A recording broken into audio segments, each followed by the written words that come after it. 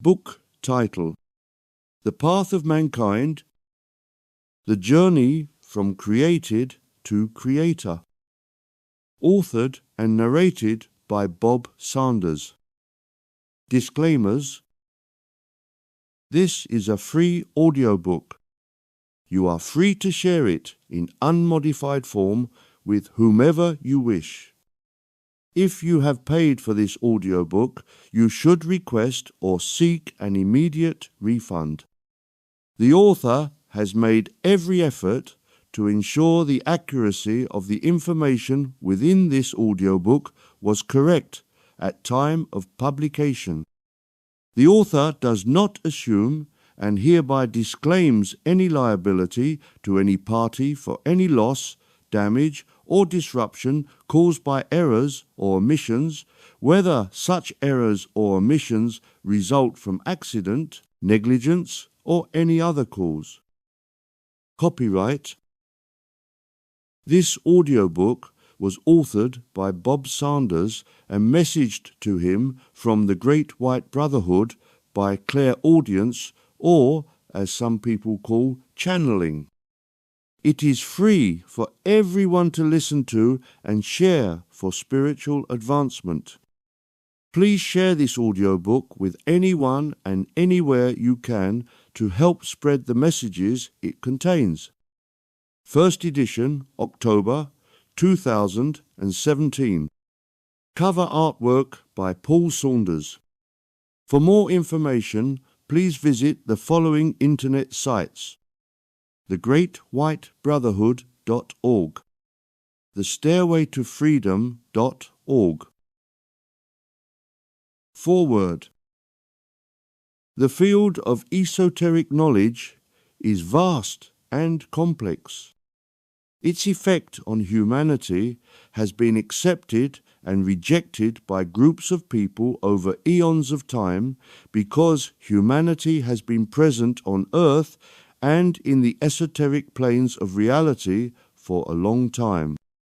The impression given by science, religion, and archaeology as to the presence of humanity on Earth is a long way from the truth, as groups came and went over periods of time. Man has recently started to investigate and discover elements suggesting that history has not accurately recorded the occupation of man's home planet, but only evidence of recent occupation remains. Time has eliminated all trace of the earlier sojourns made by man upon the planet, so it is not possible for science to trace the beginning of humanity's origins. That is not to say that no record remains, but it does indicate that it will not be possible to discover archaeological evidence remaining. To trace the origins of man's beginnings, we must look elsewhere. This new book, investigating the makeup of mankind, is intended to probe elements of total man, from his earliest beginnings up to the present time, in as complete a fashion as is possible, leaving no stone unturned in our efforts to grasp just who and what this creature called man is, and his place in the overall concept of life. It is intended that this volume should take man on into the future by examining minutely his past origins, both in physical and non-physical forms. By doing so, it is hoped that when considered in conjunction with the previous work presented, The Stairway to Freedom, it will be both complementary and innovative, and thus form a comprehensive work that will explain the origins of man, his place in the universe, and his destiny, ultimately throughout the stars, for be assured that man came from the stars, and his place, his destiny, is to return. Man is a far greater creature than history has portrayed. Most of what has been written to explain his origins is incorrect, either by ignorance of the facts or by falsehood. This volume in conjunction with the previous, sets out to correct these errors, and anyone who takes the effort to read and understand them will no longer be under the illusion as to his origins, his path through life, and his future as he progresses through the maze of intricacies of life in his attempt to return to his source, God.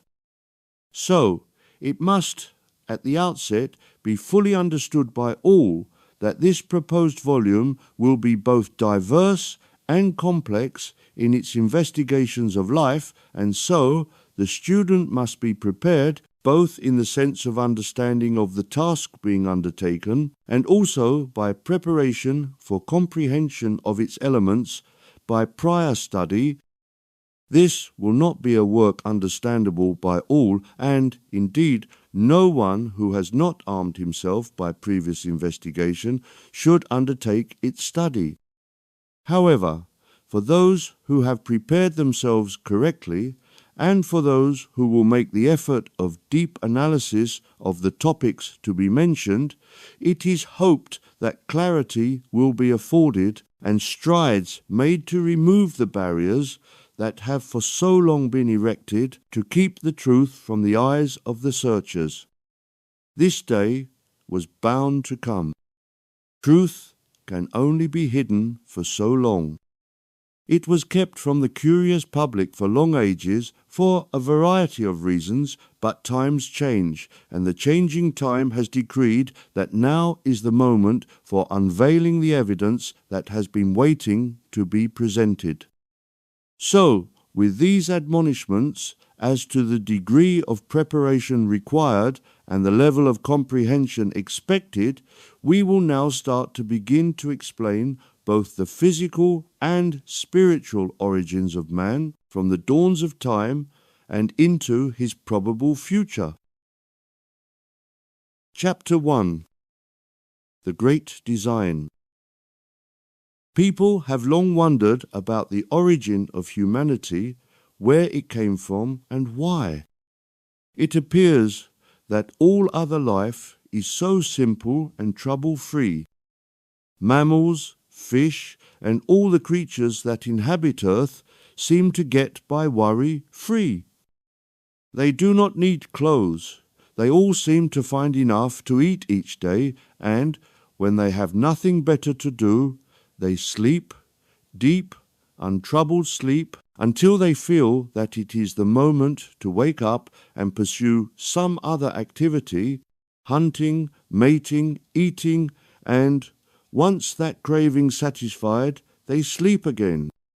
The only variation to this pattern seems to occur when an animal has young to care for. Then, and only then, does another instinct come to the fore, that we term the maternal instinct. Then, the selfish aspects that dominates most of their lives takes a back seat, and, for the first time, the creature or creatures start to put others first and themselves second or not at all. Many creatures will give their lives and die, if necessary, protecting their young if attacked by a predator intent on harming those young. For the first time, we see in such creatures instincts that we could recognize and approve of. We sometimes give these attributes human characteristics and talk of motherly love and the maternal instinct of such animals. Whether the animals themselves would recognize such attributes, or whether they are merely following the instincts that nature has instilled in them, is another matter. But, from our point of view, we can associate with the actions of a female mammal suckling its cuddly young and lavishing upon them as much care as even the most attentive human could. This connection between the way in which an animal cares for its young and the attitude that decent humans have towards each other provides a clue as to the difference and the similarity between the animal population and humans. So we can see that humans clearly have, in certain circumstances, attributes, both that we call positive and negative, a connection between the animal kingdom and us. It is possible for man to be completely callous, selfish, and looking out exclusively for himself, but it is possible for man to be loving, caring, laying down his life to save another if required. Thus, we can clearly see the connection in animalistic terms between man and beast. Yet, for most thinking people, it is clear that man is not an animal. Animals do not wear clothes, but man does. Animals seem generally to be able to provide their nourishment for themselves, whereas man, in the same circumstances, would have to ape animal behavior and hunt or grub in the dirt for food or succumb to starvation. He would not be able to have the types of food that he is used to in civilized society. One could go on. Even hive creatures, like ants and bees, live by different rules to man, even though their behavior has been long admired by some people, and attempts to install such a hierarchical system of control, from one almighty being, the queen ant or bee, down through a military type of protection system to the workers, toiling endlessly without question to provide all that the hive or nest requires, their useless bodies, once they have expired through exhaustion, either being recycled as food for the living or being ejected outside the nest as useless dross. Such a system would gain great popularity in many communities, but can hardly be approved when compared to the love given by a mother animal to its offspring. So, where does this comparison of the different aspects of animal life take us? Does it help in any way or fashion to discover the origins of mankind? We have looked at some of the aspects of animalistic behavior and considered the cold, almost military way that certain insect groups behave through the normal, somewhat selfish mindset of the average animal, and then considered the loving, caring, giving aspects of certain creatures during the period where they have young to care for. Now, let us go back a long way in time before anything that we would describe as living existed. What did the world look like?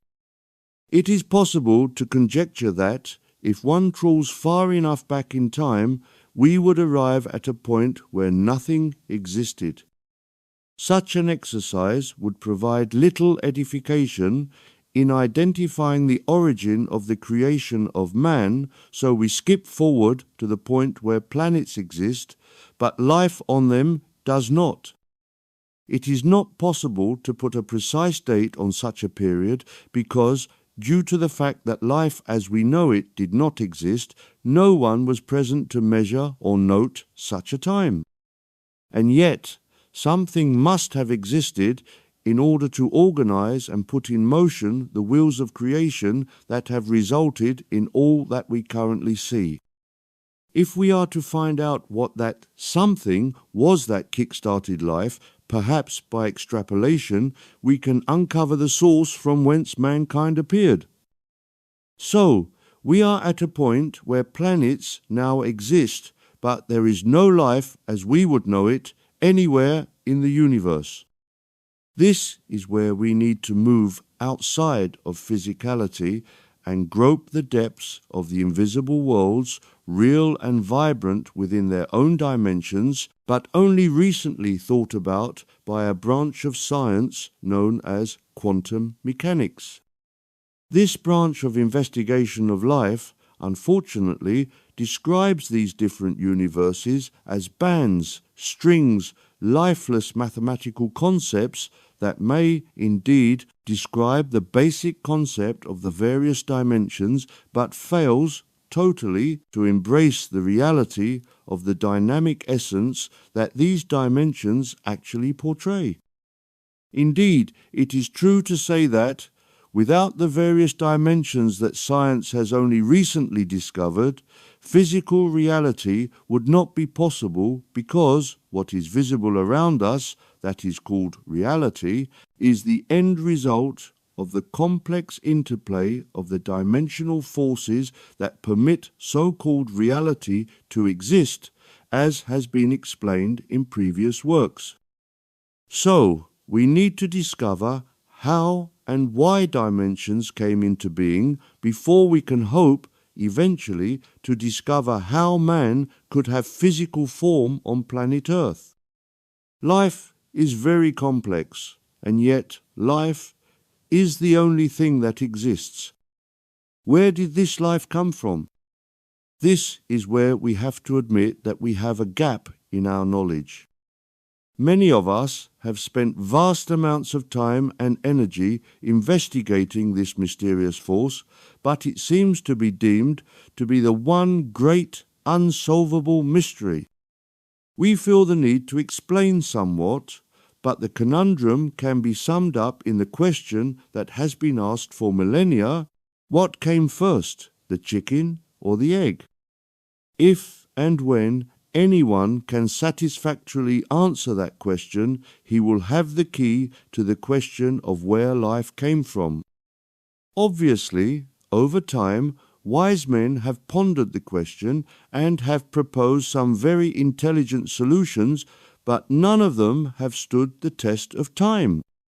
The chicken and egg mystery is, of course, closely connected to another: who created everything in the first place? Science generally ignores such questions, preferring to deal with subjects to which they can provide answers. Religions claim the monopoly of knowledge as to who and what God is, but, if pushed, will have to admit that the origin of God is a mystery to them. As far as is known, the origin of the life force known as God is not understood by any force anywhere in the various galaxies, nor in the dimensions enrobing the galaxies. So, there is this one vital point that, for the moment, remains unanswerable. Perhaps it is just as well, because if it was discovered that the life force we call God was made by some other life force, we would open a Pandora's box of questions as to who invented who indefinitely. We are looking for answers, not endless questions, so we start with the premise that states that some force that some people refer to as God is a life force and is the only life force that has ever existed or ever will. Nothing can exist in any plane of reality, from physical to the uppermost dimension, unless it has this life force associated with it. It may be difficult to comprehend that a grain of sand is alive, but it is so. Now, we should perhaps elucidate at this point that being alive does not necessarily imply sentience or to have the ability to move. Life comes in many forms. Some are totally static and apparently lifeless, such as rocks and stones, and others are capable of moving at speed, such as birds. But they all contain one thing: life. So, what is life? We will not insult your intelligence by describing the physical events observable on Earth. We are interested in examining the life force, invisible, behind, and beyond anything that can be measured by instruments connected to a sick person in a hospital to indicate to the hospital staff that the physical body of the patient still has a beating heart. The life force is an invisible, unknowable energy that was mentioned earlier, that was referred to as God. As we do not know what God is, except for the fact that it contains the life force, so we cannot actually explain what that life force is. But we do know one important aspect of it.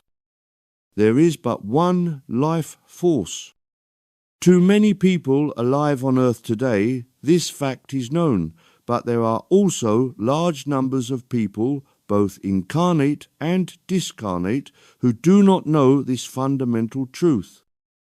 All life is one. Ridiculous as this seems, it is true. Accepting this fact has enabled us to look back in time to the point that was mentioned earlier in this chapter, the place where planets existed, but there was no life on any of the planets, nor in any of the dimensions that were also mentioned. So, we have to accept that this life force created, using the laws of physics, a variety of planets in an invisible series of vibrational constructs that we refer to as dimensions. Each dimension can be imagined as a planet or series of planets, real and solid, but each dimension separated from another due to being subject to a different carrier wave. It appears that the mysterious life force, we call God, created these dimensions as different experiments in its quest to discover just what life would create, because life is not just a static force, it contains curiosity, desire for knowledge, for expansion, and so, to assist it in its quest for self-awareness and growth, different bands of vibrations were set up and, by the law of mutual attraction, a fundamental part of the law of God, planets corresponding to that particular vibration were created. This force we call God set up 8 distinct bands, dimensions, and furnished these dimensions with planets. Now, we have to appreciate that God, this life force, is one unique life force. This being so, it could only create one life.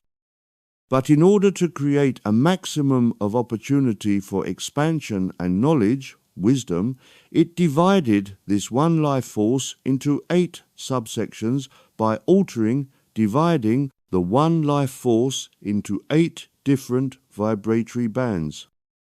We wish you to comprehend that all around you is the universe that you can observe in the night sky and much more outside of the Milky Way, repeated another 7 times, each universe identical to the one you observe, but invisible to your eyes because it is subject to a carrier wave of a slightly different frequency.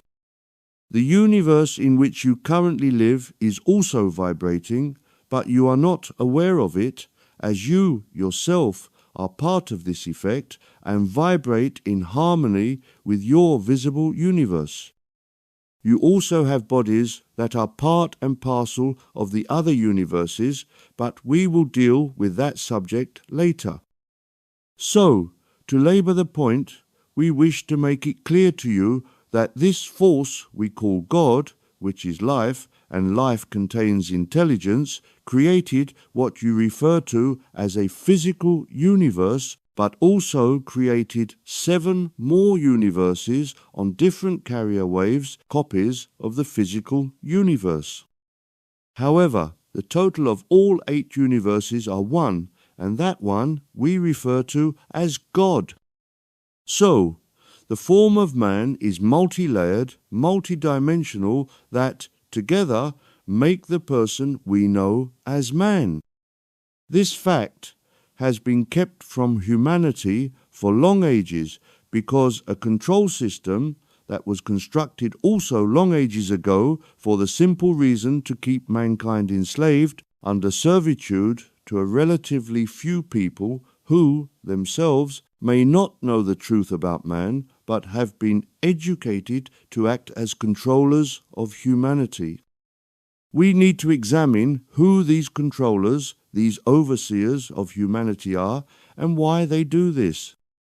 To understand this slave system will take us outside of physicality and into at least one of the dimensions.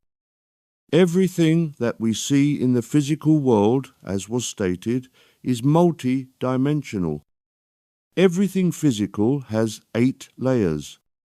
The physical reality is the lowest, but man, just to concentrate on him, has 7 other layers, or bodies, each one separated from his physical body and his other bodies by a different carrier wave frequency. So, to reiterate, man is a creature with 8 different but identical bodies, each one standing in a universe, but each one enwrapped in that unique universe due to being encoded by a different unique frequency. However, not all life forms are quite like that. Some, like man, when he dies, discards the lowest frequency and moves his consciousness into the next higher frequency and finds himself alive and present in that frequency. The higher frequencies are present, but because he is not aware that he has these other bodies, he does not explore them, and so they remain quiescent, awaiting the happy day when he does become aware of them and decides to explore them with his mind. But there are many entities that do not have physicality. They may well have all the other higher auras, as they are called, and some of them have developed the ability to move into them at will and explore the wonders that are available in those worlds. Equally, there are other beings that live in the esoteric realms that are so cut off from the God force that their higher frequencies are virtually non-existent. One such group have been known of for long ages and have been given the name the Archons. These creatures live in a dimension just outside of the physical dimension and, as was stated, because they have chosen to ignore their higher frequencies, are totally cut off from any positive power that automatically flows from the higher realms into the lower. Thus, these beings, the Archons, have all of their consciousness concentrated in this one etheric band, all else, in effect, not existing as far as they are concerned. Now, these entities, the Archons, are totally unaware and totally non-affected by any thoughts and feelings of their higher concepts. Nothing that we would consider holy or godlike enters their minds or their realities. But these creatures are real, thinking beings, although if we were to meet one and try to converse with it, we would find their thoughts so alien to ours that it would be quite impossible to find any common ground for dialogue. They, like all life, have existed for a very long time, but have made no progress towards the Godhead, which is the prime consideration of the majority of life. Thus, they are unique, outcasts from all other life, containing not evil as such, but total non-consideration for anything or anyone outside of themselves. However, like all things, they are immortal. Virtually all other life progresses slowly from one frequency to another, discarding the lower frequencies as they do, rather like peeling the layers from an onion, until finally they reveal their goal, the Godhead. Although with all life it takes an enormous amount of time to move to that final vibration, the Godhead, all creatures are aware at some level that the frequency exists, and so all creatures, whatever their shape, form or origin, retain a sense of holiness, albeit in some creatures closely hidden from their actual level, but nevertheless it is there and guides all life upwards from frequency to frequency, carrier wave to carrier wave, the lower ones being cast off as they rise. All life does this except one group, the Archons. They have remained static for so long that they cannot imagine that anything else exists, any higher form of life exists. This, over eons of time, has moulded a particular character, both in an individual sense and in a collective regard. Thus, they would, from our perspective, seem to be very one-sided, totally focused on the very things that the majority of us try to reject: fear, hate, jealousy, and all the things that we consider negative and make us unhappy. Thus, most of us seek to live in situations where these emotions are not uppermost in our lives, and we try to replace them with love and friendliness. But these unfortunate beings, the archons, know only these negative emotions. Indeed, if someone spoke to one of these archons and suggested that there were other, better emotions that he could include in his makeup, he would think we were mad. Nothing that could be considered positive by us would enter the mind of the archonic creatures, and so they live in a world of hate. A dark world indeed. So, to make things clear, these archons are not aware of any frequencies higher than the one in which they live, but a long time ago they became aware of a frequency beneath theirs. This, unfortunately, is the one that physical life lives in, your world. The aim of all life is to move in frequency. With the vast majority of life, the movement takes them upwards in frequency into the higher, more holy frequencies. In the case of the archons, they too feel the need to explore other frequencies and progress into them if they can, but as they are totally unaware that higher realms exist, this drive took them to explore the only frequency they could, which happens to be the physical realm. It must be remembered that archons are non-physical, and so they don't have physical bodies. Thus, they found it impossible, actually, to integrate this lower frequency into their creation, and so they remain etheric beings. However, the drive to move in frequency is paramount in all life, and the archons are no exception. Many long years ago, they found that they could, in certain circumstances, integrate your world somewhat, not in a physical sense, but by taking over the minds of humans. However, they hit a snag, a problem that they could not deal with. As they tried to integrate with humans, they found that the minds of most humans, even those long years ago, contained elements of the higher, more holy frequencies. This was incompatible with their frequency, and so they found that they could not mould with the majority of humans. However, the drive to change frequency being irresistible, they looked for a way to resolve the problem, to find a group of people with whom they could integrate, people like-minded with them, totally concentrated on self, with none of the higher emotions present in their personalities. Long years ago, they discovered a group that thought like them. This group we consider to be victims of an illness that causes them to be unlike most of us. The majority of people are naturally gentle, kind, loving, and generous, putting others, if not first in their lives, at least more or less equal to them and worthy of consideration. However, there is this relatively small group of people who do not think like the majority. This group only think of themselves, their needs, wants, and ambitions, and are willing to do anything to satisfy their aims. We call them psychopaths.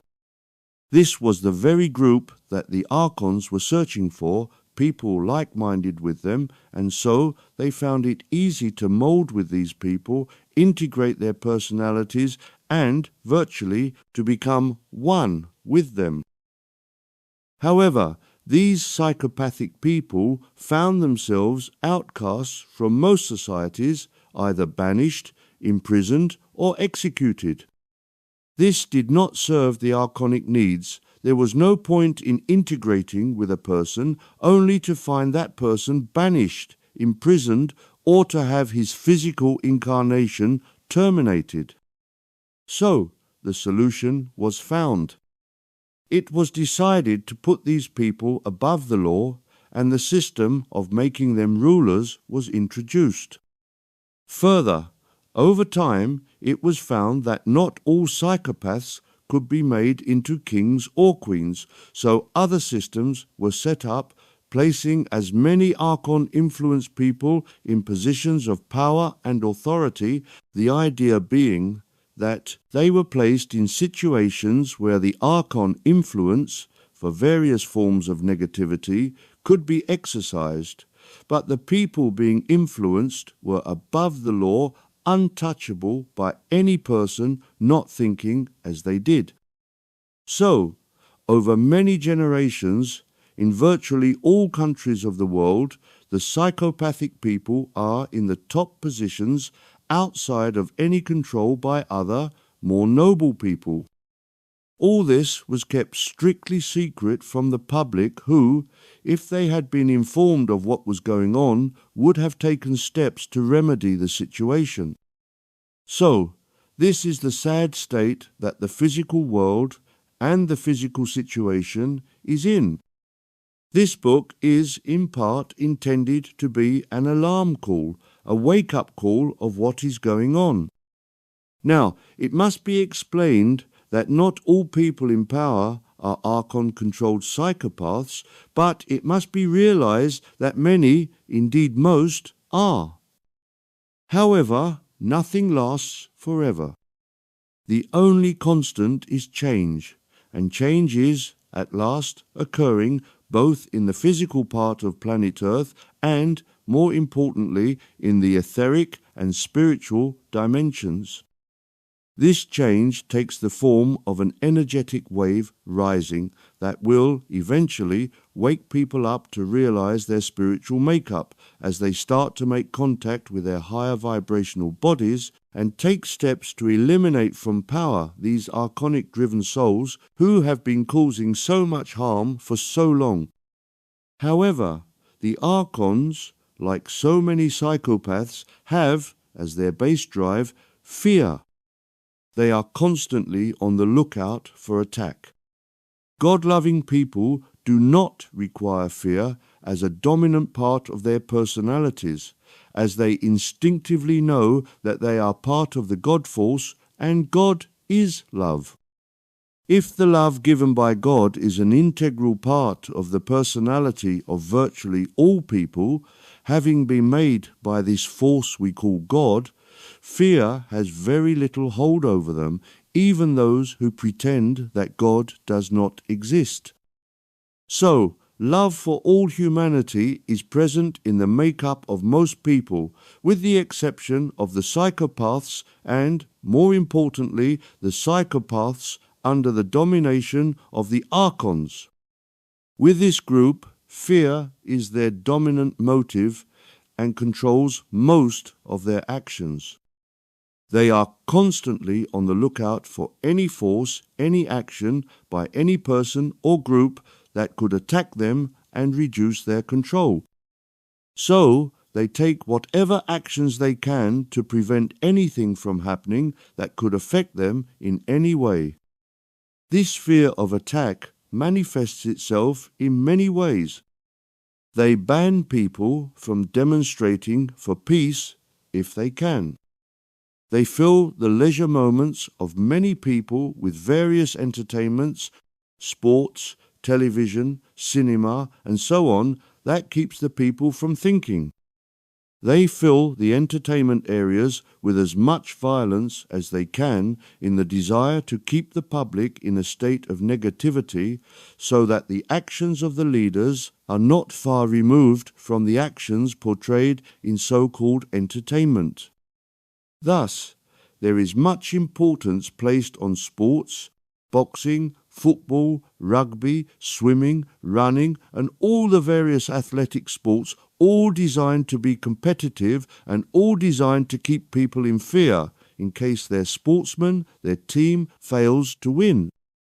The television is full of films of violence and programs of the harmful things going on in the world, all designed to generate fear. The financial situation is designed to create fear in case there is not sufficient money earned to survive. All this has been carefully designed for two reasons: to promote fear, which is archonic in nature, to make the public as much like the leaders as possible so that they do not see what the leaders are doing, as the thoughts of the public are similar to the thoughts of the psychopaths that are in power.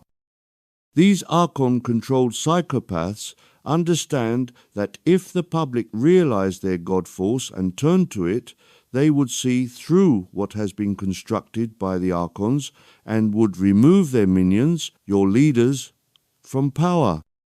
This day, fortunately, will come. It is time. The reason why it is time will be discussed in a later chapter, but rest assured that the time has come. Now, it has been suggested by many that the Archons use fear as food. This is not strictly true. Non-physical beings do not require sustenance. However, it is also true that all energy expended must be replaced from somewhere. Physical people eat to sustain physical life. Astral beings naturally draw sustenance from the God force that is everywhere. However, the Archons, being negative, have cut themselves off from the God force, so that cannot sustain them. Therefore, they do use fear, generated by their actions, as a sort of sustenance.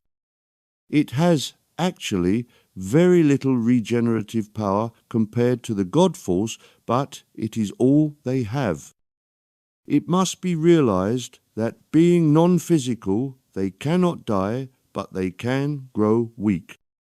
In the past, they managed, through wars, slavery, and serf systems, heartless religions, and so on, to create a lot of fear, which sustained them, but nowadays even wars create less fear, as there is very little hand-to-hand combat, which was a source of generating actual terror.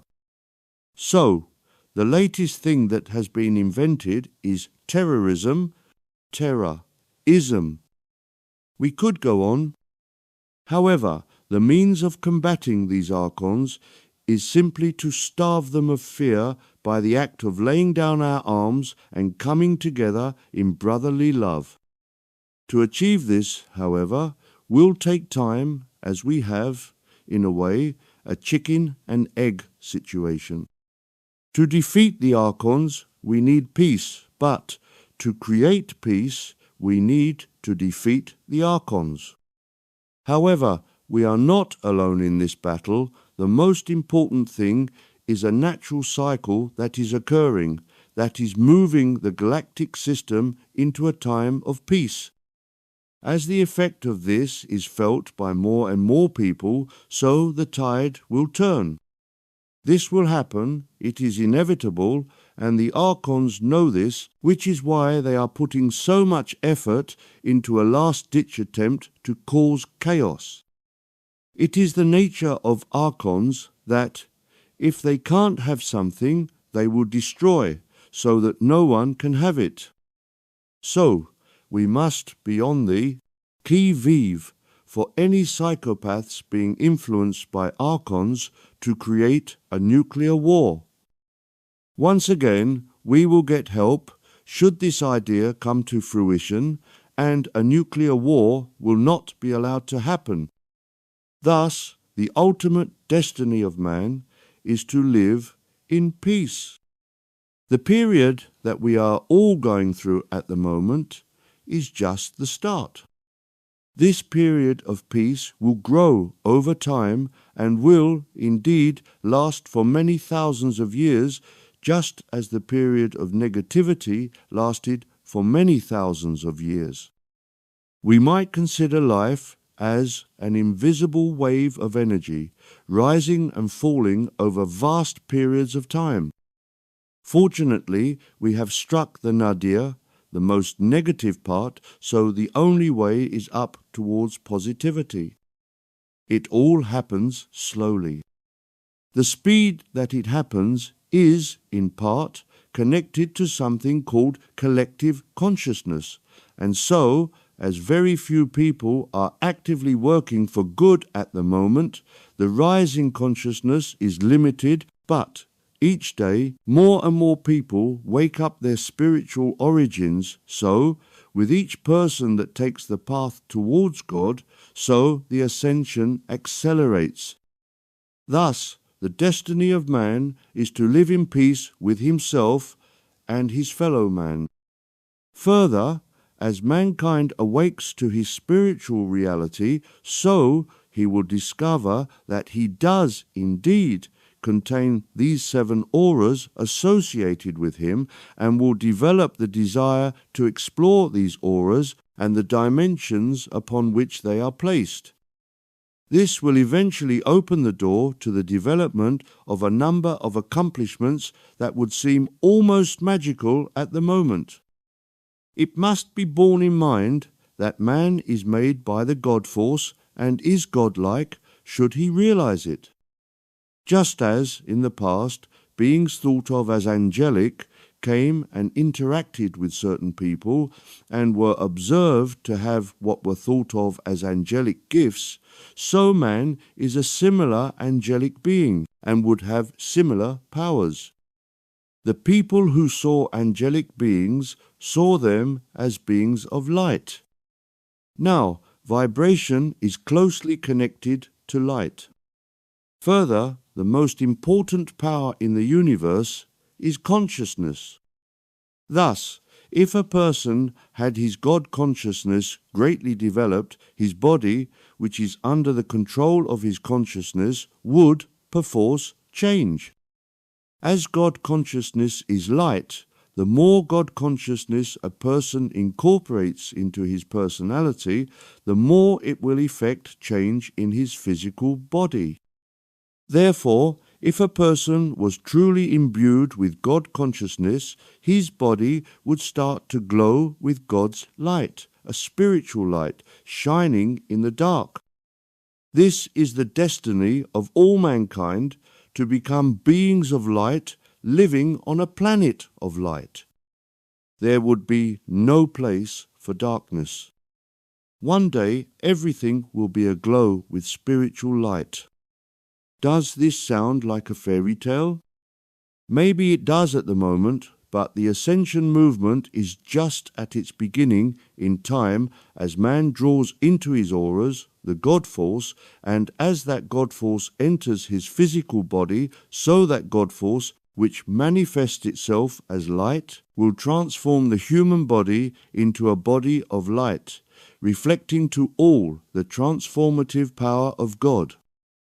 Light is actually all that exists, as the only thing that exists is the God force, life, and that God force is the light of God. Can you imagine being a being of light, like an angel? Possibly not, but it is entirely possible, if not probable, right now. However, for future generations, it will become fact. How long this transformation will take depends on each individual and also the collective consciousness, but it will happen. Further, other magical effects will occur. The collective and individual consciousness is closely connected to the God force. God, the creator of all that is, does not put a limit on itself. So, we will have no limit on ourselves as we advance towards God. The only limit will be the limits that we impose on ourselves. So, somewhat magical events will be perfectly possible. Teleportation will be the standard form of transport, as it is in the astral realms. Telepathy will be the normal form of contact, as it is in the higher realms. Food will be made from the ether. It actually is now, but due to the limitations of the planets and our level of spirituality, it has to pass through physical things. Further, the spiritual force that imbues all things will manifest itself in creating a more vibrant planet. Your home planet, Earth, will shake off its blanket of negativity that has for so long cloaked it, the negative thoughts of man's creation, and reveal its true colours. The colour of the sky will be a more vibrant blue, and the flowers of the field will grow in such profusion and with such colours that would be unimaginable at the moment. Naturally, there will be no slaughter of animals, as sustenance will be created from the ether. Animals will become our friends rather than our victims, and will be left to prosper as nature intended, nurtured by man rather than exploited. Thus will all life live in peace and harmony together as one, as was intended. The change will come slowly, but it behooves all who can to speed that day by meditating, praying, and by respecting all life. Thus, we wish to make it plain to all that the dark world in which you have all lived for so long is changing.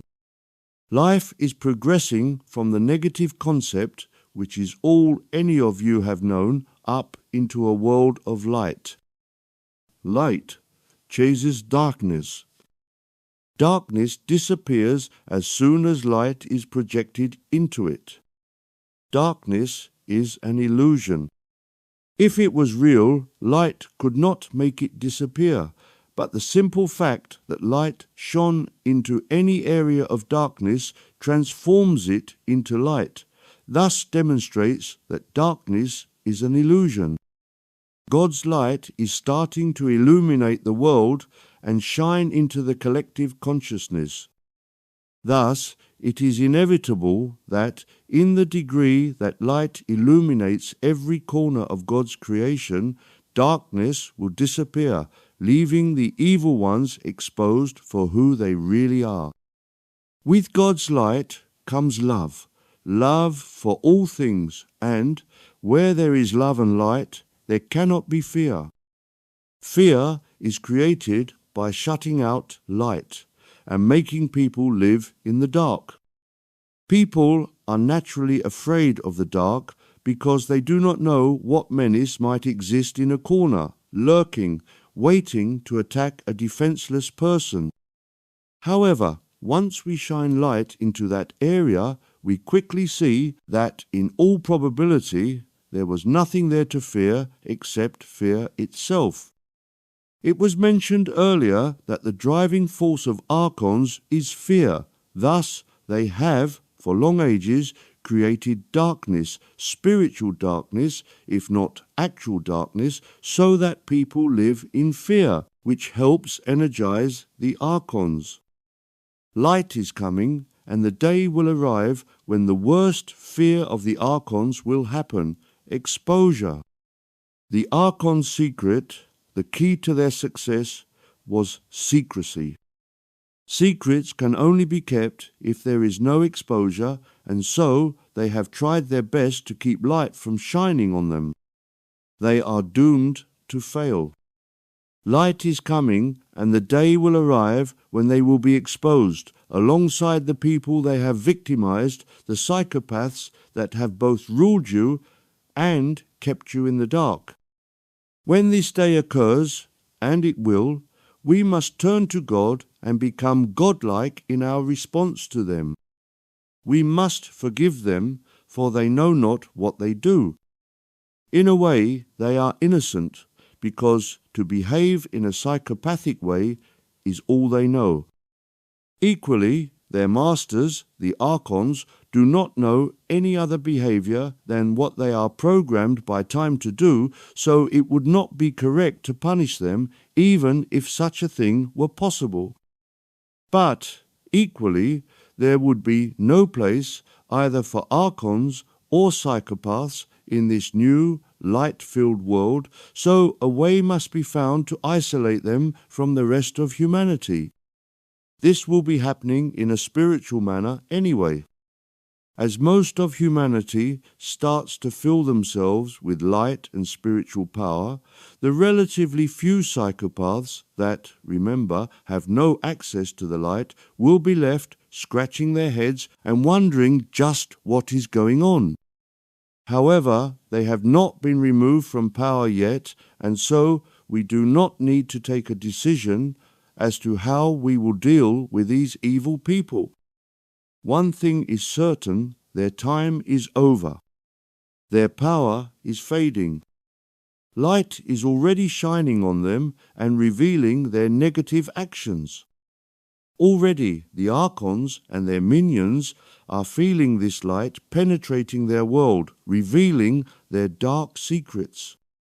So we advance in peace, drawing the power of God towards us, filling ourselves slowly with light, shining that light into the world, illuminating the dark corners, removing darkness, removing fear, and replacing it with love. This is the destiny, the goal of man, to become a being of light, a reflection of the God force. Chapter 2. The Great Divide. When this creature we call man was created, for, make no mistake, everything that exists was created, he was made of spiritual matter, etheric essence, the God force. Thus, he was not only a spiritual force, but he was, in essence, the life force we call God.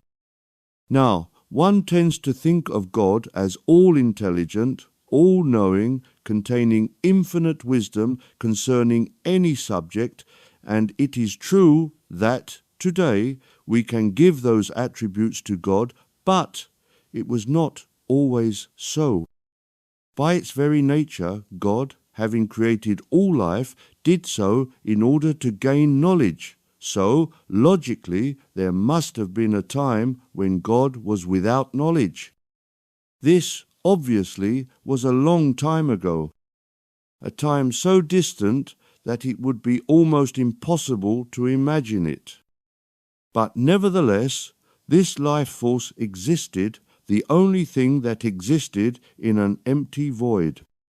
Over eons of time, this life force, having curiosity, thought about how to explore, create, manifest its life force into some form of reality, and so, as was mentioned in chapter 1, it created a number of bands, each one separate from another by distinct frequencies that we call carrier waves. So now we have in an empty void the life force that we refer to as God, being a simple, uneducated, for want of a better word, force and 8 distinct bands, also empty, but awaiting the moment when this life force would start to inhabit these 8 bands of frequency. We wish you to comprehend that, at that moment in time, absolutely nothing existed in any of these dimensions, neither physical, etheric, or astral. Indeed, these terms had no meaning. All that existed was 8 bands of vibration and a life force. This, obviously, was before the so-called Big Bang, this imaginary event that science has erroneously invented in a futile attempt to explain how the visible universe came into being. In fact, there was no explosive moment when planets suddenly appeared, as will be made apparent. Science, once again, in observing the physical creation, is merely observing the final effect of a process that started in much higher realms. So, if science hopes one day to locate the point of origin of creation, they must put down their measuring instruments and begin to work with their spiritual faculties, for the answers to their questions will be found in those areas. Now, curiosity, the desire to create the means to express itself, pushed this God force to take action. It must be remembered that the God force is also vibration, far above the vibrational field of any of the 8 bands that had been created, but it is a vibrational force. Indeed, if it was not vibrating, it would not have had the idea to create these 8 bands also vibrating. It was like constructing like. So, we would like you to imagine, if you will, that the God force, who, being pure light, was vibrating. As light is a vibrational force, so it created 8 versions of itself, each one of a lower, denser frequency, until the lowest one shone with very little light. This lowest band is the one in which physical life was ultimately created. However, each one of these bands existed only as potentials, being bereft of any life form. It occurred to God that, in order to create any forms to inhabit these bands, these carrier waves, it would have to lower its frequency, split itself into 8, and put itself into each of these bands. This it did, however. It was not much further forward, as God itself did not have any form, so nothing existed in these bands of vibration except the God force itself. But God, being life, was able, over vast amounts of time, to create one essential life force that had something that could be called intelligent life, a form of man. Man was God's first creation. Once again, God was not much further forward. God had created this life force in its highest plane of vibration, but this life force was itself a sort of copy of God, albeit with a form that we would recognize as man, but this was a pure spiritual force, pure light, but itself with no more experience than God itself. So, God gave this life force man the means to think, to explore, and to wonder why it existed. Thus, to help this creation, God manifested space and time in a higher dimensional form than man incarnate could imagine, and he furnished this space-time with planets and all that exists on the highest plane to this day. The object was to provide this human being with experiences that would help him educate himself and thus grow in wisdom. We should point out at this moment that it is actually a picture that we are painting rather than strict truth, because the actual events, the vast amount of time involved, and the processes undertaken to create all this would make the actual events incomprehensible to modern man incarnate at the moment, you, the reader, but is, in essence, true and close enough to reality that we feel comfortable presenting this story to you in order to give you a basis for understanding the origins of man. So, at this point, we have these 8 carrier waves of vibration, light, but only the highest one containing any form of life, and that life was man.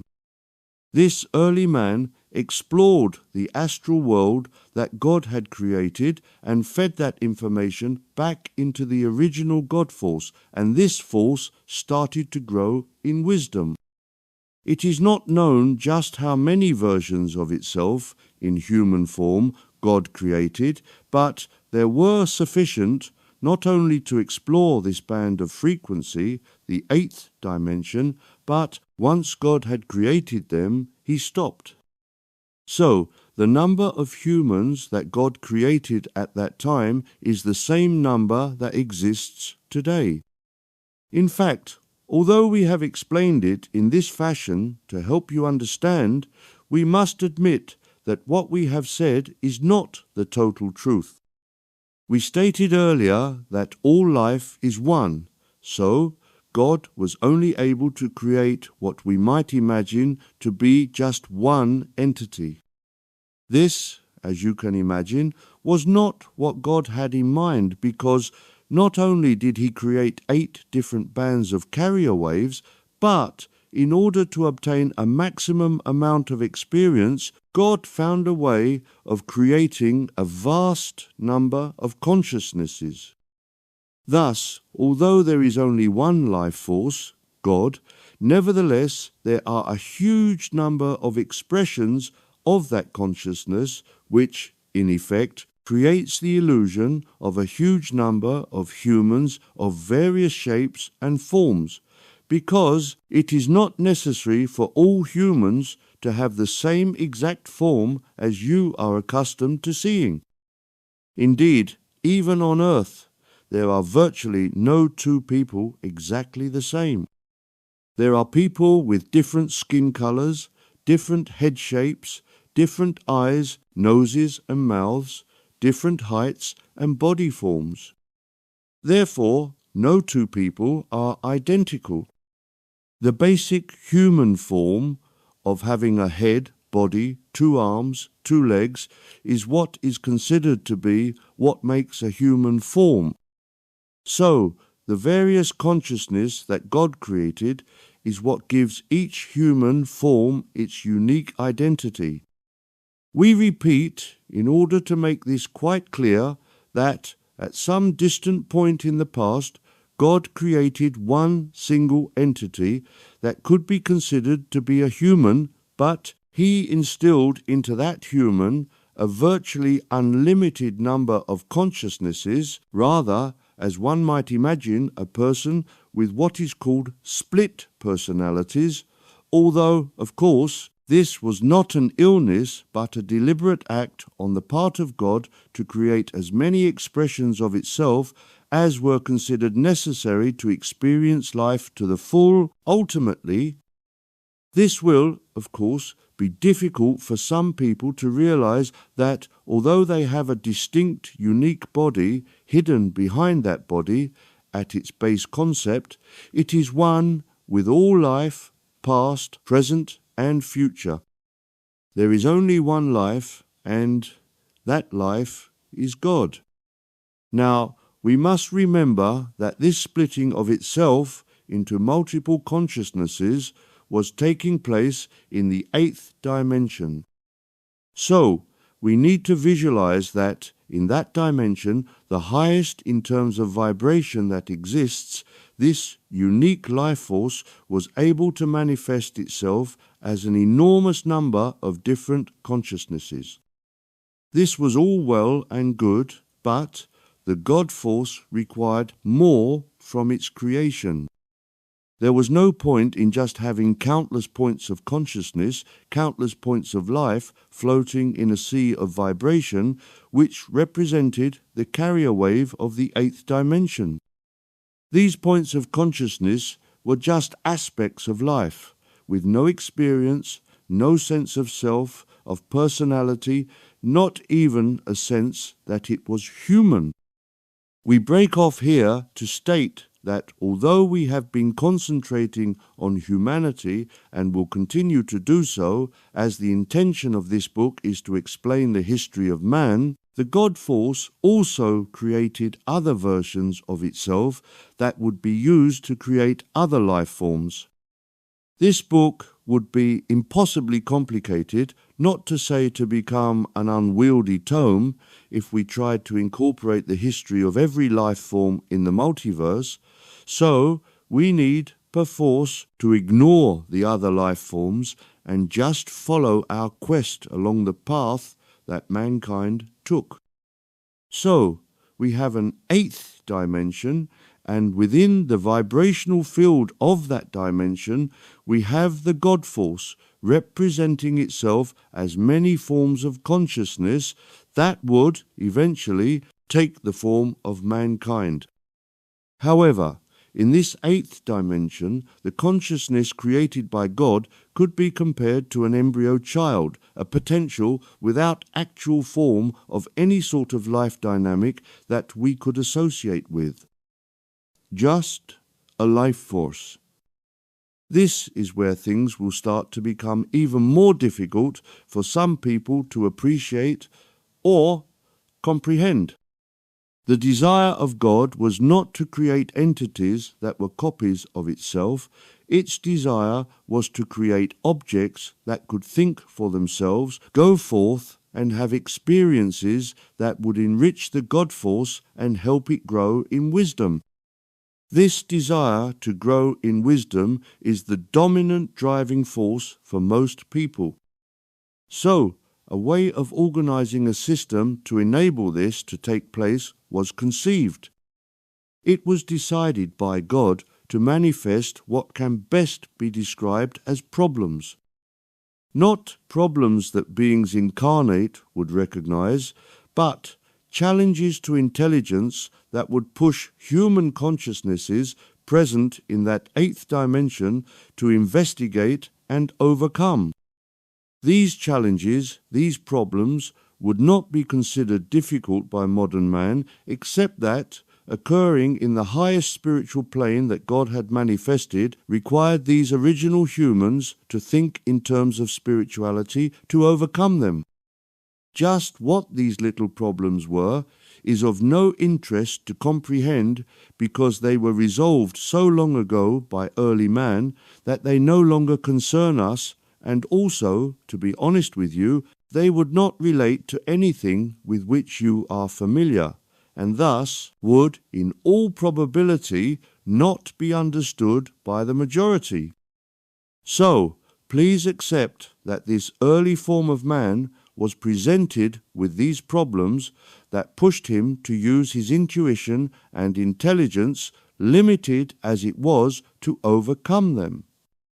It is a fact that life evolves through experience. All experience presents itself as a challenge of some sort and compels us to think about the experience being undergone and to incorporate that experience and its resolving into its life force. Thus, slowly, early man developed what can be described as wisdom as a result of resolving these simple problems. This was the beginning of creating man in a truly recognizable form, not only in a physical, albeit astral sense, but also in a sense of having wisdom to deal with problems. Man, as we understand it to be, could not exist in purely physical form, whatever plane of existence it would find itself on. Man must also contain a mental component, wisdom, knowledge, or even cunning, before it can truly be called man. So, this was a giant step forward for the development of man, and God decided to use it as the basis for all his future attempts to push his experiment forward. Already, by the number of consciousnesses that were presented with identical problems, it was noticed by God that a number of different approaches for solving these problems were undertaken, and this pleased God.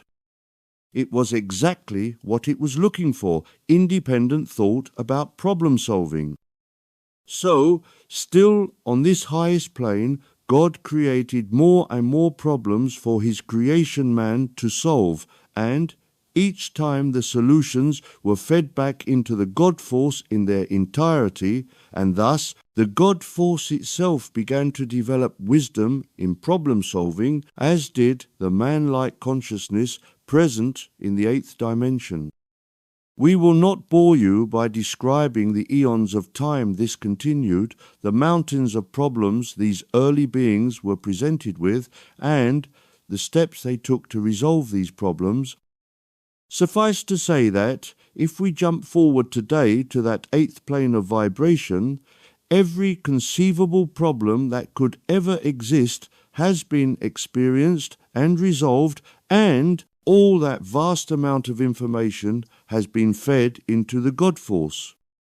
Thus, we can say today that God is infinite wisdom, and once a human evolves to the eighth plane, he too will be infinitely wise and at the equivalent level of wisdom as God itself.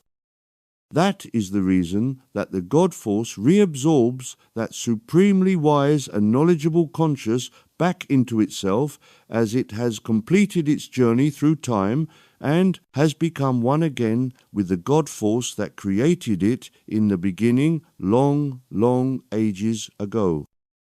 So, we break off here to suggest to you, the reader, not to try to avoid problems because it is inevitable that they will appear, but to use the God force that is called your higher self to call forth the solution. One must remember that God made us all as consciousness, reflections of itself, and this God force contains both information about any problem conceivable and also the answer. This God force has been placed in association with you. Some call it your soul, although that is not strictly true, as the soul is just a protective shell surrounding and protecting the God Spirit, but in essence it is the same as spirit and soul travel together until the God Spirit merges once more with its Creator, God, and at that point both the God Spirit and the shell, the soul, disappear.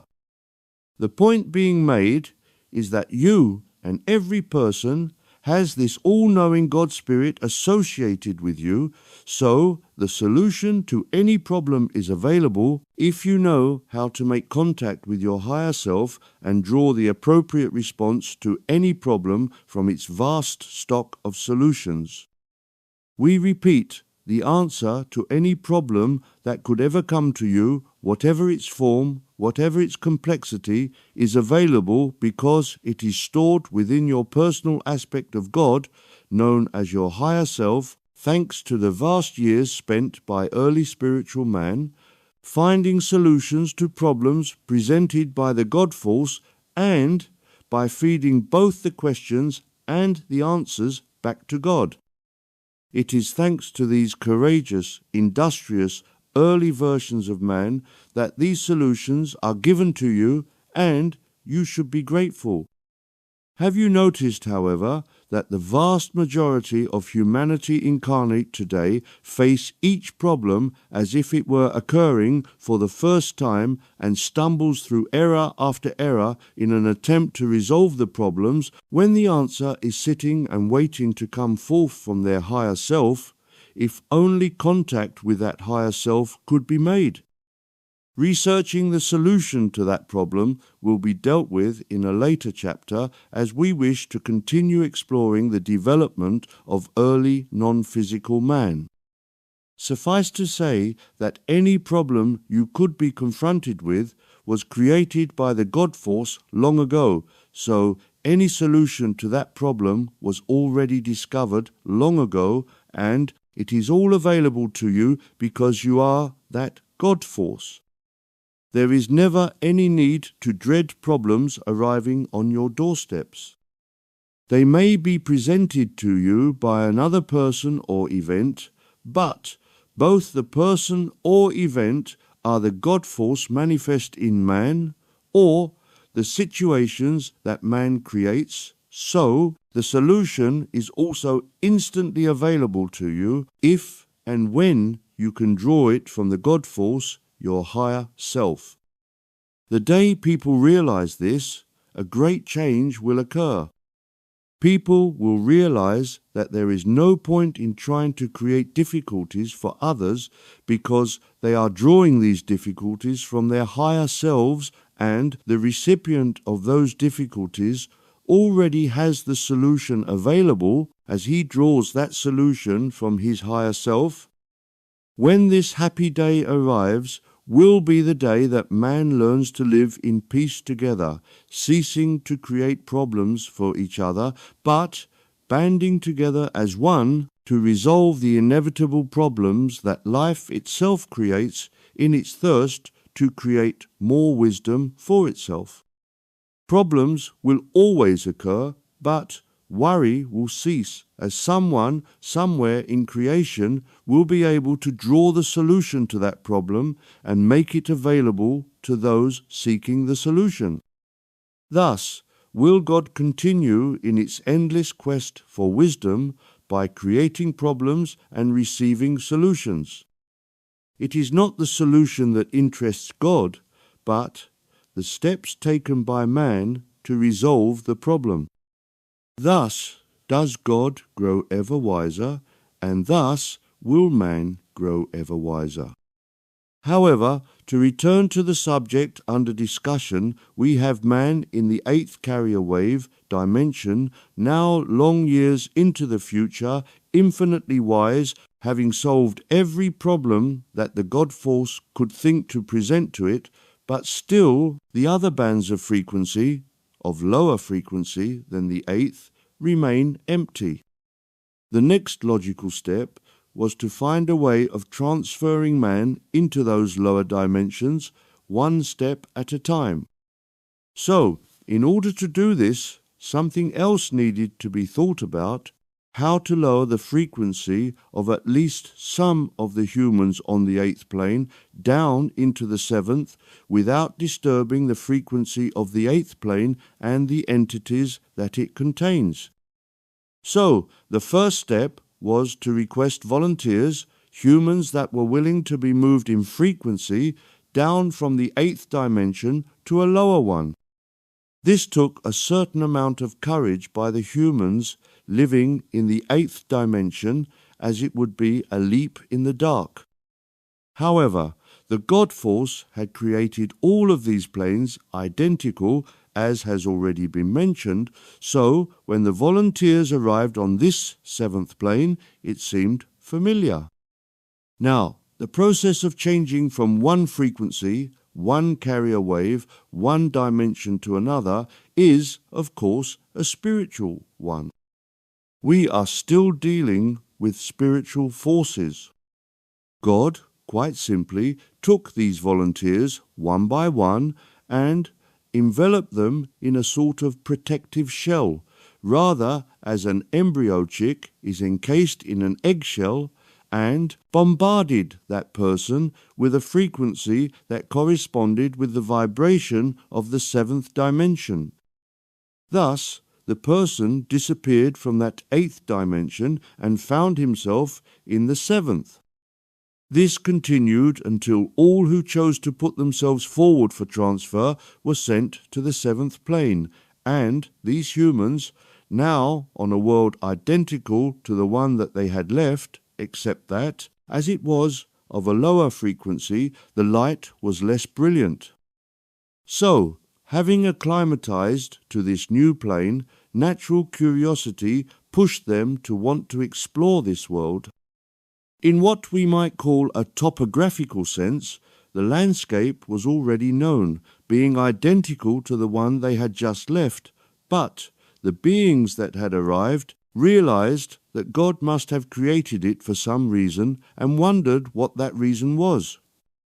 There would have been no point in God creating an identical situation on the 7th dimension as had been created on the 8th, problem and solution, so God put another plan into action. This was the concept of creating auras, by which is meant that a living being living on the 7th dimension could also retain a connection to the 8th. Thus, the humans that God created to inhabit the 7th dimension were able to retain a perfect connection to the higher dimension, the 8th plane, where we remember that solutions to any problems were retained. However, it was deemed necessary to create new experiences on this 7th plane, and thus God put into the minds of these humans the desire to explore, physically, the various planets that God had also created. It must, at all times, be remembered that this dimension is what would be termed astral, and thus explorations undertaken were of an astral sense. But it must also be realized that these planes, dimensions, although not physical when regarded from an earthly perspective, seem, nevertheless, real and as solid as the earthly plane seems to the humans that live on that plane. So, early humanity set out to explore these diverse planets, but, to their dismay, there was nothing much to see, no new experiences to be gained. You will remember that God's driving aim, the reason that it went to all the trouble to create everything, was to gain knowledge. Empty planets provided little or no knowledge. So, God decided to put other life on these planets. These other life forms were early versions of the animals that are today observed on Earth.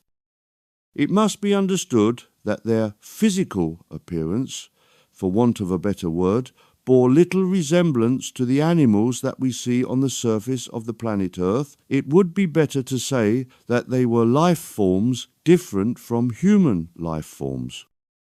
These different life forms existed already in the eighth dimension, but we have avoided mentioning them much in order to not confuse our examinations of human origins.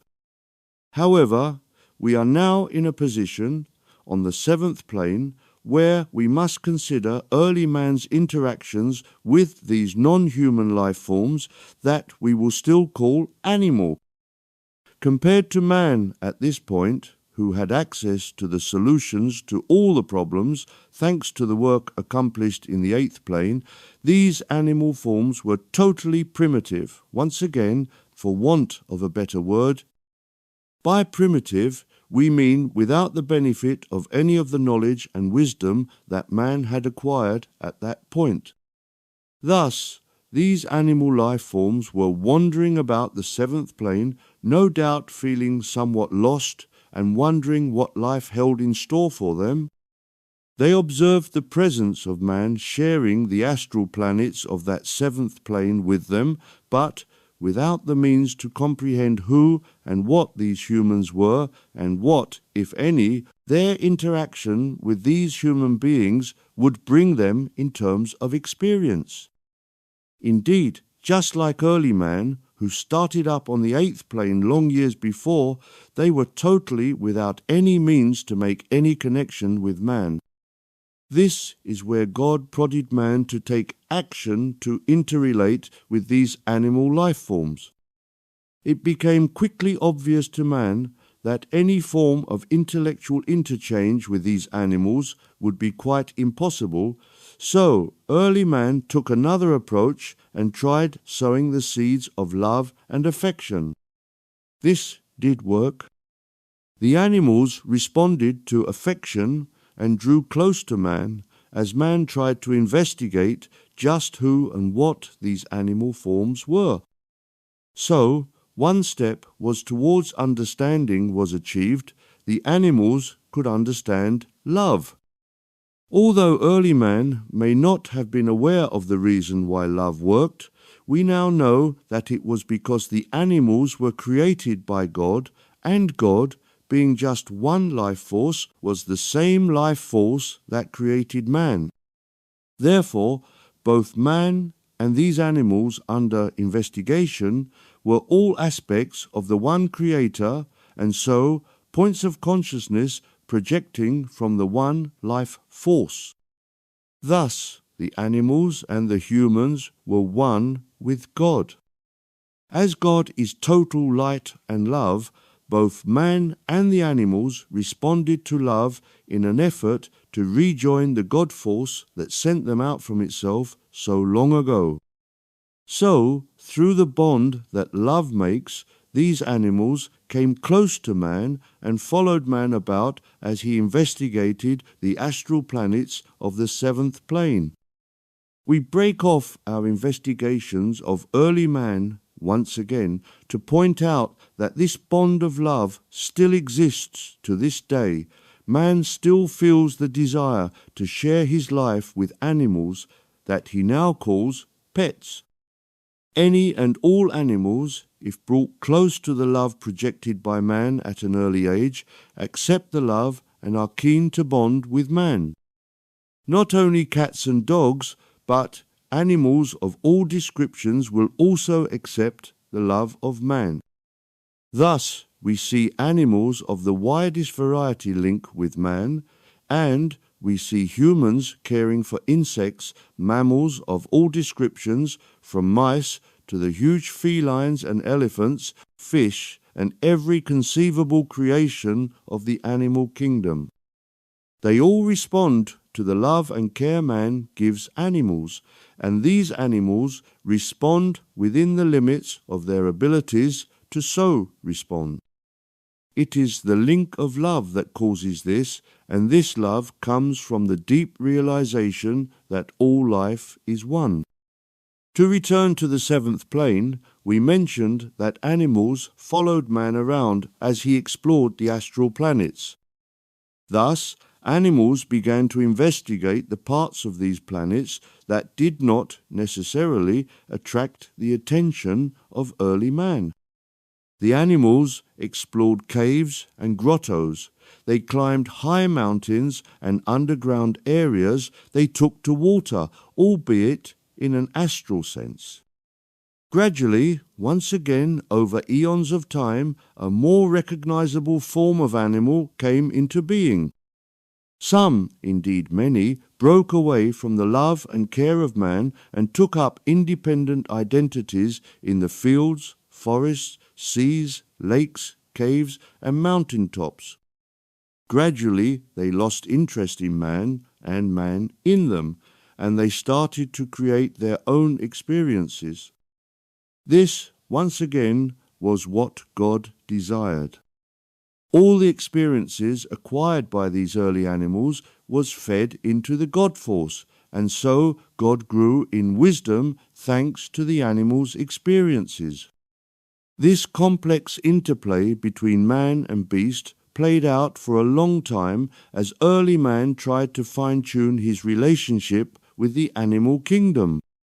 Some animals, over time, became distinctly wary of man, and equally, man became wary of the now wild animals. Many animals remained close to man, and a symbiosis between man and these friendly animals became strong, and love bonds were formed. However, the other creatures distanced themselves from man, and indeed distanced themselves from other species unlike them, until distinct groups were formed, each group forming specific packs of species, each one only feeling at home with fellow creatures of their own group or pack. Fortunately, at that time, the concept of killing and the need for eating was not part of that reality, and so the various groups of animals contented themselves with living apart from each other. It must also be said that the concepts of fear and hatred were also unknown either to man or beast at that stage, so the various groups lived in relative peace, and when one group of animals crossed the path of another group, they passed each other and continued on their way in peace. Man also played a role in this theatre. His job at that time, as directed by the God instinct that he contained, was to try to act as an intermediary force between the various groups of animals and seek to bring them back together as friends, for want of a better word, as they were long before. Needless to say, man's efforts were in vain. It was too late for man to undo the efforts of long years of separation, and so the tribes of animals remain apart to this day. As early man observed the behavior of these disparate groups of animals, the concept, the idea that it might be a good idea if they too separated into disparate groups was born in the minds of early man. So, once again, over vast eons of time, man formed small families of people of similar mindset to themselves and started to live apart from others. Then, by the never-ceasing law of mutual attraction, like attracting like, other like-minded people joined a group, and the groups grew and expanded over time. Eventually, a more, to us, recognizable form of world came into being, a world where groups of animals lived apart from each other's, group and groups of man of similar outlook to each other started to band together into clans, villages, and tribes, not dissimilar to what is observed among primitive groups of people on earth to this day. The concept of tribalism was formed amongst man, and the concept of separatism was formed in animals. These concepts were the birth of the very same effects that continue throughout the dimensions to this day. For, do not think that discarnate man lives in universal brotherhood, far from it. Although man in his body of light cannot kill, he can feel separateness from others should he wish, and many do. Equally, wild animals, when discarnate, still tend to live in packs in their universe and do not lose the sense of separateness. We look forward to the day when man and beast, both incarnate and discarnate, can live together in peace and love, but the idea of separateness created so long ago is deeply ingrained, and it will take a long time before this primitive concept will fade and be replaced with man and beast roaming the plains and rocky areas in peace together, as was intended originally. Chapter 3. The Illumination of Man. In the beginning, long before anything that we would recognize as life existed, there was, nevertheless, a life force. This life force we have already mentioned, and we called it God. This life force, God, has always existed as far as is known. It would be logical to question where this God force came from, for nothing can appear out of the blue by magic. But there are a few things about which even the wisest amongst us has no knowledge. We have to have an open mind about things, use our intelligence to puzzle out what seems logical and what seems ridiculous. It is obvious that something that we call life exists, and so it must be obvious that something must have created that life. We accept that the originator of life is this mysterious, unfathomable force we term God. As has been mentioned previously, where God came from is not known by anyone. We understand the desire that many have had, stretching back for long ages, to resolve this mystery, but no one has yet found the answer. The origin of God is unknown. What is known is that this force we call God has always existed and is responsible for the creation of all life in all dimensions and throughout all time. It is further known that this force we call God has created all that exists as a spiritual force because of the need to manipulate everything according to the desire of God to create experience. Thus, it became apparent that whatever this force we call God is, one thing is certain: it is a force of infinite power. Among these powers is the ability to create illusion. This, if anyone has followed the various teachings already transmitted to you, must be obvious by now.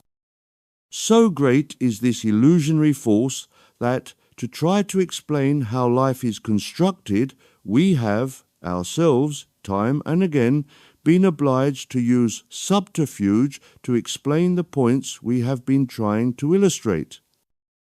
This does not please us and is not our goal, but the reality of the construction of all life is complex, and to launch ourselves into a factual explanation of reality as far as it exists would have been pointless.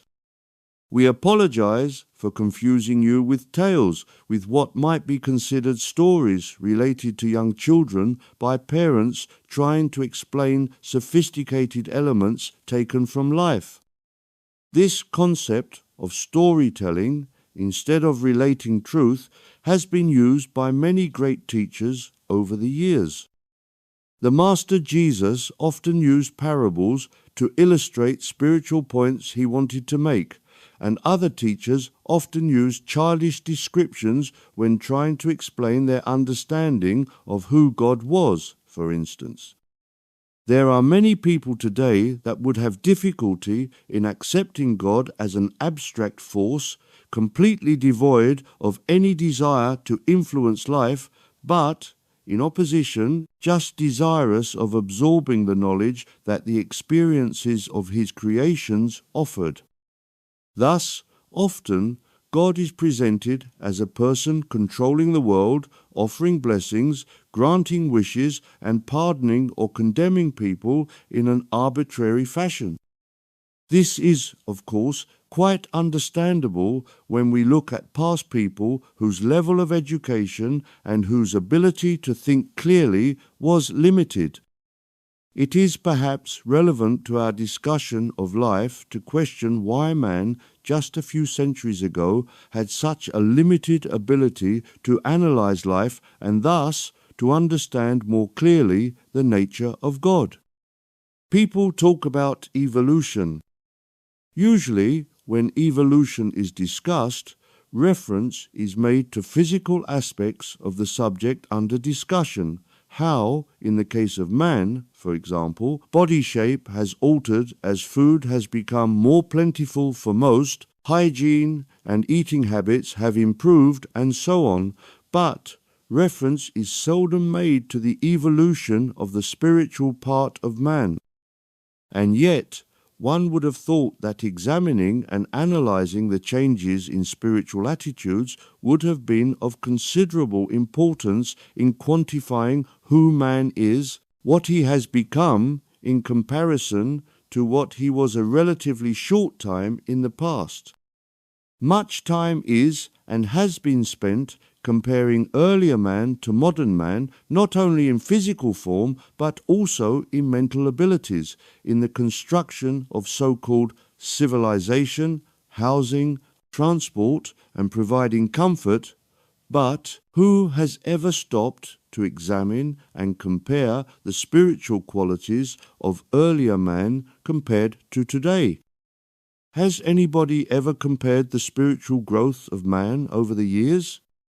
It might be postulated that the opposite is the case. It might be thought probable that man's spiritual progression has been at a standstill for long ages. One could suggest that, as witches are no longer burned at the stake and that heretics are no longer punished or killed, that some progress has been made. However, even that is not true. At the moment, when this book is being produced, in a number of countries it is common practice that people committing the sin of unauthorized dress, wear, or of eating the wrong food, consuming the wrong beverages, are punished in a horrific fashion or beheaded in public for the delight of the spectators. Now, as all life is one, until such barbaric practices stop, none of us can say we have progressed spiritually at all. This criticism applies also to us who live in the higher frequencies. All life is one, and so all life is at the same spiritual level. There cannot actually be some people more advanced spiritually than others if we are all one. Until the least advanced spiritually among us rejects hateful thoughts and turns to love, none can rest in the halls of peace and tranquility. If one considers the human population as a whole, what real progress spiritually has been made? Which religions have revised their teachings in recent times to incorporate the spiritual knowledge available? No, it must be admitted that, for the vast percentage of the world's population, little or no improvement has occurred. The reason for this was discussed in Chapter 1. We mentioned the stranglehold that the archons have maintained on humanity for many long years, so that they may profit in negative energy creation by the various processes they have installed in order to keep mankind in a state of discord and conflict. But we also mentioned that change, positive change, was and is coming to Earth in all the dimensions, physical and astral, which will open the door to a more harmonious form of living. This, of course, will take a certain time, but success is assured. The speed that change will occur is, as has been mentioned, dependent on the speed that all mankind can accept the influx of this positive energy flooding into man and can release his negative aspects. But, as is always the case, to assist in keeping things in balance, there must be an increase in negative vibration. It may be difficult to appreciate, but if there was a sudden, monumental influx of positive energy flooding into humanity, chasing out all negativity in an instant, this might be considered to be a wonderful thing, but the reality would be chaos. Too much of a good thing. All changes must happen slowly, good, gently, prizing bad out a step at a time. So, the archons, who are doing all that they can to maintain the status quo in an evil sense, are actually playing into the hands of the angelic beings, introducing positivity, but using archon influence as a handbrake to help counterbalance positivity to avoid chaos from happening. One wonders what the archons, who are the epitome of evil, would think if they were able to realize that the positive angelic beings are using them to assist in the gentle inflow of pure love. Fortunately, the archons, being so enwrapped in evil, are not able to see outside of their negative control system and thus could not comprehend to what use they are being put. The same applies, of course, to the psychopaths currently in incarnation. They too are being used to slow the influx of positivity to avoid chaos, but they also are so involved in negativity that they cannot see that they are being made use of. As this inflow of positivity is being introduced slowly in order to give humanity a chance to develop slowly and gradually, so the negative forces are of the opinion that they are winning the battle between good and bad, love and evil, and are celebrating what they see as a certain and close victory. They will ultimately be deceived, of course, but by the time that they realize the game that has been played on them by the positive forces, it will be too late. The battle will be over. However, we ask you to be patient and courageous. Victory is assured, but each move on the universal chessboard takes time, as each move must hide the master plan for victory by allowing the enemy to think that he is winning. Checkmate is assured, but the pawns and various other pieces must be played and moved into position carefully. There is no room for error. As this great game is being played on many levels of reality, it must be realized that the overall picture of life is constantly moving. Just as with most things, there is the ebb and flow of events, rising and falling as the way life is viewed. Sometimes we have the image that peace is winning, and sometimes we think that evil has the upper hand. The truth is that for many millennia, evil did have priority, and it seemed perfectly normal that wars, hatred, bloodshed, and evil were the natural way for life to evolve, both human and animal. But following the great procession of life, change always occurs. Evil cannot reign forever, neither can peace and love, but fortunately we have moved from the downward flow. As all things must ultimately balance, we must now start to move into the upward swing, so we move into a period which also will last for many millennia. In order for this new way of living to become reality, enormous changes must take place in all the dimensions, physical and astral. As was mentioned, these changes must take place slowly, so that all life can adapt to the changes. We should now consider how these changes will affect man dressed in his physical body and his bodies of light.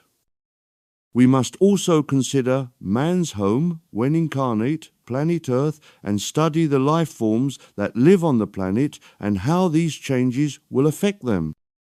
Man has been under the influence of the negative forces for so long that history has based its investigations solely on these dark periods. The last time there was a bright, positive time was so long ago that recorded history has no recollection of that time. Fortunately, in the spiritual realms, there are people whose memories go back that far, and we can record their recollections in order for us to map out and predict how the move into the light might occur. So we, who have planned this book, have contacted these wise beings and have asked their help in recounting how life evolved at that time. As all life moves in similar cycles, it is expected that their memories will be able to act as a blueprint for us to be able to predict for you what will happen.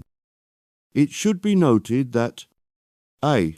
We are in the early stages of this upward swing, and B. We will be describing what will occur over many millennia. So, the people who will be able to read this book will have moved on to other pastures long before it all will come to fruition.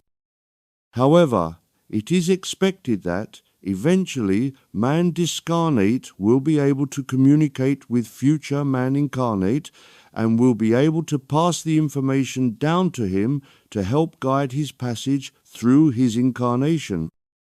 It should be realized that this book, which is being dictated from Spirit and which, it is hoped, will be published on earth eventually, is a copy of a book, the original, which will be kept for all time in the libraries of the spiritual planes. So, this information will never be lost and will, it is hoped and expected, be made available in printed or electronic form on earth for man incarnate to read, but also be available for man dressed in his bodies of light to read. So, let us look at some of the ways that life should start to change. We must first consider the reasons why it was necessary for humanity to develop its level of spirituality above and beyond the level of knowing that a force called God existed, and the concept of heaven and hell put into place in the hopes of curbing the wildest excesses of zeal, both in a religious and demonic sense, the one sometimes not being far from the other.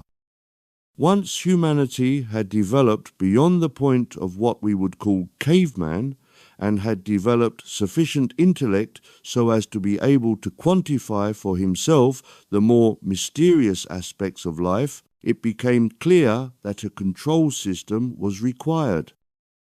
Thus, as was mentioned, our arch-enemies, the archons, made their appearance on the stage of life, first in an astral sense, and later working through the minions that they had co-opted to their will in a more physical, practical fashion. The archons and archon-controlled people introduced the concepts that we call religions, complete with teachings both based on fact and based on falsehood. Either way, a very selective version of spirituality was presented to the world, virtually ignoring any mention of love, peace and happiness, and concentrating on hell and damnation for any person who dared to step outside of the strict parameters set by the archons for conducting their lives. These concepts, although first introduced into the minds of man many thousands of years ago, are still alive today. So, although man progressed slowly in a technological sense over the centuries, from a spiritual aspect, virtually no change occurred. All this was explained at some length in a previous chapter. We merely introduce it again to remind you briefly of the history of man, religion, and spirituality. However, as was also mentioned, those unhappy days are now drawing to a close, and it is time for the willing to accept what we tell you to start to enter the next, more glorious phase of existence. This phase has been awaited in the heavenly spheres for long ages. We knew it was coming, and preparations have, for a long time, been completed. Attempts were made from time to time to test the waters by having advanced beings incarnate and give their spiritual message to plumb the depths and observe reactions to these messengers. At least one being was sent corresponding to the attitudes of each individual racial group and presenting the same information but from the point of view of each individual race type. There would have been no point, for example, in a person, a saint, incarnating and presenting information from, say, a Christ-like perspective to a people whose mindset was totally at variance with the ability to accept such information. Thus, for one group, Jesus came along and taught his message. Buddha did the same. Krishna and countless others came and taught essentially the same message, but presented in a fashion that, it was hoped, would appeal to particular groups of people. As is so well realized now, much of the teachings fell on stony ground, but nevertheless these teachings were not wasted. Although, by and large, either ignored by the general population or corrupted to further fuel the fires of hate and discord, these messages were given and remain as a tribute to the great masters who incarnated in order to help his fellow man. But the time that the advice of the masters is relevant is over. We are moving to a new phase in the spiritual development of man. At the time that the saints incarnated, they were obliged generally to teach on an individual basis, converting one person at a time to walk the spiritual path. Now, from this day forth, vast numbers will feel the inflow of spiritual power and will awaken to the spiritual call. But the strange thing is that people must awaken as individuals. We use the word strange because it flies in the face of logic and in the face of information that we have already given. If vast numbers are receiving the wake-up call, it would be logical for them all to awaken at the same moment. Equally, if we are all one, it follows that if one awakens, all must awaken, but we have just stated that people must awaken as individuals. Clearly, we must explain this contradiction or risk losing all credibility. To explain simply how we can all be one but can act as individuals, we need to return to the concept of consciousness.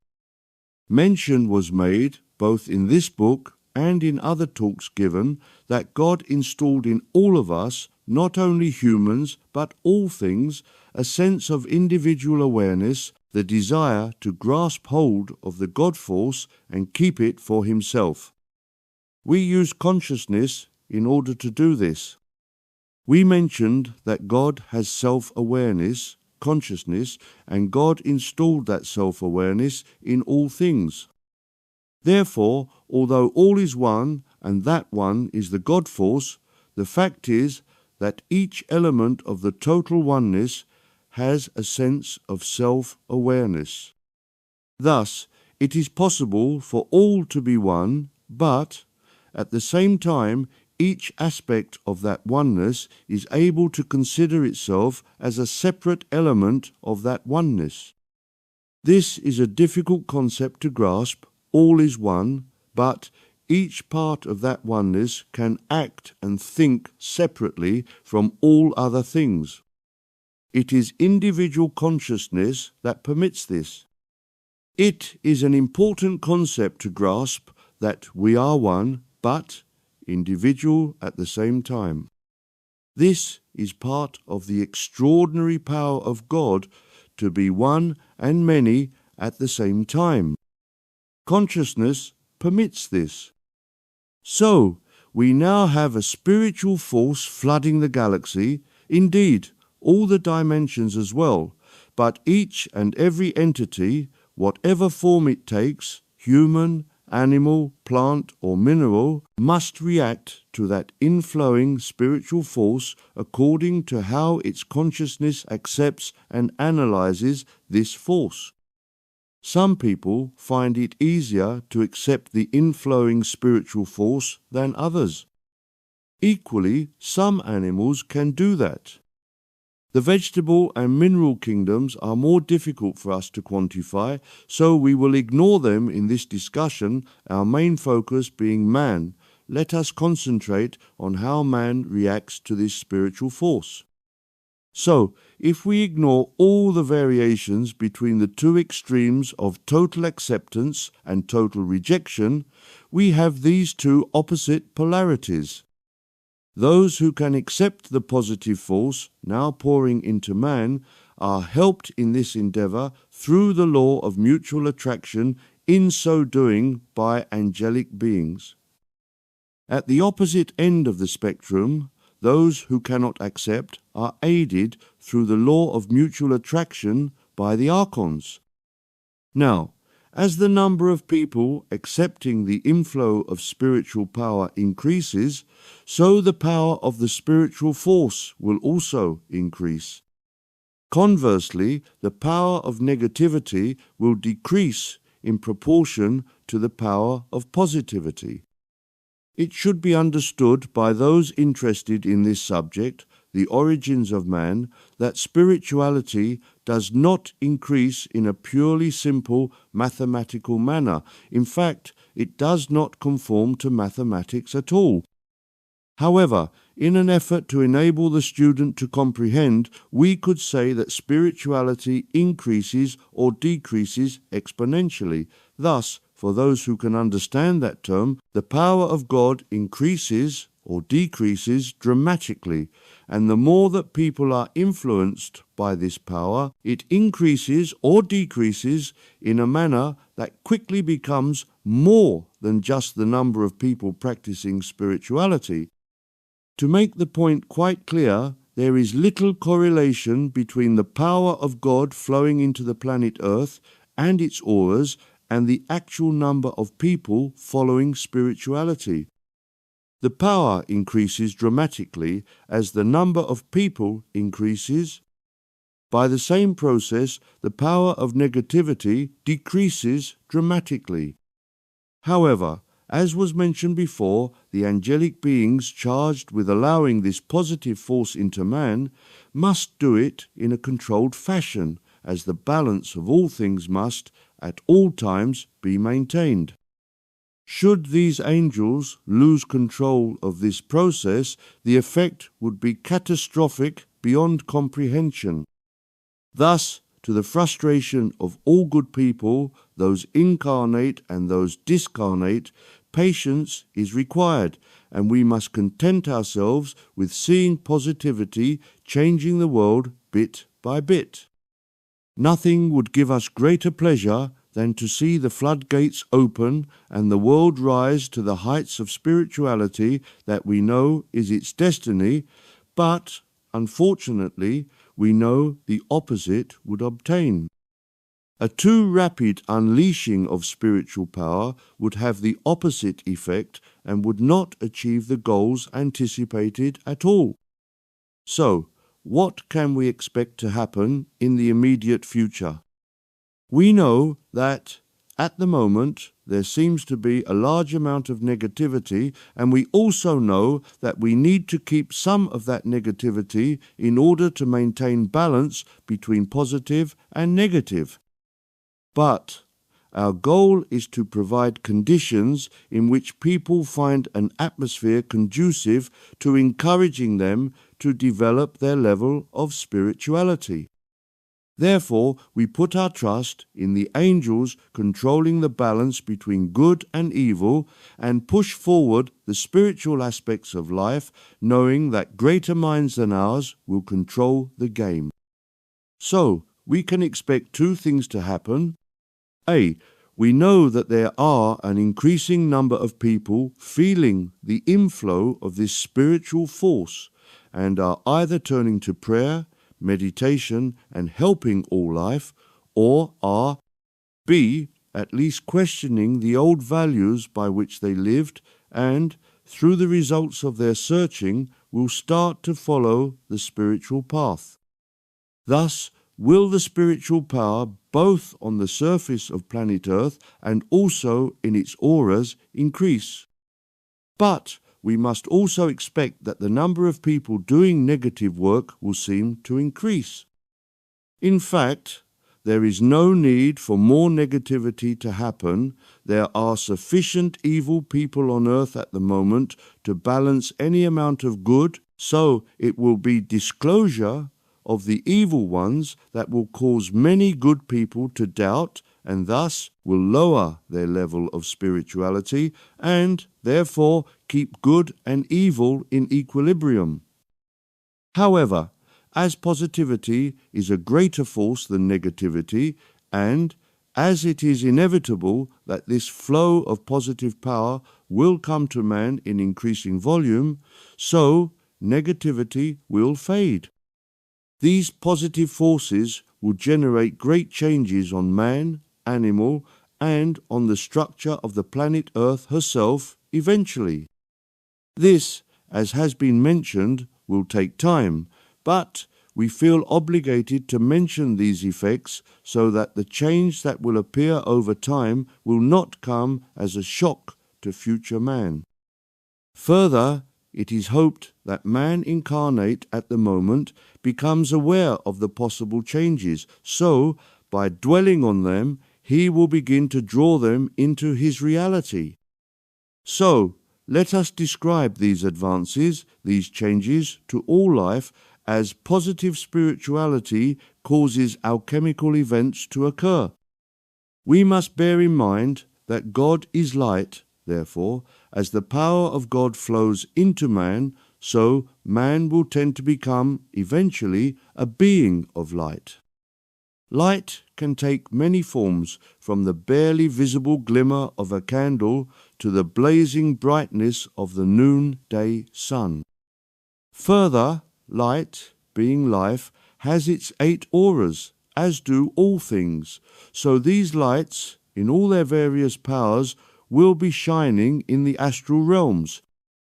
Indeed, it is in the astral planes that the spiritual light will increase first to be passed down through the astral dimensions until it finally illuminates the dark plane, planet Earth.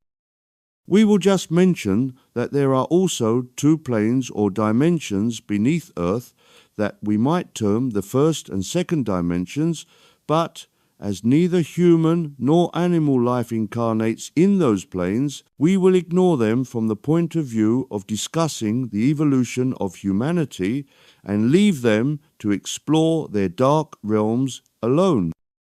So, gradually, the majority of humanity incarnate and many discarnate will begin to fill their auras with spiritual light. This will be barely noticeable at first.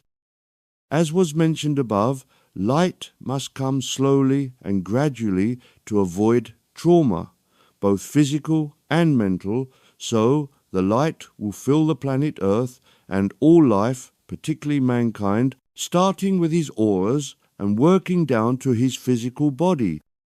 This will cause strange sensations in many.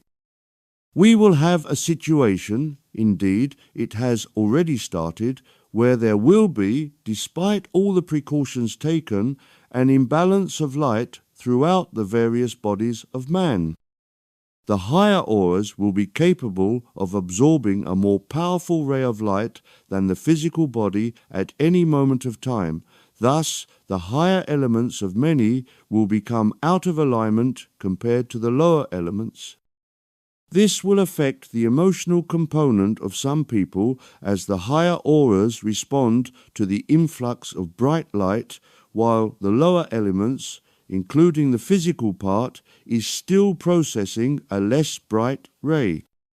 So, it is suggested that people learn to keep a close watch on their emotional attitudes, and if it is suspected that things are going awry, that a halt is made to any spiritual progress until the whole man, physical elements and his auras, are capable of absorbing the same light force.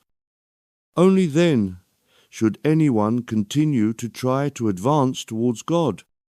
God needs strong, well, and healthy people to serve him, not an army of mental cripples. Assuming that due warning is taken, as man meditates and opens himself to light being projected to him, so he will gradually fill himself with this positive energy.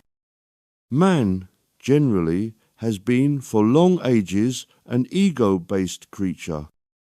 This has been the result of the negative forces that have dominated all life, both in the physical domain and in the lower astral dimensions.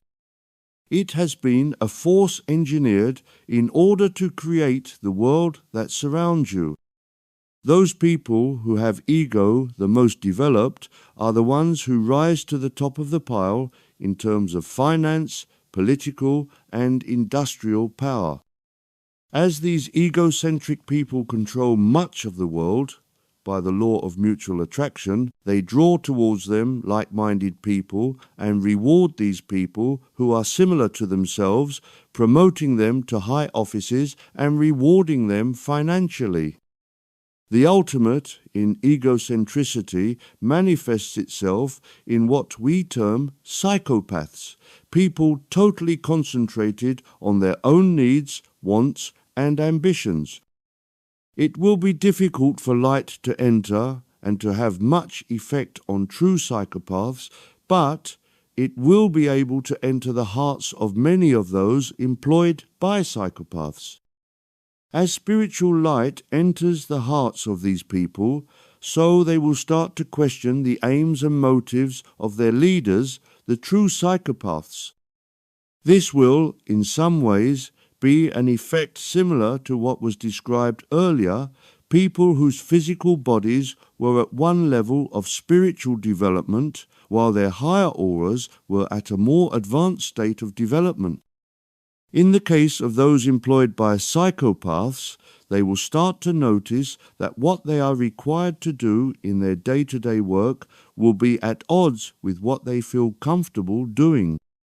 This will cause much turmoil in the minds of many. The action taken to resolve this dilemma will depend on the person. Some will stifle their new, higher emotions and carry on doing the bidding of their masters. Others will abandon ship and turn to less demanding employment.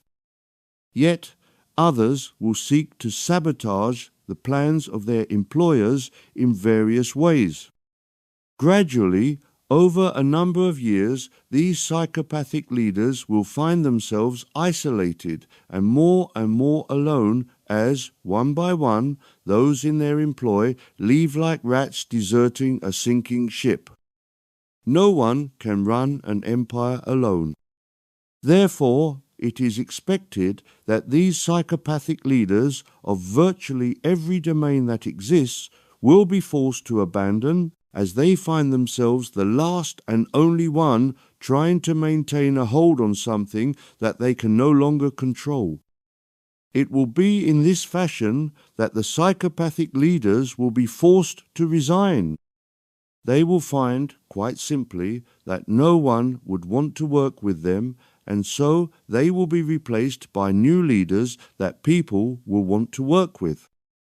Once again, it is the law of mutual attraction that will draw the new leaders of those affected by light.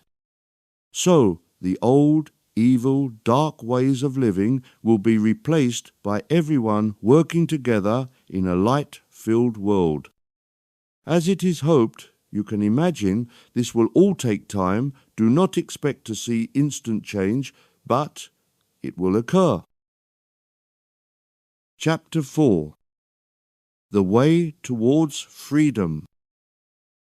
We have talked at some length about how humanity, and indeed the whole of life in this galaxy, was for a long time under the control of a group of negative entities that are known of as archons, and how they successfully created a negative force that all were obliged to conform to. We also mentioned that change is the only constant, and so this endless pendulum that swings back and forth is now propelling us into a period of positivity.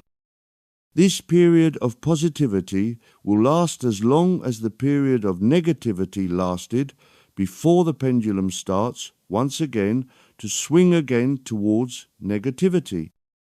This is the way life functions, swinging endlessly back and forth between spiritual growth and decline. This swinging motion has been described as the breathing of God, drawing breath in and then expelling it again. This obviously is an analogy using parts of life that people can understand in order to explain a somewhat difficult concept, the flow of life, spiritual life, rising and falling, creating a movement towards perfection and moving eventually back towards chaos. We could, perhaps, consider why this should happen. If all life is on a path towards perfection, it would seem to be more logical just to move in a straight line from total ignorance about God to being at one with God itself. However, life does not work like that. If one examines the way life often operates on Earth, one observes in virtually all things that objects, what we might describe as living objects, plants, animals of all descriptions and humans, start off from, in a non-physical sense, as fairly unsophisticated, grow to maximum maturity, and then decline back to the point, more or less, to where they started. It is this pendulum motion, this swing back and forth from infancy, in a mental sense, to maximum maturity and then back towards infancy again, sometimes referred to as second childhood. Once again, we observe this effect and have no knowledge as to why this should occur. It would be interesting to study this phenomenon and try to find out why it happens, for if it occurs with all life and over what is referred to as time, countless millennia, there must be a reason. The answer will be found in the concept of renewal of energy. Energy must be used to create anything, and if all life, in all its different elements of construction, were to travel in an endless straight line from creation to perfection, pretty soon the energy used to create everything would be consumed and life would run out of energy. Thus, we require this swing between birth to maturity, which consumes energy, to decline, in which the energy used is returned from whence it came, to provide the life force for the next generation of creation. In the case of living things, for everything is alive, we can readily observe its effect in the birth, growth, decline, and death of a creature or person. However, in vast amounts of time, it is rather more difficult to see. We can scarcely imagine hundreds of thousands of years, and we can certainly not actually observe the passage of such vast amount of time. Nevertheless, the passage of time follows this same course, and at one point in time growth, energy is used, then the pendulum of time starts to swing back again, and that energy is returned to its source, rather like discharging and charging a battery. So, let us try to predict which action uses energy and which action replaces energy when dealing with time and the actions of all life during any one of those two periods. To save you any doubts concerning these events, we will say that any negative action releases energy and any positive action uses and consumes energy. Thus, for the last pendulum swing period, life was going through a negative time and energy was returned to its source, and from now onwards, for an equally long period of time, energy will pour into the galaxy, reinvigorating all life. The batteries, if we are to use this term, are fully charged thanks to the negative intentions of the archons and their deluded minions, and huge amounts of this energy are poised, awaiting the turning of the switch that will release this energy.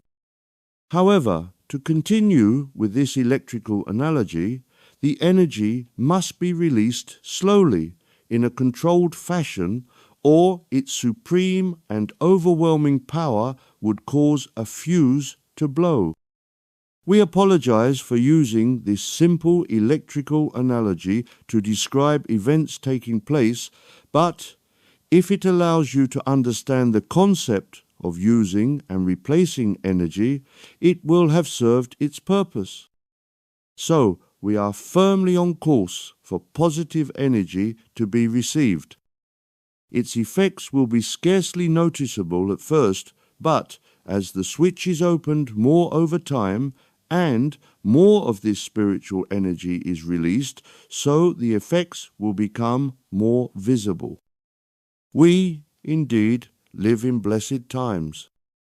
It is thanks to all the suffering by so many people and animals for so long that were actually returning energy to the God source through actions created by the archonic forces that we can now benefit from that suffering as we move into the light. We must be grateful to our ancestors who gave so much so that we can reap the harvest of their labor. As time does not really exist and all is now, if we are able to realize that difficult to understand concept, we can quite literally link with those people who went through those difficult times, and if we reach out mentally, we can share the lives that those people lived. We can partake in the suffering, both mental and physical, that was imposed on them. Depending on the age we return to and the country we select to observe, we can visualize events of a brutality and cruelty that would be scarcely imaginable in this day and age. This degree of suffering was brought about also because of the position of the galaxy in regard to what is termed by some as the central sun, which is not actually a correct appellation. There is no central sun, but what there is a positioning of the galaxy in or out of alignment of a dynamic spiritual force that does indeed shine throughout creation, either illuminating the astral realms or leaving them in shadow, depending on the relative position of our galaxy with regard to this light. Until recently, we were moving through the shadow part of this created light. Indeed, as this light is the spiritual light of the God force, lack of this light illuminating the souls of man lead to what we might term the night of life, a time when positive spirituality was almost absent.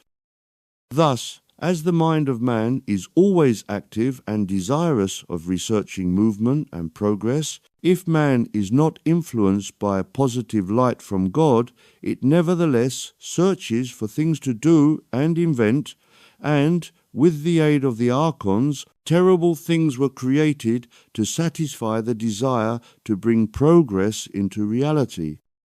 It must be appreciated that when life was passing through the nadir, the point that was directly opposite the maximum brightness that will eventually be experienced, man was, from a spiritual point of view, in Stygian darkness, and so negative thoughts were first and foremost in the minds of man, and so terrible things came into being, the creations of man cut off from any spirituality. These acts, that would be hard for us to imagine and certainly would not be accepted today, were considered normal, and so many suffered terribly. However, life was short at that time, and so the suffering was equally short-lived. We must appreciate that the actions taken by what we would today consider to be evil people were not considered so. The opposite of holy is evil, but if people are living in a world of spiritual darkness, they can only receive negative thoughts and therefore take negative actions. There was no other choice at that time. As has been mentioned, change is the only constant, so slowly the galaxy, in a spiritual sense, moved back into the light. Thus, there are two factions, two reactions that the change from darkness to light engenders. The archons, and those that have actively worked for them, are distinctly shocked by this change. Being negative in orientation, and having been in control of the planet for so long, they could not conceive of any change occurring. Further, because they dwell exclusively in the lower astral forms of life, they have no concept of the overall picture. They do not have any knowledge of the way the great pendulum of life swings back and forth over vast periods of time, and so the world in which they live, they thought was the only one possible.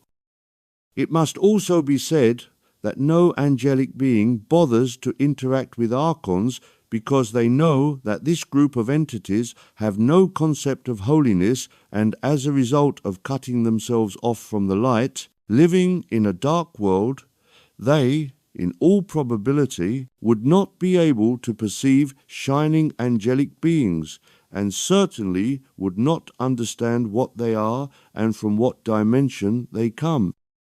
Thus, as the move towards the light becomes more obvious, the effect on the archons is confusion and fear. Archons like to create fear in others, but, for the first time, they are creating fear in themselves, a strange sensation for them, the biter bit. As was mentioned earlier, their destiny ultimately is to be isolated in their dark world, as the light from God illuminates all corners of the world, astral as well as physical, and these creatures retreat further and further from the light in an attempt to find a small, dark corner in which to cower. Despite all the harm for which they have been responsible, it is not our intention to harm the archons.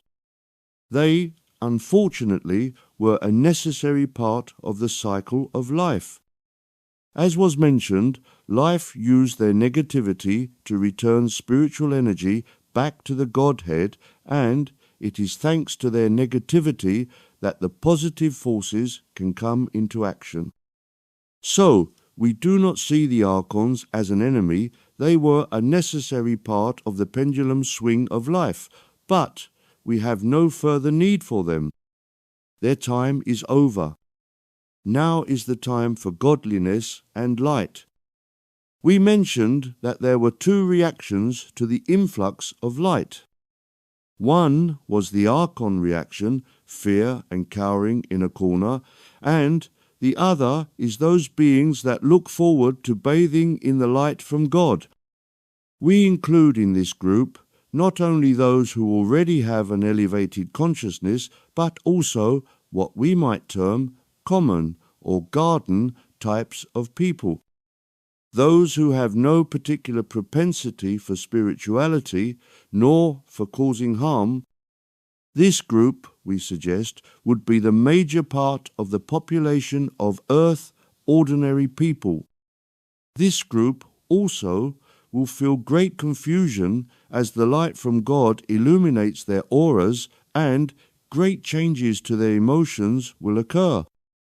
This group, who for so long had been under archon control, will feel the emotion of release from this control, and for the first time in many millennia will start to feel joy. Joy is a word that has almost no meaning among the population of Earth. Whatever form of happiness is experienced on Earth, there is always an element of fear remaining in the background. So ingrained is this element of constant fear that it would, at the moment, be almost impossible for the average person to release it and live in a state of pure joy, pure bliss. Indeed, it is not quite time yet to release all fear. Fear is part of the fight-flight protection that keeps people safe from invasion by the negative forces circulating in the etheric realms. Eventually, as has been said, these forces will be swept away by the light of God, penetrating every corner of God's empire and flooding every aspect of life in all the dimensions with spiritual light. Now, the question is, what action can we, who are more aware of spiritual progress, take to help the average person and guide them in realizing that these changes are not only inevitable but positive, and so nothing to fear but, indeed, something to welcome? Unfortunately, we have no right to impose ourselves on others. Therefore, we must wait patiently until they come to us, having noticed a difference between them and us, and having the desire to become more like us.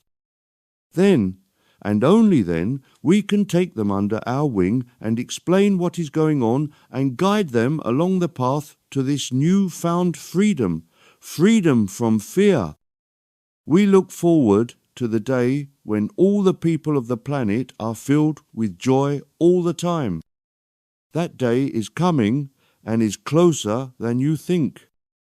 The time for misery and despair is over, but it is only so in the degree that people can free themselves from the old ingrained notion that evil is always lurking, ready to pounce on anyone unfortunate enough to lower their guard for a moment. Whilst it is true that the time of complete freedom from evil has not yet come, nevertheless, there is no need to be fearful. Evil acts and evil thoughts are being swept away by this spiritual light that is flooding the astral, etheric, and physical dimensions. As has been mentioned, one can compare light and darkness, both spiritual and physical. There is a similar effect. All light, even the smallest glimmer, will chase darkness and reveal it for what it was, pure illusion. Darkness can only exist in the absence of light, and as light is everywhere now, albeit it not yet at full strength, it is pushing darkness away. So, we have a choice either to live in the light or to accept that to live in the shadows is more familiar and feels safer, and so to continue to live in shadow. Only a fool, when given the option of freedom by living in light, compared to slavery, by being entrapped in darkness, but it takes a certain courage to step from the relative safety of darkness and being revealed in the light. Many have taken advantage of darkness by presenting themselves as one thing whilst being another. Many have prospered by fooling those who also lived in shadow of a false identity. Politicians, bankers, business people, and many church leaders have lived like this for long ages, pretending to be kind, considerate, and benevolent people, whilst, in reality, they were egocentric beings, solely concentrating on promoting their own interests. This attitude can only work in darkness. This darkness, being of a spiritual nature, is capable of manipulation. It is only when people are living in spiritual darkness can lies and deceptions be perpetrated on gullible people. Thus, many are reluctant to step into the light, both perpetrators and victims. Once the step into spiritual light is taken, everything changes. Lies and deception are seen for what they are. There is no place for hidden agendas, hidden programs, or hidden motives. Honesty is seen for what it is, and falsehood immediately unmasked. This, of course, applies to all people. We might be glad if any businessman or religious leader who told us a falsehood was unmasked, but how many of us could stand in the same light and be revealed also? How many of us could accept that we could never again tell a falsehood, express an opinion that was not totally honest, or have a thought about profiting from someone? For this is what standing in the light means. Our souls, our deepest thoughts, our darkest secrets, those that we would prefer to take to the grave with us, would be revealed to all. It must be said that once a person's incarnation is terminated and the person moves on to what is called heaven, his soul will be naked for all to see anyway, but it is easier to accept that event happening in what is hoped will be a distant future on a different plane of existence than it occurring now at this moment. But to stand in God's light means exactly that. It was mentioned that lies and treachery can only exist when hidden by darkness. To stand in spiritual light automatically reveals our life, both positive and negative. When this occurs in the heavenly spheres, we term it the life review, one's whole life exposed to one and all. This is exactly what will happen here on earth when one truly steps into the light. In effect, it is stripping back to its foundation the life lived by someone and then starting again, making a fresh start. That, of course, was the purpose of confession used in some religions, but, as is so often the case, it was corrupted and made non-effective. It must be said that, years ago, for those living in shadow with no light to step into, it was rather pointless. Today, however, it is, or will be, soon possible. Eventually, as years pass and more light comes to us, it will be inevitable. The way this will happen is as follows. Man, indeed all sentient life, is complex and multi-layered, multidimensional. People living in physical life consider that the only means of communication is by physical means. We speak using our voice or by writing. Thus, our thoughts are expressed through physical means, or rather, the thoughts that we wish to communicate are expressed by those means. This enables, if we so desire, to have a hidden layer of thoughts that we either keep to ourselves or express solely to the few that we choose to be partners in crime. However, there is a means of communication that is called telepathy, which essentially is enabled by two or more people reaching out with their auras and passing thoughts through them. The thought passes from one mind into an aura, is picked up by the other aura of another person, and that information passes into the mind of the recipient. That is the most basic form of non-verbal communication and is, in fact, very close to what is used by speech. In the case of speech, sound waves are used from the voice box of one person into the ear of a second, but sound is just vibration. In the case of telepathy, it is also vibration that is used, but more closely resembles wireless telephones that exist today. However, when dealing with auras, we have more than one aura. In fact, we have 7, and each one of these auras can be used to pass and receive information. Each one is of a higher vibration, and each one requires a higher degree of spirituality in order to be able to pass information from and to. It requires both the sender and the receiver to be at a similar stage of advancement before the higher auras can come into play. The basic level of telepathy requires a certain level of spirituality before communication can work effectively, but communication via the higher auras requires ever-rising levels of spirituality before it can work. Now, the reason telepathy was mentioned was because that is the key to seeing the truth or otherwise in someone's statements.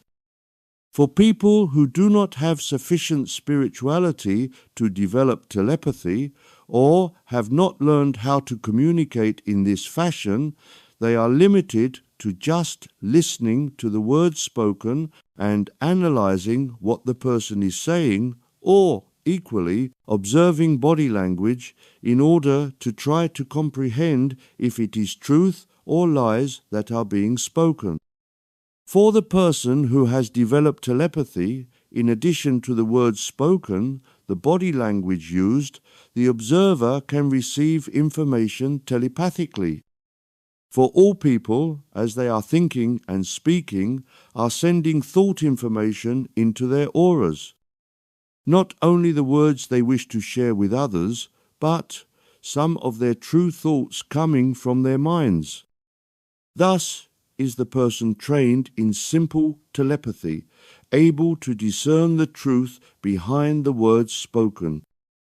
The point being made is that if someone has developed spirituality to the point where he can operate in his higher auras, he will instantly pick up information contained in the speaker's higher auras and instantly perceive truth or lies, for do not suppose that the higher auras contain only high levels of spirituality. All people are constantly broadcasting using all of their auras, and a trained person is able to read those auras clearly and precisely and thus understand just what the speaker is really thinking and not just what he is saying. Thus, in the near future, when enough people have been bathed in God's power coming to earth and have developed, through prayer, meditation, and service to God, service to all life, their higher auras, they will not only be able to communicate telepathically, but will also understand any hidden thoughts. Then there can be no secrets. All will be revealed to those capable of receiving auric information. It is not everyone who is prepared at the moment to appear naked in a spiritual sense, because for so long has duplicity been considered to be the norm, and we all have skeletons in our cupboards, secrets that we would prefer to keep private, but, as was mentioned, we cannot progress along the path to God and spiritual freedom while we are dragging dark secrets along with us. We must be free and spiritually clean to continue along the path to God. This is the way that the future will unfold. No more dark secrets. Thus, will the people of earth see how their so-called elders and betters have been systematically robbing them in many domains for long ages, how vast fortunes are taken from the labours of gullible workers without a second thought for the privations imposed on workers, while this upper class amassed enormous wealth through imposing harsh taxes on hard-working masses. This system, of course, goes on to this day, and few workers question why they have to pay taxes on their labours, why they have to pay taxes on the right to live somewhere, why they are taxed for every drop of water they drink and every mouthful of food they eat. In many countries, both birth and burial are also taxed. If one was to calculate the huge amount of money collected and compare that with the amount actually spent on keeping the infrastructure of life going, one would notice a large difference. Vast amounts of money just disappear from the coffers each year. Some of this money, indeed a lot of it, is siphoned off to keep the rich in the lifestyle to which they have been accustomed for so long, and that they consider to be their due rewards for serving and guiding the lower classes. This unfair system of robbing the poor to feed the rich will be exposed. Indeed, it has already started. People will be encouraged to work for the pleasure of serving the God force present in their fellow man, and their just reward for serving God will be the wages they receive. Then, most of that money will be retained by them to help feed their families. In the meantime, those who have been robbing the workers will be exposed and expelled to be replaced by honest directors of a country. A different system of rewarding work will be introduced. People will be paid according to their worth to the community and not their status. Then, for instance, those who go around collecting the rubbish of others in all weathers, variously known as trashmen or dustmen, will be seen to be of more service to the community than someone sitting in an air-conditioned office creating unnecessary laws. The rubbish collectors will be suitably rewarded for the service that they render to the community. Mention must also be made of alternative energies. A variety of alternative energy sources have been known about for a long time, but have been suppressed from the public in order to keep the rich always and ever richer at the expense of terrible damage to planet Earth. This must and will change. People need energy in order to heat their houses, cook their food and displace themselves, but it is no longer acceptable to rape the earth of its lifeblood in order to do this. This crime must cease. There are, as was mentioned, a number of alternative sources of non-polluting, non-negative energies that will become available. This will, in all probability, start with what are referred to as over-unity devices that, quite simply, take the energy available in the galaxy and convert it into electricity. Then there will be a variety of energies introduced, bit by bit, as spirituality progresses until the glorious day when pure spiritual energy will be used as a power source. It will, in effect, be using the light force from God to power machines. This God force is, of course, already seen in action every time we look around us. It is the God force that we see giving life to all things, and this force can be tapped in a positive, controlled means to drive the wheels of man's industry. But discovering the means of using the God force requires also that man be much more spiritually advanced than he is at the moment. Power sources can only be discovered in the degree that man is evolved. That is why it has taken so long to move from using beasts of burden to assist man through using steam, coal, and now oil to move soon into primitive but effective over unity machines. So you can see one's hopes that to use pure God power to fuel machines is a long way in Earth's future. However, let it be noted that all these proposed fuels that do not use gas, coal, oil, or even sunlight or wind will be virtually free. They will be freely available and thus must be commercialized for virtually nothing. Once the investment to create the machines and the infrastructure of distribution recuperated, the actual fuel is free, given by the cosmos itself. The first machines of this type have already existed for some time, but have been kept secret, only available to the lucky few. Shortly, this type of virtually free energy will be available to all and will change the world. Perhaps one should also mention that man himself is capable, when sufficiently developed, to perform certain acts that, at the moment, require machines of various types. For instance, if a person wishes to speak to someone a long distance away, where direct speech is not possible, he requires a telephone of some kind. Sound being converted to electrical vibrations, which will alternatively be picked up by another device and converted back to sound. However, this requires electrical energy, the use of satellites, and is both expensive and destructive of the planet, as the source of that electrical energy is either oil or nuclear fuel. But telepathy could easily be developed by people.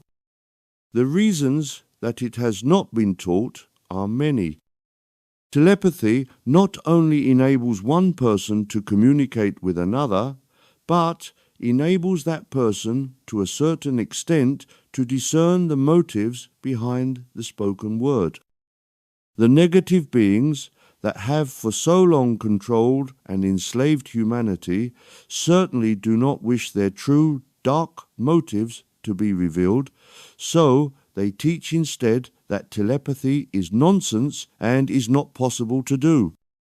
Another reason for not teaching telepathy is because it would open the door to questioning how it functions. This would lead to the discovery of auras, and so, eventually, the whole of accepted science would be brought into question, and man would realize that he has been lied to concerning the origins of life, the make-up of life, and the place of God in this maze. The controllers of man certainly do not want mankind to wake up and question what they have been taught, so telepathy remains a myth. One could also talk about the economic effects if mobile telephones were no longer required, but we have said enough. Telepathy is totally possible to learn, and we hope that soon it will be taught. There is one other topic that we could mention that seems myth at the moment, and that is teleportation. It may seem a dream to many, but it is actually quite possible for man incarnate to transport himself by thought. It is the means that is used once man's incarnation is finished and he no longer has a physical body to hamper him. However, As all is vibration, it is quite possible to manipulate the vibration not only of the spiritual bodies, the auras, but also the physical body, because that is nothing more than an aura also. Once man develops his spirituality, not only to fill his auras with spiritual power, but by the same token, it is possible to take spiritual control of what is termed the physical body. Should this be achieved, then all that is needed is for someone to desire to displace himself from one spot to another, and he moves to that desired spot instantly. It is not a question of travelling from one place to another, but displacing oneself instantly to a desired location. Now, it is not something that can be learned by desire, the wish to move, but it is a question of spiritual development. This could be accomplished by anyone now, but in all probability will be for future generations who will be more influenced by the light illuminating all of his bodies, auric, etheric and physical, and thus enabling someone to develop spirituality more easily. Thus, should teleportation be developed, the use of a vehicle would not be required. However, like all these skills, they apply exclusively to the person concerned, and thus teleportation cannot be used to transport others. Each and every person who wishes to transport themselves by teleportation must themselves develop the skill. Equally, there is a limit to what can be transported with the person. As everything is alive, an object must itself develop the ability to teleport, or they would be left behind. It is possible for someone to overpower a small inanimate object that has very little life force, so that it becomes, for that moment, under the influence of the person, but a large object or an animal, for instance, could not accompany anyone. Therefore, the use of teleportation is rather limited. Nevertheless, it will become a method of personal transport in the future. So, we will be able to communicate using telepathy, and we will be able to displace ourselves using teleportation. There will be other skills that can be developed also. The ability to see objects or people in the dark will become possible. The ability to move forwards and backwards in time will be possible, because time does not exist as is imagined today.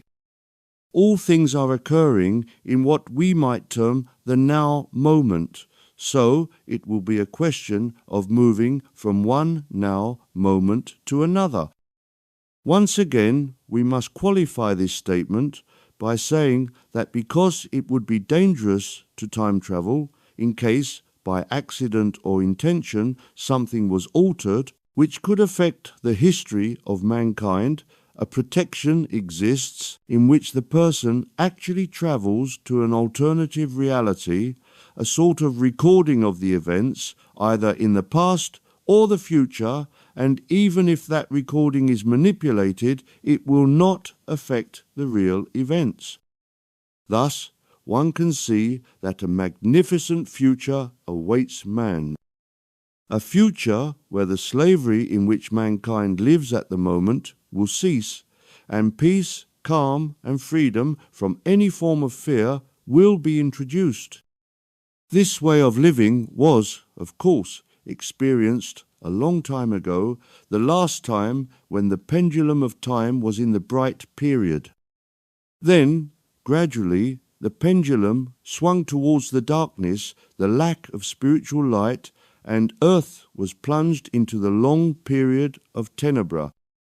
As was previously mentioned, that dark period is now finished, and the angels in heaven are singing in praise of the Lord and his light, as we all, both humanity, the animals on earth, and planet Earth herself, are once more bathed in the effulgent rays of pure God light. We might perhaps stop to consider what happens to the opposite side of existence when we are in light, for instance, somewhere else is in darkness, and vice versa. We might question if there is any life on the other side of existence.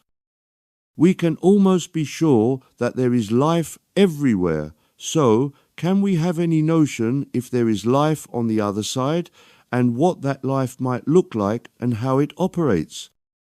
We can say with certainty that at a vast distance from us, an incredible distance that separates us from anything else, there is, nevertheless, life. This life is scarcely known to us because it is so far from us and lives by rules so far removed from anything that we are familiar with that it would be difficult for us to make any intelligent comment. But we can say that there is life. God's light always shines on some form of God's creation. God created many forms of life in his endeavor to gain experience, and the life we see here on earth in the etheric and spiritual realms are only a small fraction of God's creations.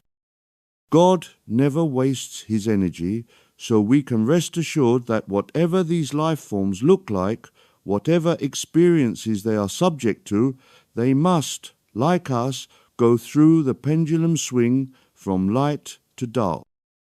If we are moving into the light, this other area must be moving into darkness, and our hearts go out to them, and we pray that they have the courage and strength to withstand the rigors that a long period of darkness will impose on them. But we come out of the winter of life into God's light, so we rejoice. We look forward to life unfolding much as we have predicted, man, animals, and planet Earth all starting to shine with God's power. We know, approximately, what will occur thanks to the recollections of the wonderful, wise people who lived that last light period and recounted events to us. We are a long way from the maximum point of freedom from Archon slavery, but each and every day draws us further into the light. Each and every day draws us closer to the elimination of Archon control and will bring us eventually into a period that no one incarnate at the moment could imagine. Love for all, love for oneself, freedom from any form of fear. Amazing forms of energy released into our grasp, eliminating any form of poverty and by the same token eliminating any need for war, migrations and jealousy between the haves and the have-nots. We will all have equally. This and more is the destiny of man as we progress through the light-filled millennia. Peace and total freedom for all. Chapter 5. Life in Light. The revelation of a different way of living, peace, love, and harmony instead of conflict, hate, and competition will take a long time to be accepted by the majority of the world's population, so do not think that what we have mentioned as inevitable progress into light will occur straight away. Life changes slowly. We must accept that the majority of the humans incarnate at the moment have no idea of the spiritual changes happening and so continue on their daily round as lost as they were before the solar system started to move into the light. It is true that many children are being born at the moment, incarnate with that knowledge installed in them, but it is also true that the evil ones are aware of this and have installed a system of injecting newborn babies with poisons in the hopes of preventing them from realizing their potentials.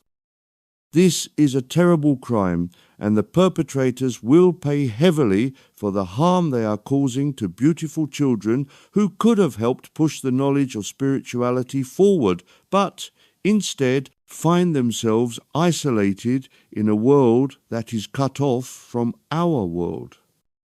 Nevertheless, as has been mentioned, nothing will prevent life from unfolding in the future as has been predicted. This prediction is based upon the way things unfolded long ago, the last time the galaxy moved into the light, and so it will happen again in much the same way. Life always moves in circles, and those wise beings who lived through those events long ago have reported to us how events unfolded. However, we cannot be sure that life this time will be a carbon copy of the unfolding last time, but we can be sure of how the main events will be revealed this time.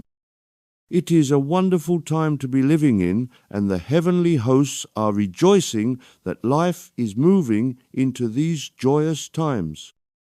It is important that we all, both those incarnate and those discarnate, act together in as positive a fashion as possible.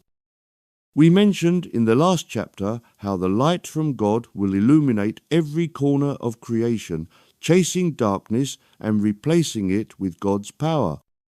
We wish now to jump forward a long time into the future and explain how we expect life on planet Earth to appear. It must be clearly understood that light, as we now see it, is not at all how light really is. Light is the power of God, the God force, but light is life. More than this, light is a living substance that has remarkable elements to it. One of these elements is of a crystalline nature. If we examine the stones that we call crystals, and compare them with ordinary rocks and stones, we can get some idea of the difference. Stones are dense, cold, apparently lifeless objects, although they do contain a life force.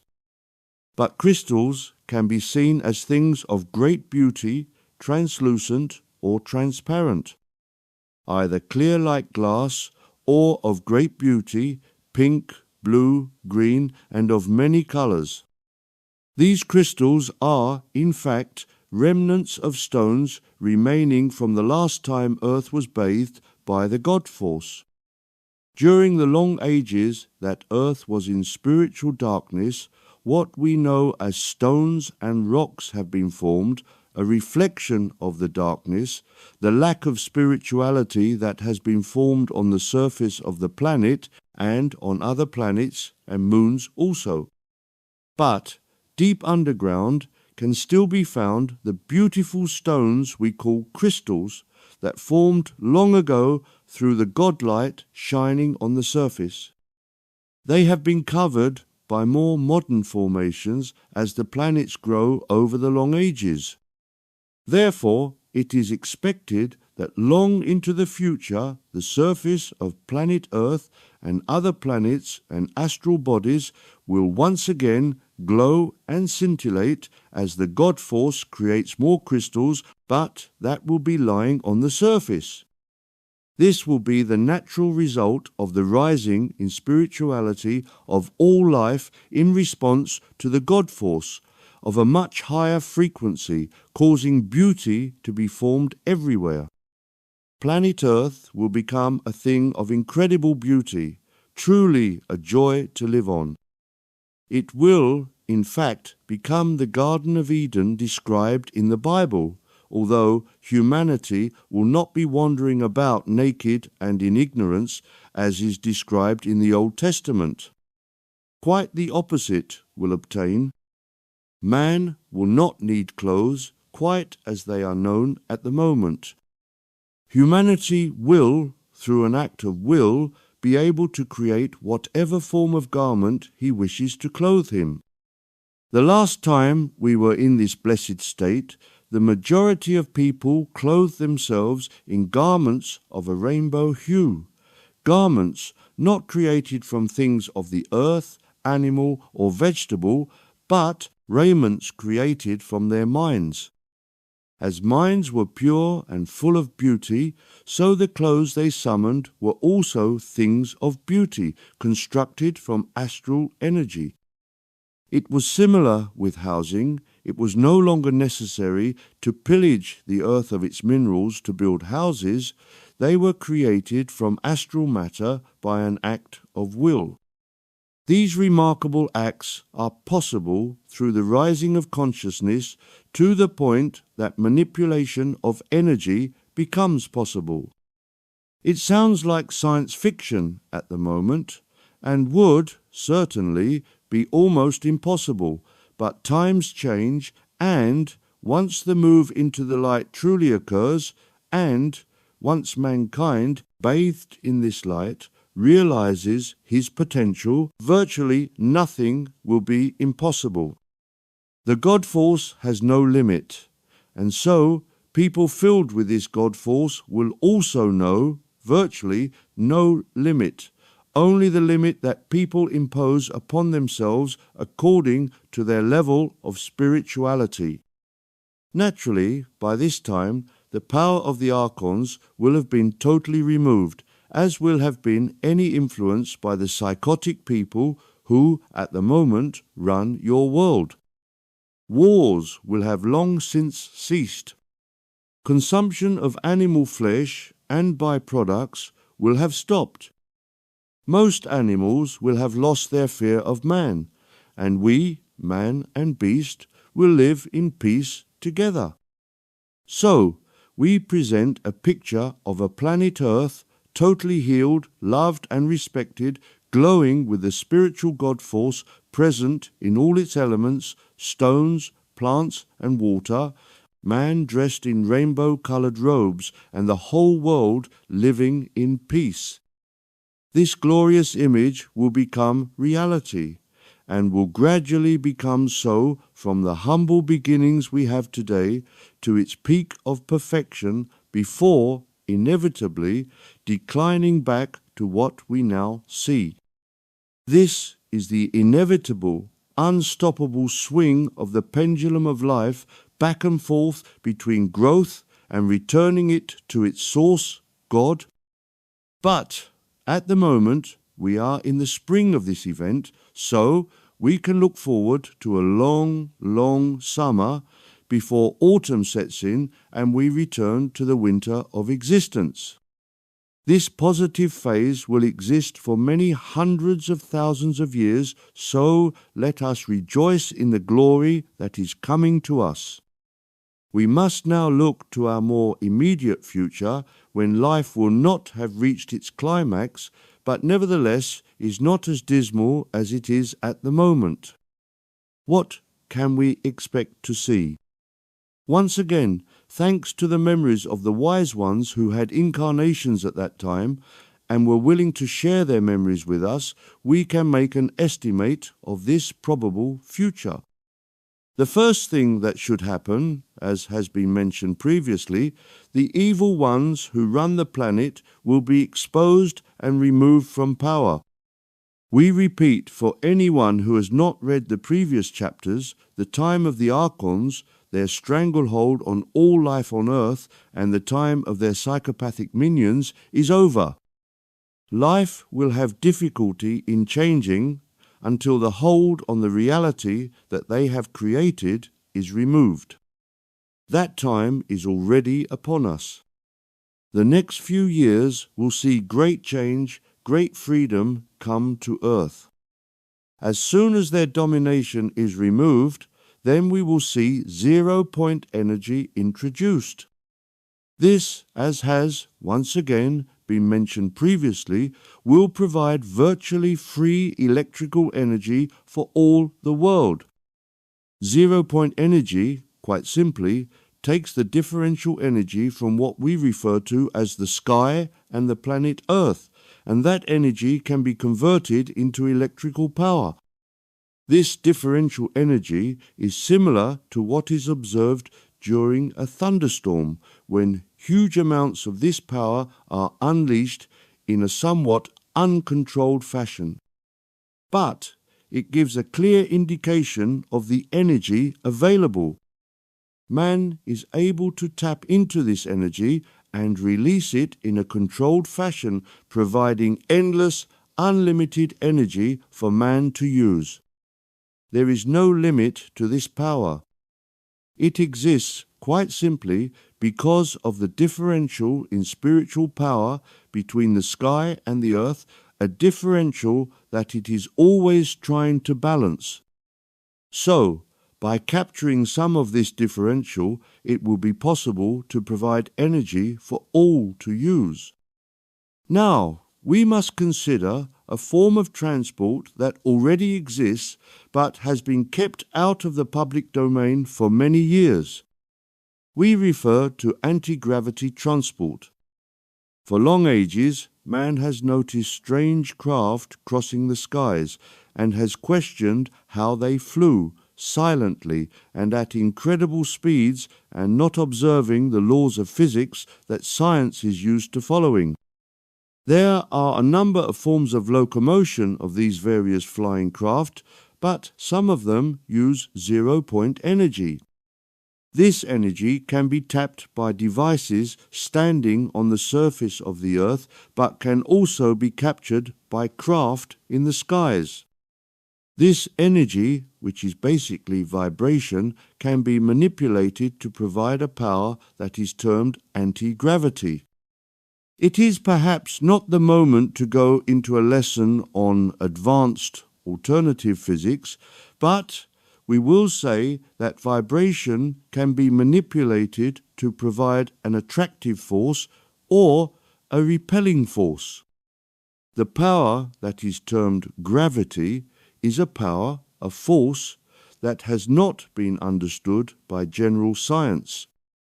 Indeed, it is a subject that has been deliberately kept from the public eye because an understanding of how gravity works would open the door to understanding both free energy, zero-point energy, but also help people to develop anti-gravity machines. However, as spiritual light floods all of creation, so all must be revealed.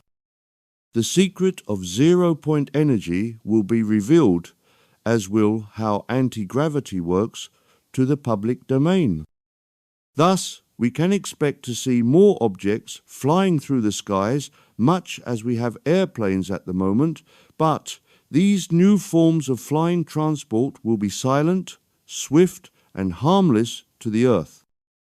Once again, this may seem to be science fiction at the moment, but it is a form of transport already being used by certain military groups, but it has been kept from the public eye as much as possible in order, amongst other reasons, to enable certain rich people to become even more rich at the expense of planet Earth, as oil, water, and other elements play a part in the health of the planet. Once zero-point energy becomes freely available to all, of course, much will change. We break off here in our discussion of the ascent of man to discuss something that we have been reluctant to discuss because it would have caused turmoil and fear if we had mentioned it years ago, and that is the beings that are also seen in the skies at the moment, flying in unusual shaped craft silently and clearly using out of this world technology. We refer to what we call aliens.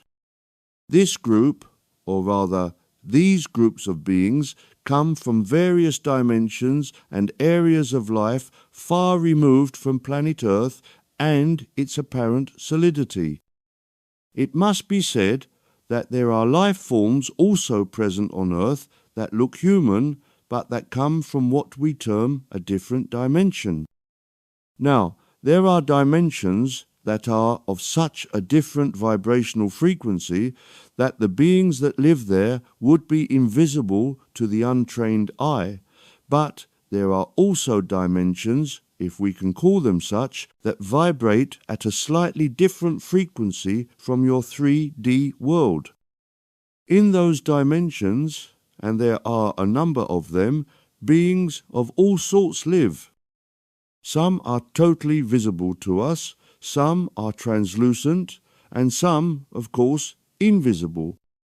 Among all those different beings, we find the nature, spirits, gnomes, elves, and so on. On slightly higher frequencies, we find the fairy folk who have the ability, along with the nature spirits, to raise or lower their frequencies to make themselves either visible or invisible to the human eye. The raising or lowering of frequency also enables them to alter their degree of solidity in relation to our material world. Thus, in a visible state, these beings may have a degree of solidity, very much like our dimension, but as they raise their frequency, they not only are able to move in degrees, if required, between visible and invisible, but in the same degree can alter their degree of solidity, being able to move through what appears to be solid walls. These almost magical, to our eyes, feats, moving from visible to invisible and passing through solid objects, is not magical at all. It is simply a question of changing frequency, rather as if someone was tapping on the keys of a piano, moving up or down the scale. Humanity will one day, far into the future, be able to accomplish these feats. Indeed, mankind already has the capability, but has not developed his spiritual awareness to be able to put this into practice. So, to return to these human-like beings that share the planet Earth with us, we could call them a different parallel branch that have existed for at least as long as humanity has, but have not been subject to the rise and fall of life that has been described earlier. Their evolution has followed a different path to we humans, and thus have had different events happening to them, events that have been less dramatic and negative to their progress. We, who also live in the astral realms, have little contact with them, being first and foremost concerned with the evolution of humans on Earth and in our astral realms, but our paths do cross from time to time, and we do communicate with them. So, to repeat for the sake of clarity, there exists this race of beings that have a parallel evolution to us, are much more spiritually evolved than most of the human race currently occupying planet Earth, and that tend to keep to themselves until now. They have started to make themselves more visible to us because the actions of man with his destructive intentions is interfering with the planet, and thus is interfering with them. The mining and other actions done by man in the past caused little interference with them, but the more recent activities, nuclear explosions, and what is termed fracking, is not only harming the planet, but is also of great concern to this race of people. Thus, they have made themselves known to some of the leaders of certain developed countries and have tried to explain the changes and the harm that is being caused by man's ill-advised actions. As is well known, the greed of man and his warlike actions resulted in the refusal of our leaders, both military and political, to listen to these people and to heed their advice, but our concern at the moment is not with the stupidity of man, but on an investigation of the human-like forms that live on the planet Earth and in her astral realms. So, we will describe these beings, what they look like, and how they live, as far as is known. Physically, they resemble man to a large degree. They tend to be tall, slim, with silver hair, and would be considered good-looking, although some of their good looks is the result of their high level of spirituality shining from them and affecting people's impression of them. They are of the two sexes, like man, male and female. They fecund in a similar way to man and have children. They have long lives compared to man, partly because of their peaceful, stressless way of living, and partly because spirituality tends to help in the prolongation of physical life. To describe their homes is difficult because they have developed the ability to be physical and non-physical. When physical, they tend to live deep underground in caverns that they have terraformed according to their needs. When in non-physical form, of course, they need no home, being pure spirit. Their food is simple, they are vegan and eat little, drawing much of their sustenance from the auric fields surrounding the planet. When alone, they are able to transport themselves by teleportation. When in groups, they use craft that you would term spaceships, the propulsion system being a modified zero-point energy machine, modified by mixing a spiritual element with the physical machine, a system that is a long way in the future for man. They communicate telepathically, thus they can not only communicate with each other, but can communicate with us. Telepathy is a universal language. Let us now turn to think about other life forms that are visiting planet Earth at the moment, and indeed have been doing so for long ages. It has been mentioned that this planet, Earth, is the only one in the galaxy with life in the physical form on the surface. This unique fact has been the cause of great interest to many life forms that, themselves, live in astral realms but desire to explore life in physical form. Thus, they have a problem. Being made of astral material, these beings are not able to visit Earth in a physical form without a great deal of artificial assistance. Also, being astral in form, they are immortal and so have had immense amounts of time to resolve their problems. The problems are many and complex. The major problem to overcome is, first and foremost, how to visit planet Earth from their auric homes. Everything is made of vibration, frequency. So, regardless of the level of spirituality in a godly sense, the auric fields are of a higher frequency than life on planet Earth. So, it was necessary to find a means of reducing their frequency both in a singular and in a collective sense to match the frequency of planet Earth. It is a question of bombarding the individual or groups of individuals with the frequency of what is termed the third dimension, and that enables a change to occur in the form of the being under discussion so that he can match the frequency of planet Earth and with our galaxy. Once this is achieved, the being or beings are in a position to assume a sort of physicality, at least temporarily.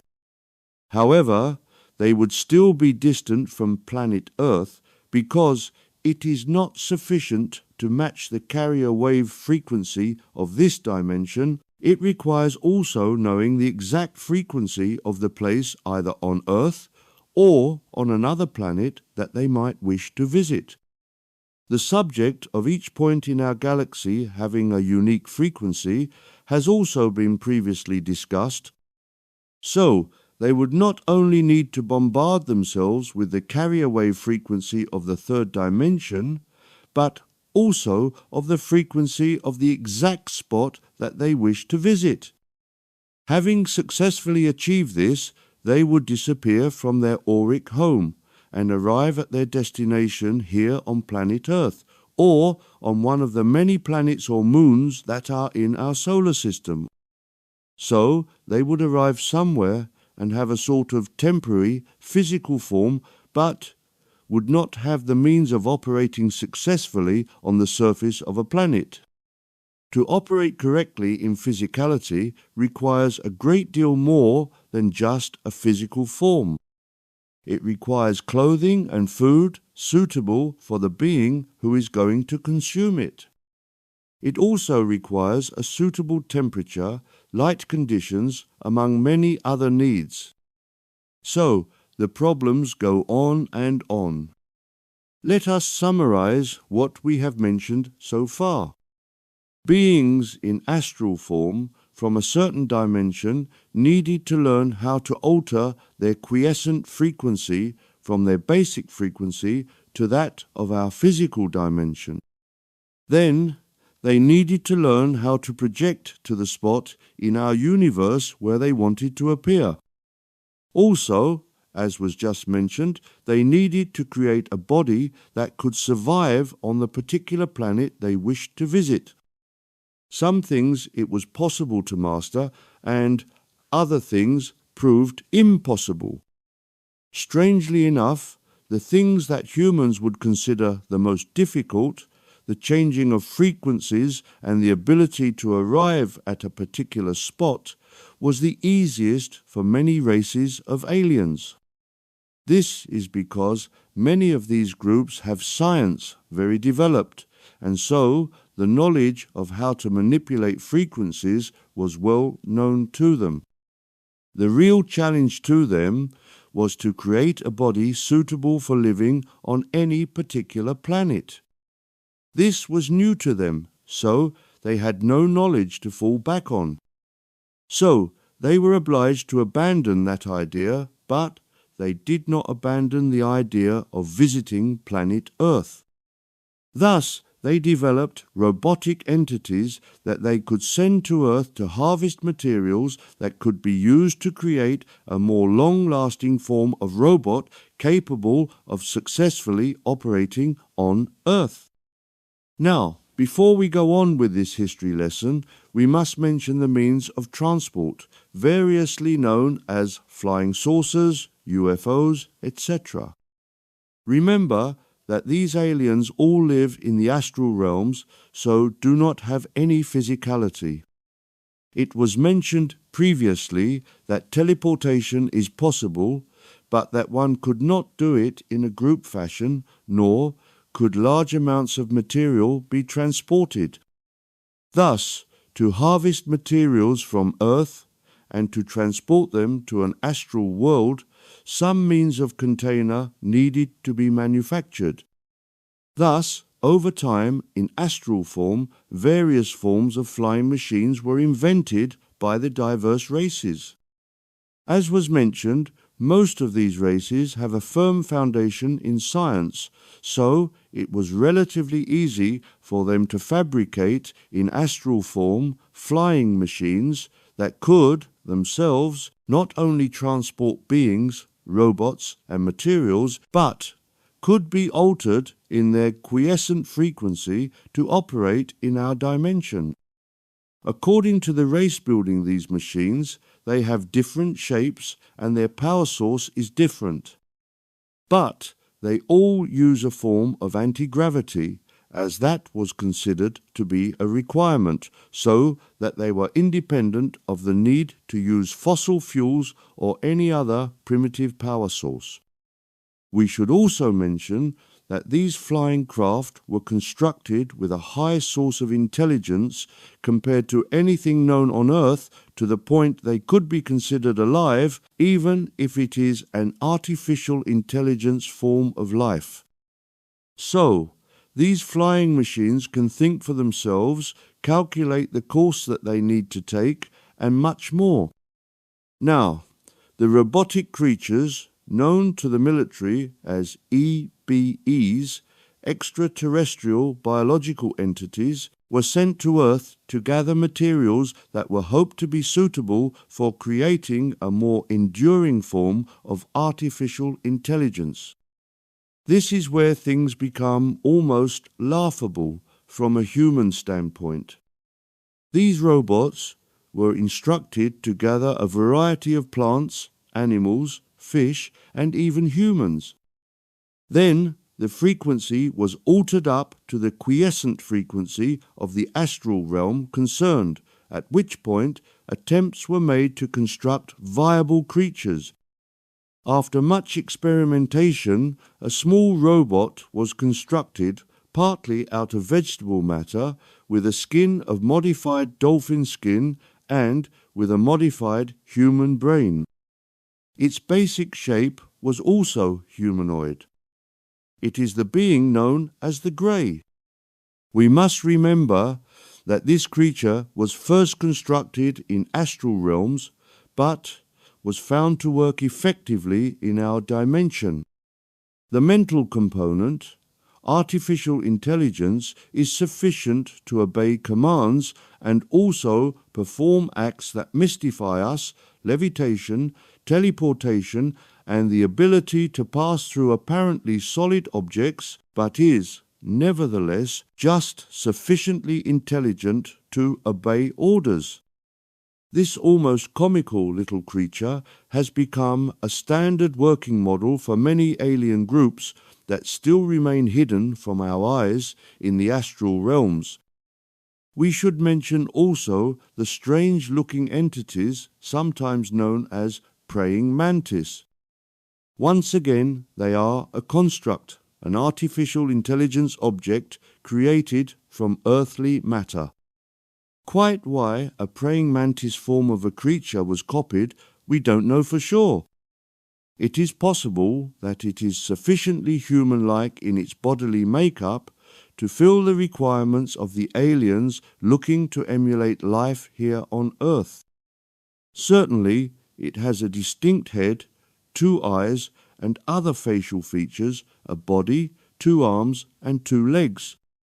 It also can stand upright in a similar fashion to man, so perhaps it was a good choice. In any case, these artificial beings were constructed and found to be successful at being able to operate on Earth.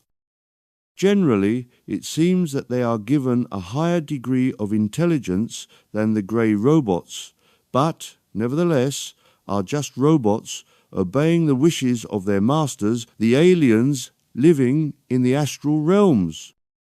The instructions are given both to the spaceships, when required, and also to the EBEs telepathically. Mention has been made of the Dracos, but these are of the Archon construct and do not enter into this discussion. There have also come onto the scene, in recent years, a variety of other alien creatures. Some of these are more recent robotic constructs, some astral projections, holograms, and some of them implanted images put into the minds of people. In no case are they real aliens, as none have found a way of living on planet Earth. This, of course, takes us into the unpleasant subject of abductions, both of humans and animals, and is the prime reason that we were reluctant to talk about the alien subject at all. However, times change, and no discussion about the human race would be complete if we did not mention the alien intervention and interference of humanity by aliens. People claim to be abducted by the grey robots, taken into spaceships or facilities somewhere, and undergo very unpleasant examinations. They are also shown vaguely human-looking fetuses grown in giant test tubes.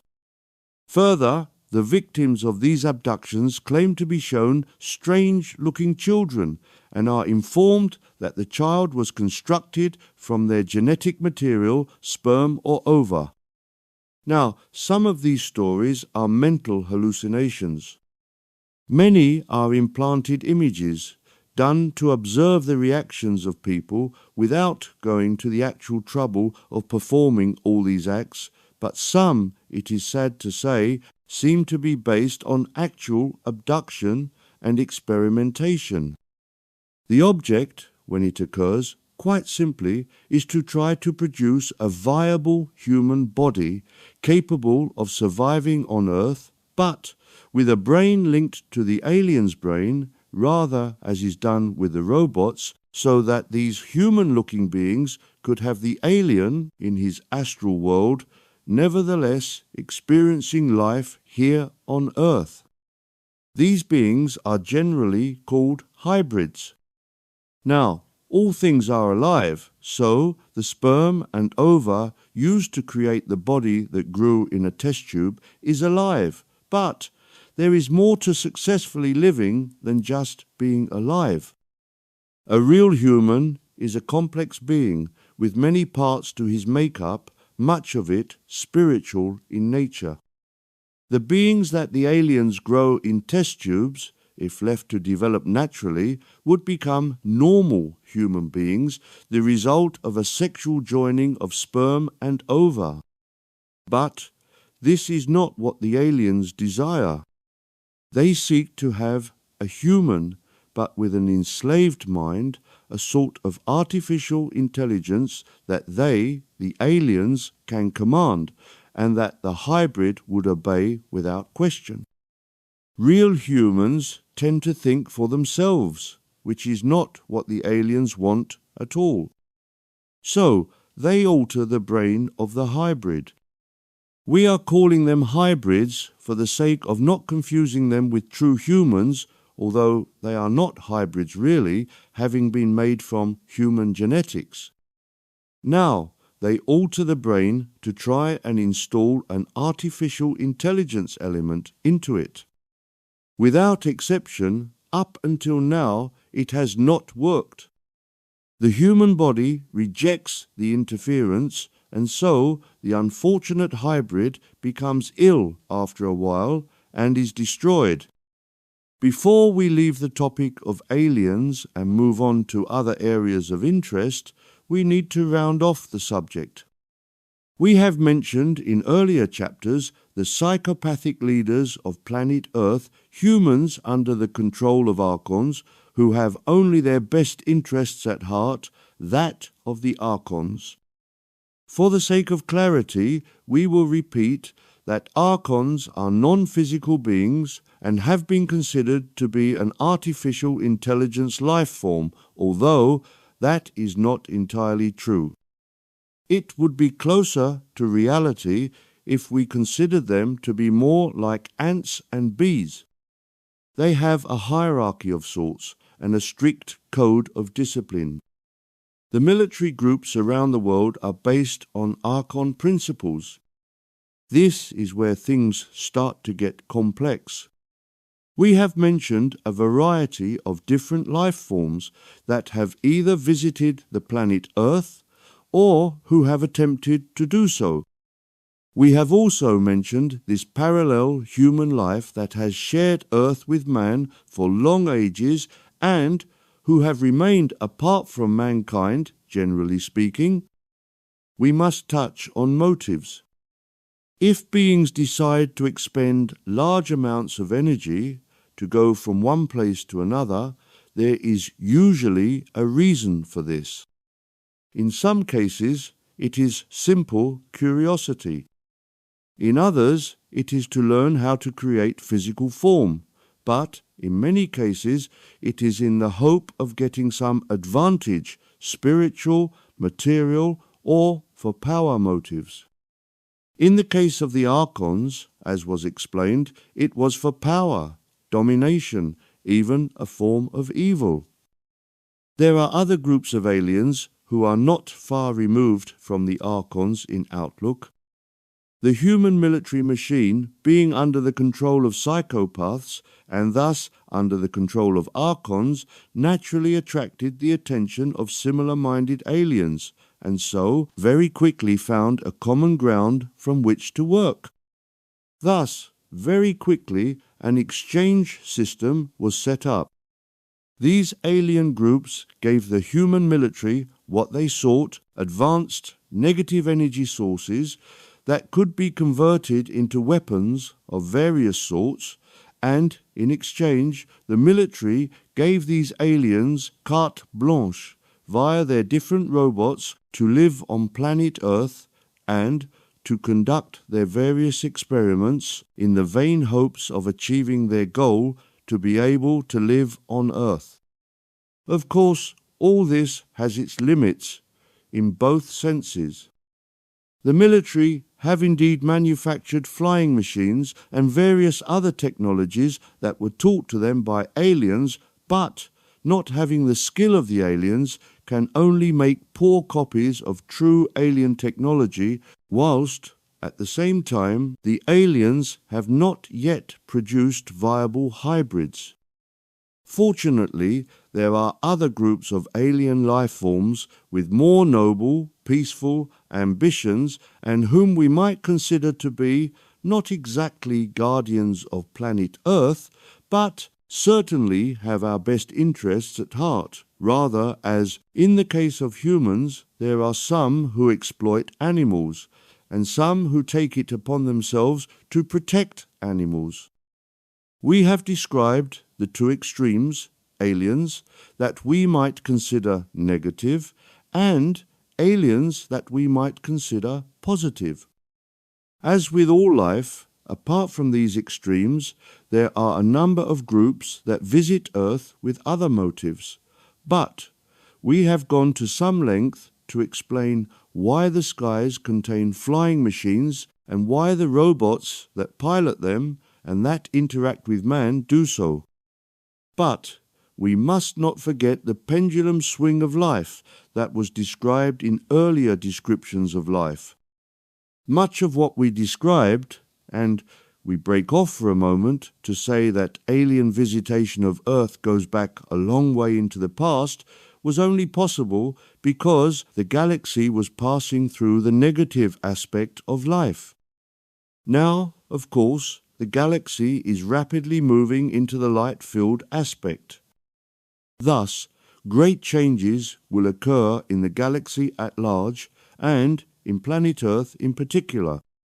We mention that the time of the Archons and of their psychopathic minions is drawing to a close. Therefore, wars will eventually cease. As there will be no need of armies, the military that are working with these negative aliens will be disbanded. Then the public will start to discover the full extent of the harm created to some humans and aliens by these robots. They will be disposed of and contact with the negative aliens will cease.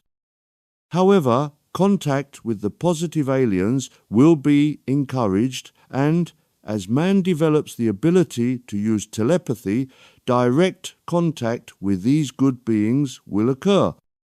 Thus, they will share their advanced, peaceful knowledge with us, and thus will man progress more quickly. Spirituality does not preclude advanced technology. Indeed, they can advance together, so as man advances in spirituality, so advanced peaceful technology will be shared with us by these peaceful aliens. We will begin exchange programs with them, not necessarily in terms of visiting each other, although this will eventually be possible, but exchange of ideas and concepts to permit man to advance towards perfection more quickly.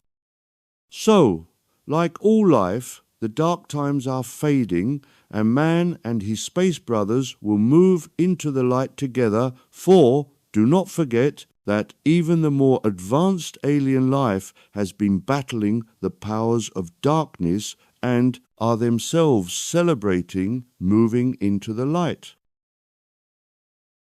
Chapter 6. Moving House. When we do anything that has any real significance in our lives, a number of events must occur.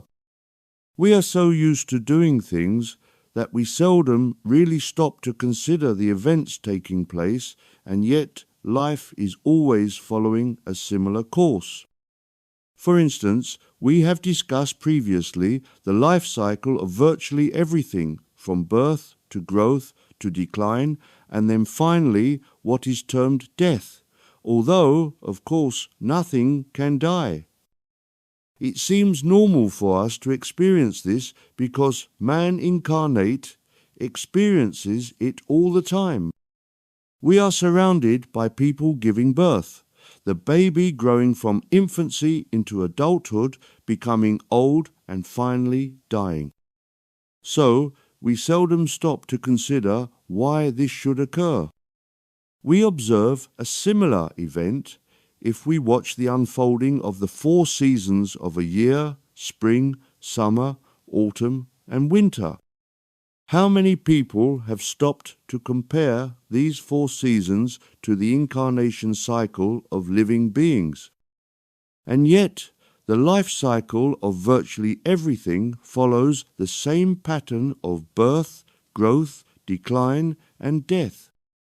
If we had the means to step outside of time and could observe the life cycle of a planet, or indeed a galaxy, we would observe the same pattern.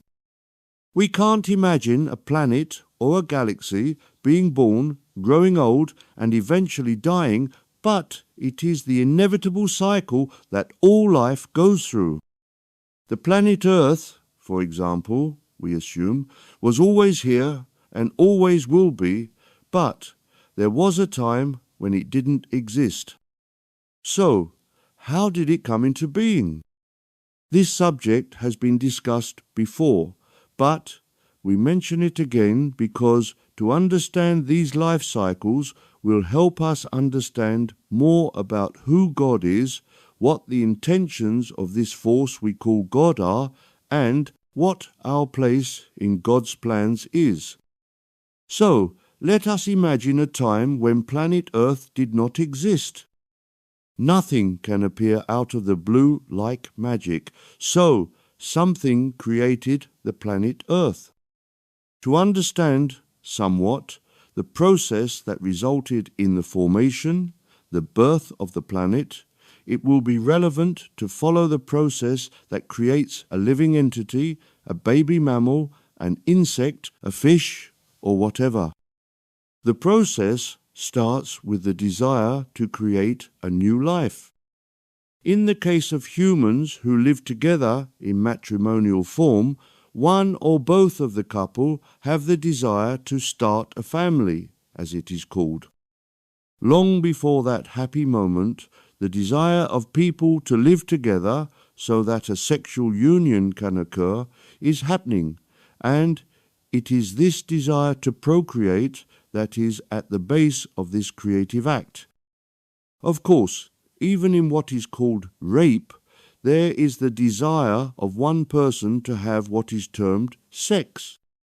Now, we can see that the creative act starts with a thought, a desire to produce something, a baby, in the case of mammals and insects.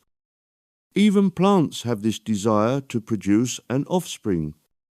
So, can we assume that behind the creation of a planet, or even a galaxy, is a desire to create?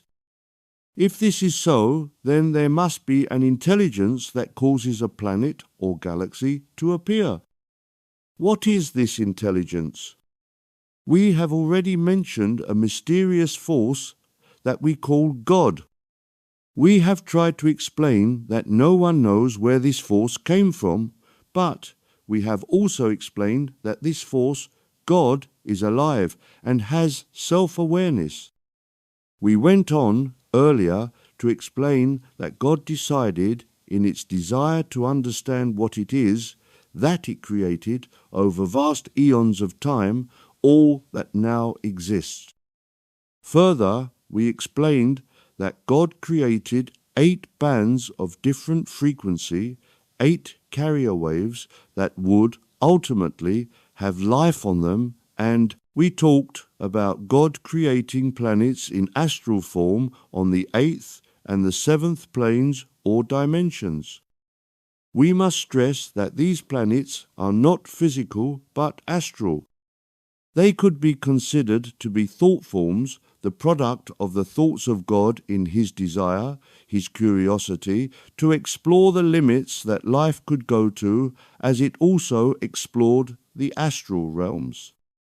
However, we stopped after we had mentioned the 8th and 7th dimensions and discussed other topics, but Those who are themselves interested in esoteric matters will know that there remain 6 more planes of vibration to consider.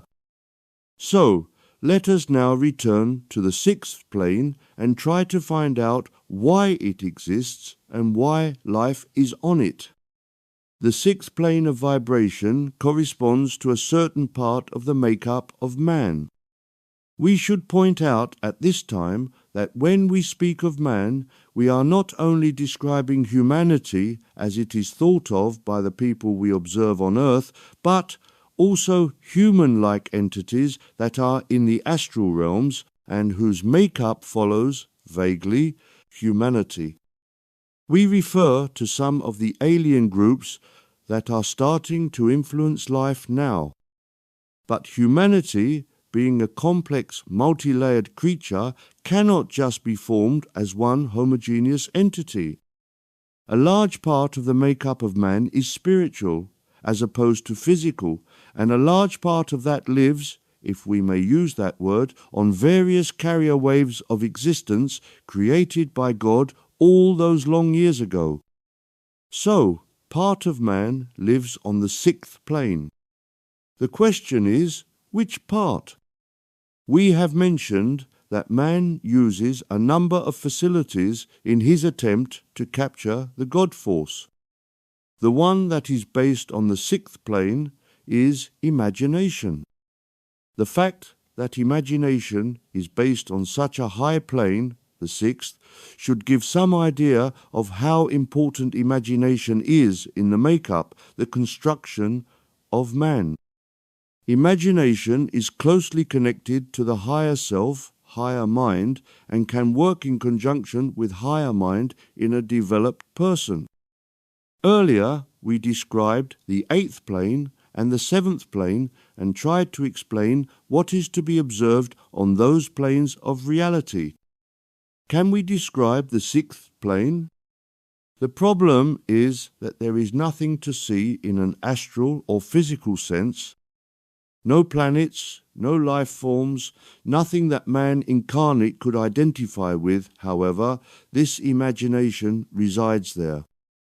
The imagination is, itself, difficult to describe, because we all have imagination, and yet there is only one imagination, as there is actually only one life force, God. So, it is the imagination of God that resides there. Who amongst us could understand this concept? Not many, we suggest, and yet we need imagination to imagine what imagination is. Can you see the conundrum? We need imagination to visualize what imagination is, but we also need to be able to imagine just how it can be that there is only one imagination. So, the best we can say is that the 6th plane is a storehouse of imagination, and that we all, as individual consciousnesses, can tap into that storehouse to take some of it when needed. Therefore, depending on the degree of development of our imagination, we are more or less in touch with that plane, the 6th. Now, imagination needs to be used carefully. It was mentioned in another talk that a developed imagination working in conjunction with our higher mind can produce amazing results. Equally, a developed imagination working in an unbridled sense can produce nonsense. We have heard of people imagining all sorts of things that do not and could not exist in any form of reality, but to the person under the influence of this uncontrolled imagination seems real. Mental institutions all over the world are full of people under the control of unbridled imagination, and these unfortunate people live a very sad life as they are swung about in all directions under the impulse of their imagination. These people are totally convinced that what they create with their imagination is absolutely real, and it is very hard to cure such people. Further, As imagination is part of the spiritual makeup of man, it can follow them into the afterlife, and there are hospital areas in what is called heaven, devoted to trying to cure such people from the domination of imagination out of control. It is true to say that none of us, or very few, are totally free of the effects of imagination creating illusion, and it is one of the disciplines that the spiritual path tries to correct, ensuring that imagination is based in reality and not in illusion. And yet, imagination is part of the God force, and it is unreasonable to think of God as having a mental condition that would require psychiatric treatment. So, if God is completely sane, and the imagination found in the sixth plane is that of God, why should anyone who is tapping into that one God imagination be out of control and require treatment? The answer is consciousness. We all have individual consciousness, as has been mentioned. This consciousness is itself able to think, calculate, and reason, but this consciousness has no means of knowing that what it is thinking about is true or false. Consciousness is the force that helps us create our reality, but of itself has no means to analyze what it is creating. The idea that God created, when He created man, was for all mankind to be in touch with the higher self, higher mind. If and when this happens, of course, there can be no falsehood, because higher mind is God itself, and this must be totally sane. But the Archons realized this fact long years ago, and so discouraged mankind from contacting their higher mind by creating religions that forbid people from doing meditation and from any action that would promulgate contact with the higher mind. So, imagination, which should be in contact with both the higher mind and consciousness, acting as a bridge between higher mind and consciousness, does not do this, and so consciousness is left to wander about influenced by imagination, which itself is not being guided by higher mind. Thus, perhaps you can see that the consciousness of many people is completely lost, as is imagination. This was the intention of the Archons, who can step in place of higher mind and influence people's imagination and consciousness, not in a positive manner, but negatively, pushing people to act in the strange manner that they do at the moment and have done for many millennia, creating a topsy-turvy world where sanity is suppressed and lunacy takes its place. This upside-down world in which so many people live has been in place for so long that it is considered by many, indeed most, to be perfectly normal. We will not bother to give any examples, as a complete list of this craziness would fill an entire book. Sufficient to say that when a person starts to be able to think and act in a sane manner, that person would have to adjust every aspect of their life in order to get it back on track. The good news is, of course, that, as we have mentioned time and again, the time of the Archons is drawing to a close, and people will start to wake up to a reality based on truth and not on lies. So, let us examine what this truth might look like when seen through the higher self, higher mind. The first thing is to realize that truth is a comparative program based on past experience and on belief systems. In other words, there is no one truth, but that does not mean that people have to use lies in place of truth, but it does imply that we all have our own version of truth that is applicable and exclusively to us. It also implies that it would be incorrect to oblige another person to accept our version of truth when that person knows perfectly well that what we are expounding does not coincide with their beliefs and experiences at all. The great masters, like Jesus, for example, understood this very well and advised us not to force others to live by our rules. The next thing that we should realize is that the law of mutual attraction is always at work, and thus, if we believe something to be true, we can always find others like-minded. Thus, if sufficient people think the same thing, it becomes accepted as truth, and anyone who does not agree with that point of view is ostracized from society. It is in this fashion that religions, laws, and standards of general behaviors are created, to which all must comply. It must be said that if it curbs the excesses of negative behavior from a person or group, it is beneficial, but if, for example, it promulgates nonsense concerning physics or nature, it is not very helpful. Indeed, the incorrect understanding of the way life is constructed, encouraged by those under the influence of the archons, has acted as a brake to the development of science for many long ages. So, is there a way actually of finding truth? There is, and it is revealed in the degree that we can contact higher mind.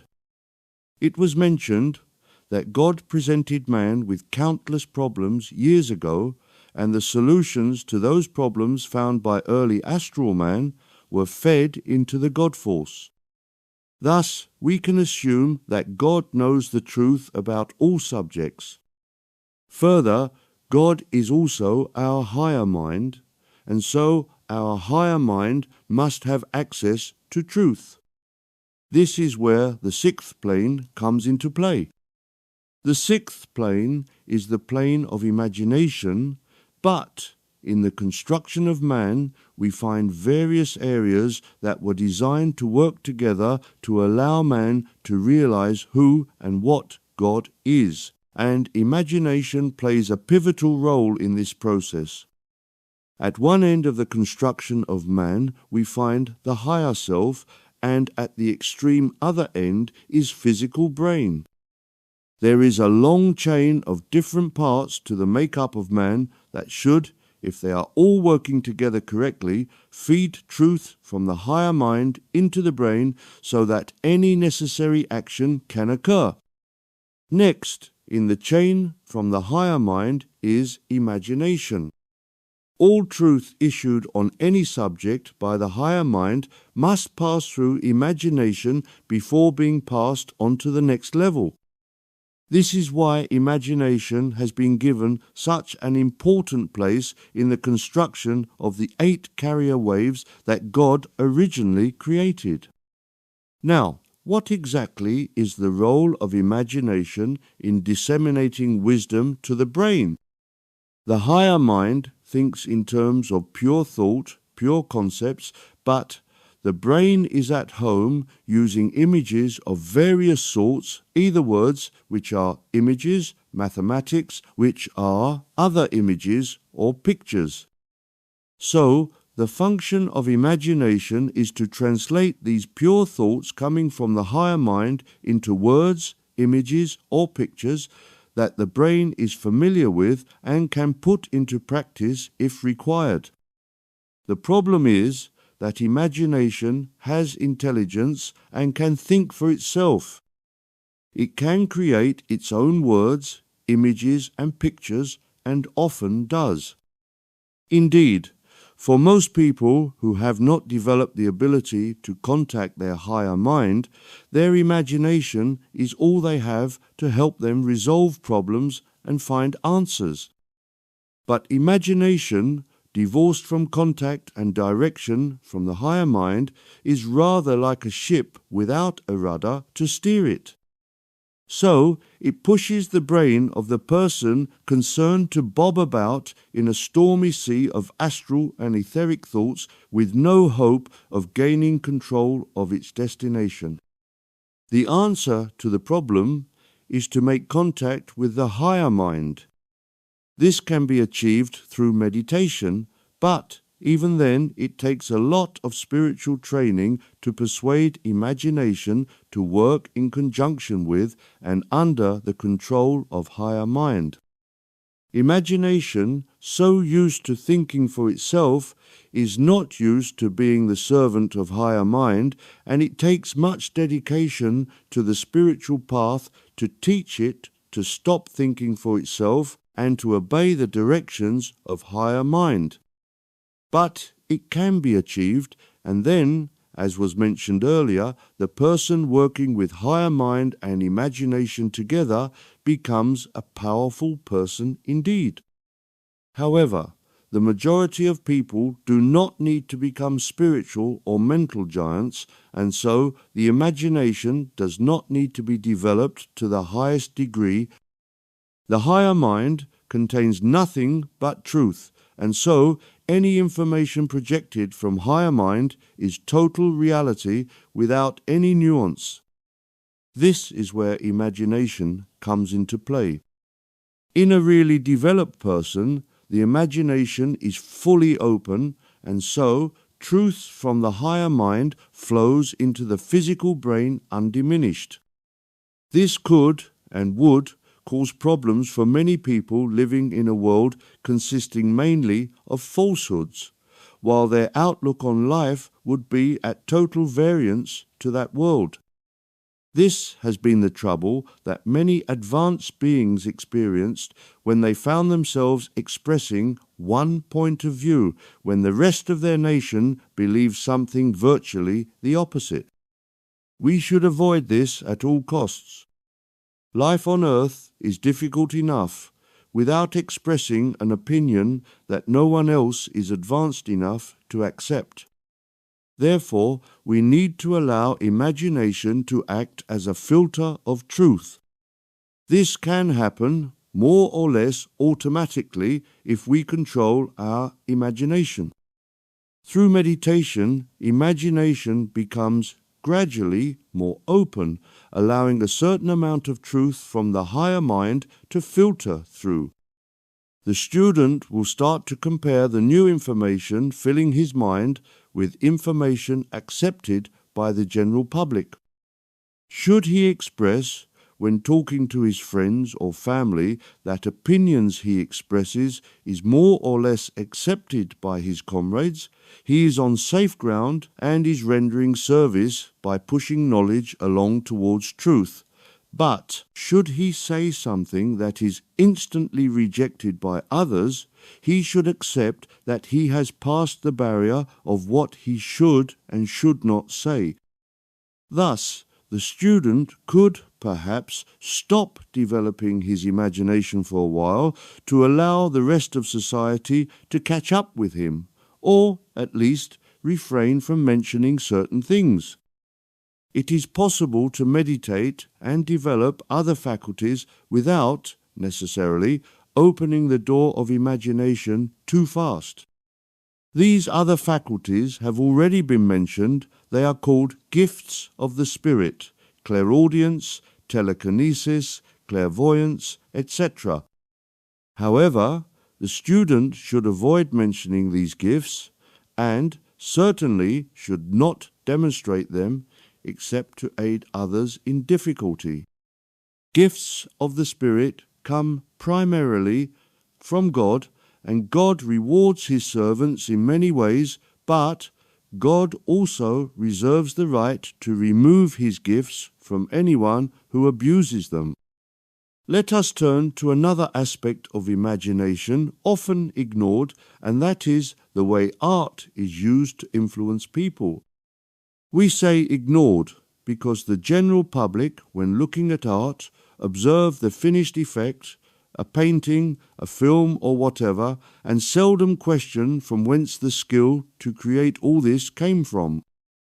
It has been said that genius is 10% inspiration and 90% perspiration, and this may be true, but without the 10% inspiration, nothing artistic would be created.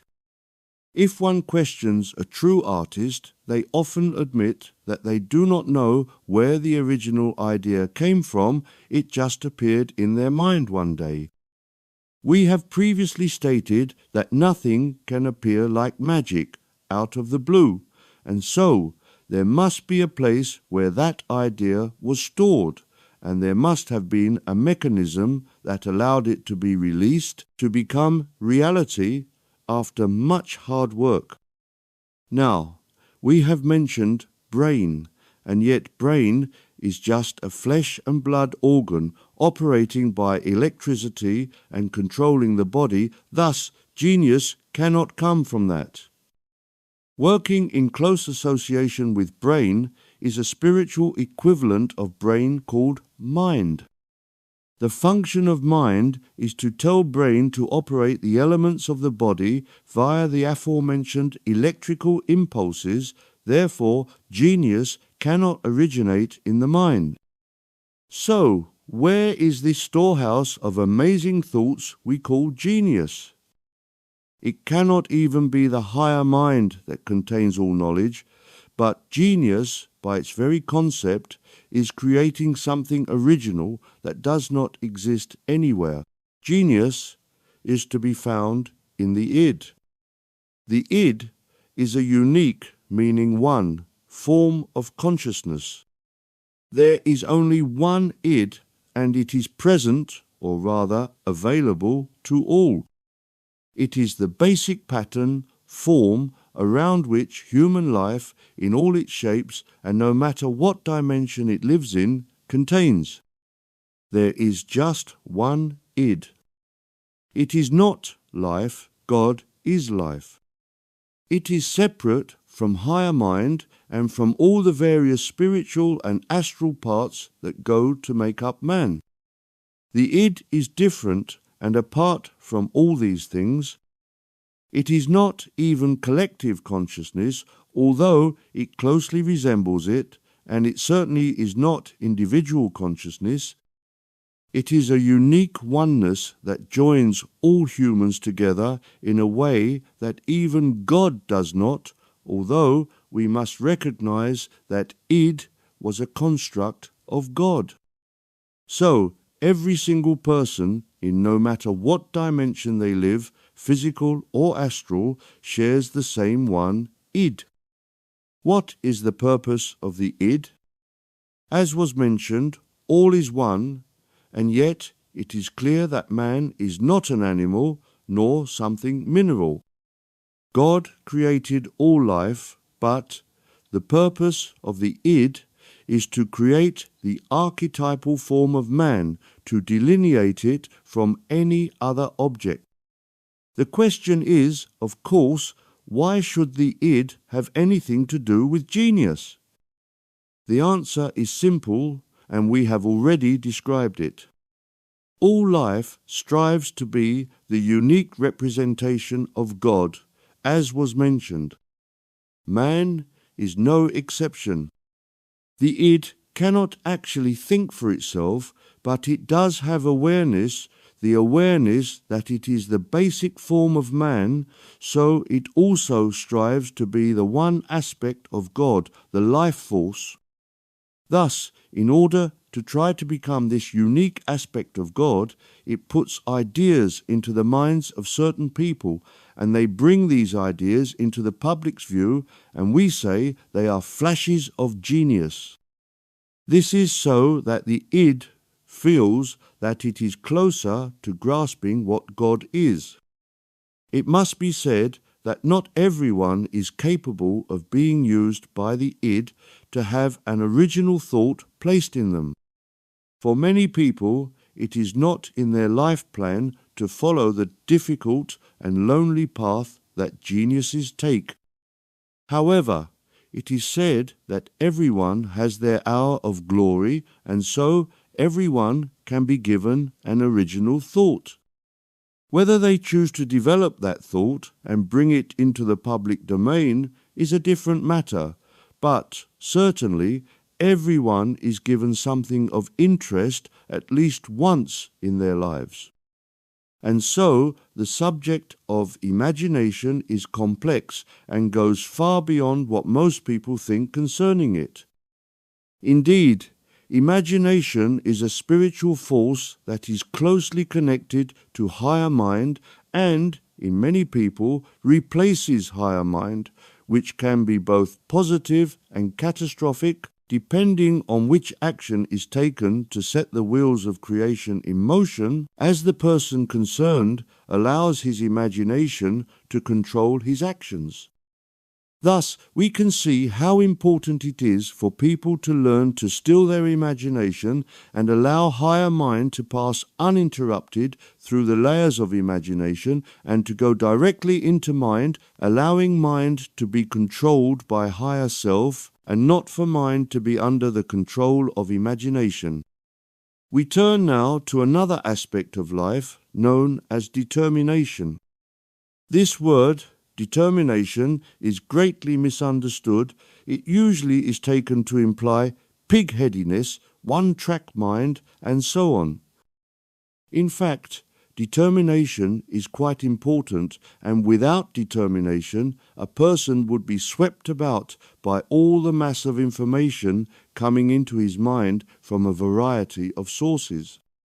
With determination active and fully trained, it is possible to achieve great things. If we look at many highly successful people, whatever field of activity they pursued, we can see a constant thread of a single activity they pursued from childhood until dotage. This is determination at work, pushing a person to follow a single course of action throughout their life. We must point out that determination should be used with circumspect, as few people live solitary lives, cut off from any family, friends, business, or social contracts. Should a person pursue his chosen course without regard for the feelings and desires of others, he would become the rather unpleasant person we sometimes see when observing a person totally encased in determination, following his chosen path regardless of others. Thus, determination should be balanced with a large degree of self-denial. Indeed, self-denial could be considered to be the opposite of determination. Someone who embraces self-denial pushes aside any desire to advance for himself and puts himself at the service of those more determined. Thus, it is noticeable that people who have determination developed and push forward a single agenda often have one or more people that are at their beck and call, doing whatever the determined person commands them to do, so that the person is totally free to concentrate on his project. There are not only individuals totally engaged by their determination, most businesses have one determined goal. Governments are similarly enwrapped, although it must be pointed out that to follow any particular agenda is not the panacea of the problems facing a country and a population, but just the desires of those in power at the moment. Eventually, they will lose power and another group takes over with projects opposite to the first, which they push forward with great determination, only, in turn, to be rejected by the voters when it became obvious that they too were pursuing empty dreams. In all cases, there is the determination of one or more people concentrating all their efforts on a single goal. As no one is an island, these few determined people surround themselves with people willing to subjugate their desires to the wishes of these few. In the case of a government, there would be the president pursuing his agenda, various like-minded ministers, and then an army of secretaries, lawyers, chauffeurs, down to the chefs and cleaning staff, all beavering away to make sure that the desires of one determined person succeeds. Can we find in nature a parallel of this type of pyramidal structure? Well, we find it in ants and bees, the whole colony working day and night to ensure that the queen ant or bee has optimal conditions to do her job, which is to produce offspring, which she does with total determination. We have mentioned ants and bees before and implied that it is perhaps not the best way for humanity to advance, and have suggested that it is similar to the archon concept, which is to have a chosen few living in great luxury at the top and all the rest working as slaves to keep their chosen few in the style that they enjoy. This system has, of course, been used throughout the world for long ages and was the basis of slavery and serfdom and carries on to this day in many domains. So, we have at one end of the scale people in total self-denial and, at the other end, people totally determined to follow a course of action, whatever the consequences. We must also remind people that psychopaths can fall into this category also, desirous of achieving a goal at any cost to others or, indeed, to the planet. But we have said that times are changing and the time of the archons is coming to a close. This will mean that these hierarchical structures will crumble. But, obviously, this must be done slowly and carefully to avoid the chaos that would ensue if this system was disbanded overnight. Now, how will this change of attitude affect those with determination highly developed and are convinced of the course of action they follow? If we remember that this change is a spiritual one, and that all humanity is actually one, over time a spiritual change will come to determined people and, indeed, to those in self-denial, and that will result in those with determination highly developed to start to think about the needs and wants of others.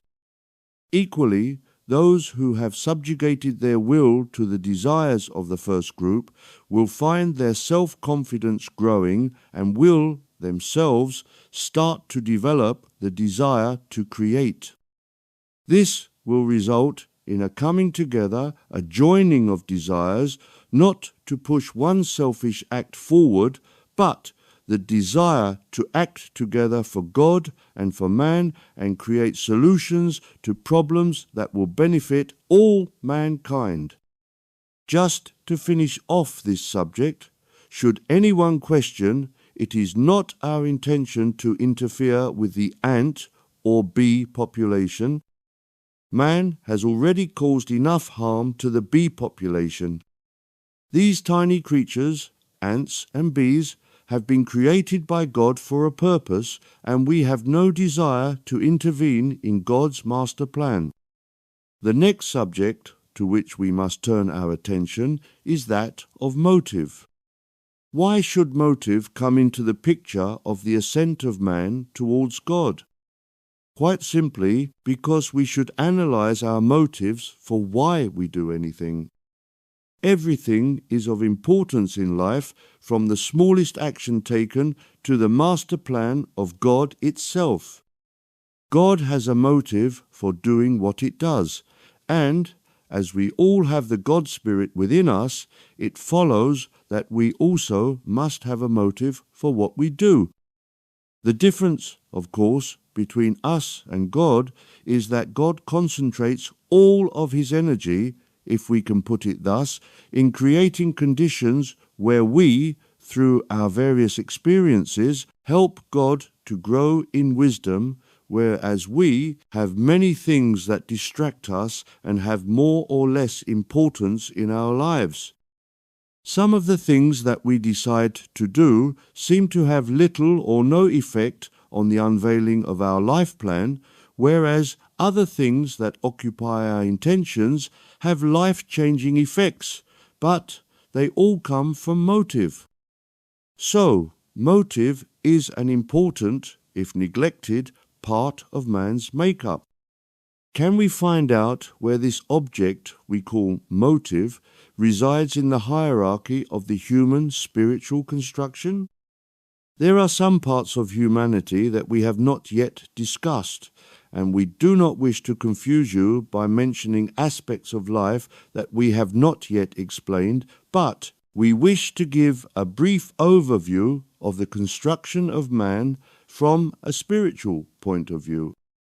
So, we ignore the physical body for the moment and turn our attention to the spiritual aspects of man. These are many, and we have only mentioned a few. We must also say that each aspect of humanity resides in one of the 8 dimensions, although, as we have said, they are not exactly spiritual planes, spiritual galaxies. They are levels of spirituality, so the higher the spiritual level, the closer it becomes to God itself. So, let us now briefly examine these aspects of man and state where they are placed in relation to God at one end of the chain and Nadir at the other. God, as we know, is actually above and beyond even the highest plane, being the creator of them all. We cannot create anything from the level of the plane where the creation is happening. We must create from a higher level. As we assume that God created all of the levels of man's growth, so we must assume that we must be less than God, and yet we have stated that we are God. Once again, we have this problem to resolve. How can we be God, and yet, if we were created by God, and therefore must be lesser than God, be resolved? The answer lies in the collective consciousness, the id. We have mentioned that we are all one, and that one is God, and we are part of and totality of God. This difficult to understand aspect can only be resolved when we can accept that the thing called collective consciousness, that we term the id, is our connection to God. Now, we prefer to use the term id rather than collective consciousness because the latter can be manipulated by powerful minds for better or for worse, but the id remains steadfast. It is our connection to God. Therefore, in the chain of spiritual progressions, we have the id, of which there is just one for humans incarnate, discarnate, and for those experiencing life in different dimensions. Thus, we start with the id. Below that, but closely connected to id, is higher self, also known as higher mind. Higher mind is our personal aspect of id, and thus our personal aspect of God. Each higher self is unique, and yet, together, our higher minds can join in an effort to push life towards perfection. Just below higher mind, we find imagination. As we have already explained, imagination can work with higher mind, and that produces what we term genius. It also allows someone to become a great spiritual leader. Jesus and Buddha immediately spring to mind. Below imagination, in the chain of construction of man, we find will, the desire to construct either mentally or physically. Next comes determination, the drive to achieve a result, a goal. Then we go on to the mind, which is the spiritual aspect of the brain, and lastly, in this brief and incomplete overview, is the physical brain. But we ignored motive. Why did we do this? For the simple reason that motive is not actually part of the chain of spiritual constructs that we just mentioned. All the above-mentioned aspects are firmly implanted in various dimensions, various auras, but motive is not. It is outside of those fixed attributes. Motive exists, but can jump about somewhat and can influence the person at different levels of intention. Motive can influence the higher mind to do wonderful, holy things, or it can push someone at the lowest aura to cause terrible harm.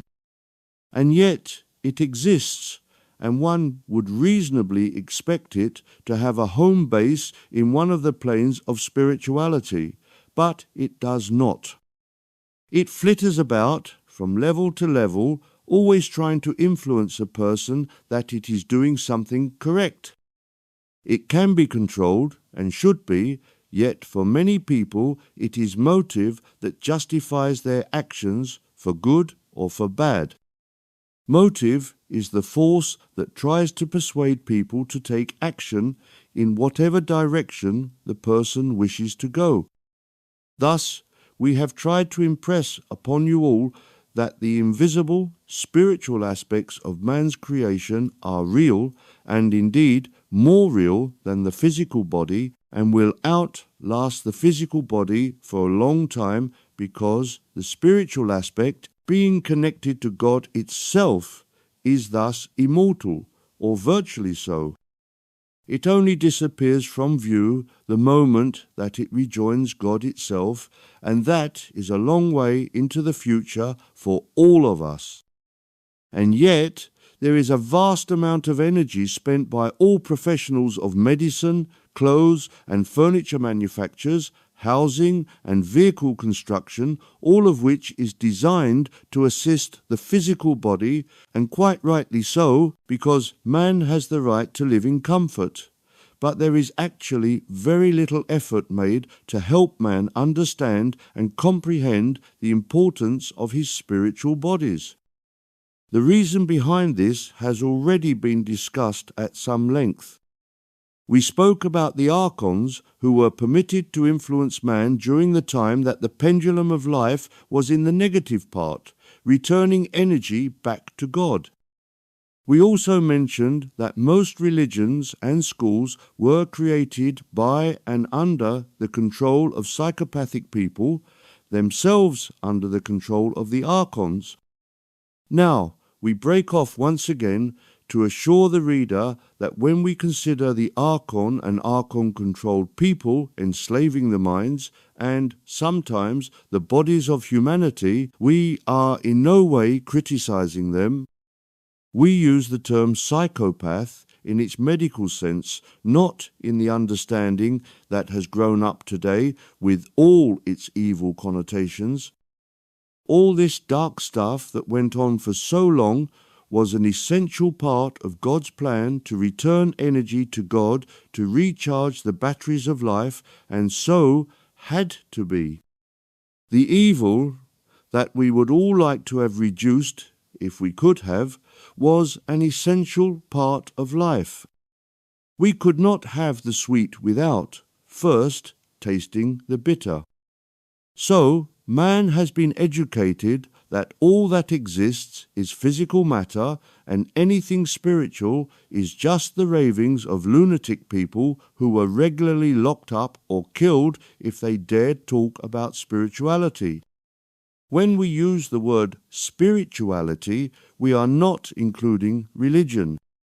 Religion is an archon invention, and therefore was an unfortunate but necessary part of darkness. The life of Jesus is given to us to show us how the negative priests of Israel could not accept the light from the teachings of Jesus to shine into their dark world, frightening them as they saw truth for an instant, and so they did all that was in their power to shut off that light until, much later, other minds could invent a form of interpretation of the wisdom of Jesus that would please the archon masters still hiding in the dark. Fear was and is behind any negative action, so fear has been created for all that time to allow the archons to live in shadow. Truth creates light, and light chases darkness. We have mentioned that all life everywhere in our galaxy is now moving into the light, God's light, and is starting to chase darkness.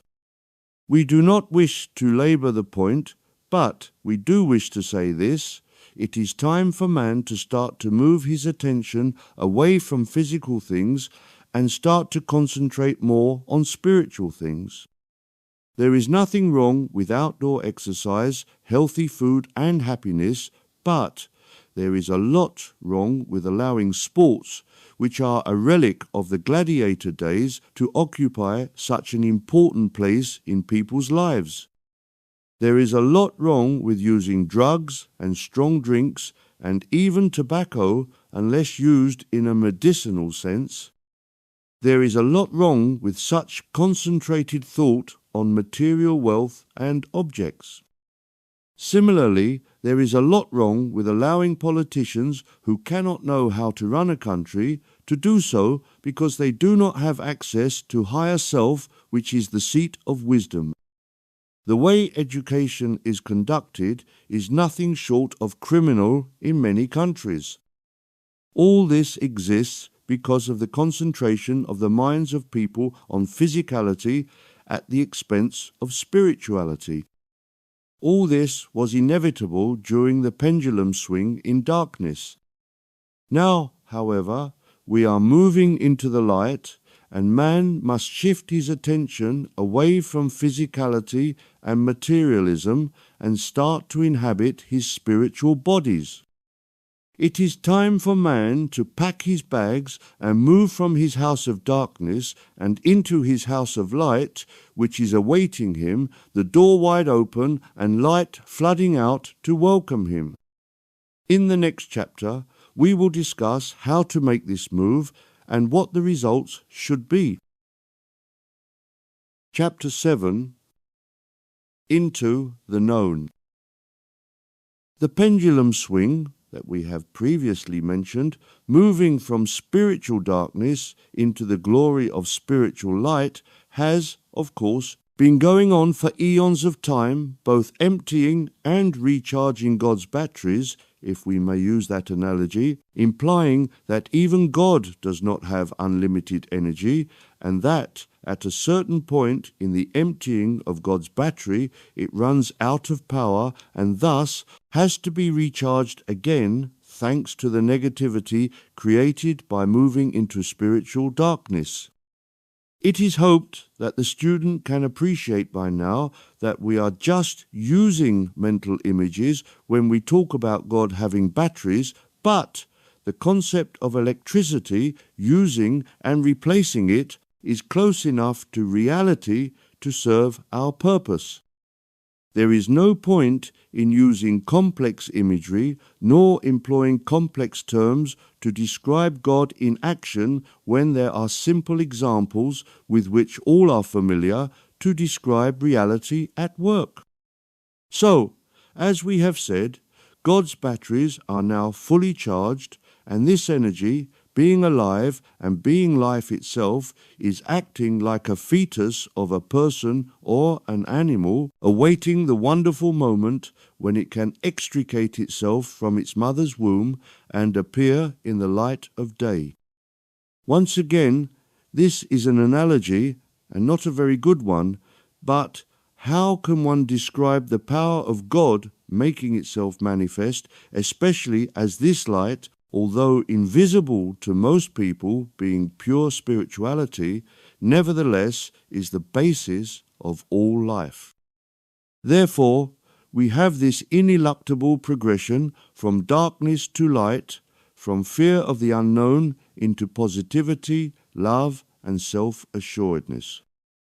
Now, we mentioned in the title of this chapter that life is moving from the unknown into the known, and yet, for most of us, both incarnate and discarnate, all any of us have known is the negative period that has occupied all of our minds for virtually as long as we can remember. As we who are discarnate, even the more recent arrivals, communicate with discarnate beings that have been in the spiritual realms for a long time, their memories are filled with times with long centuries of war and bloodshed.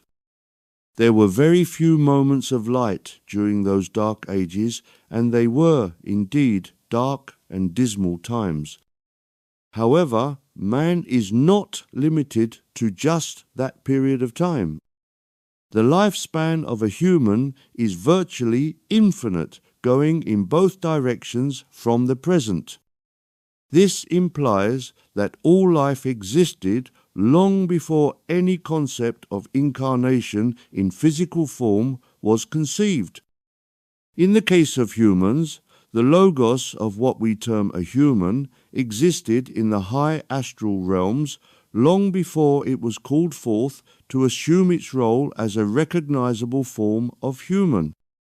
We wish to discuss just what this logos, this embryo human, was and where it was located in the spiritual planes.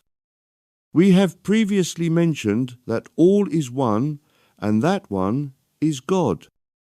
We have also mentioned that this oneness can assume an almost infinite variety of forms, animal, vegetable, and mineral. We mentioned the id and said that it was the basic logos of humanity, the archetypal concept of a human. So, can we discover a bit more about this concept, why it exists, and where it exists? Thanks to the contribution made to this book by extremely advanced beings, themselves so advanced spiritually compared to most of us that they are barely visible to us, being just entities of pure spiritual light, the light of God, we have been able to piece together information concerning the actions taken by God in his quest for knowledge and wisdom. We wish to underline our eternal thanks to these beings who descended to our level in order to answer our questions and to share their knowledge with us, without which much of this book would not have been written. We are happy to share this knowledge with you and hope that you also can appreciate with gratitude the guidance obtained. So, it appears that the God Force on the 8th plane was able to create astral forms to explore that plane and experience the life that God created.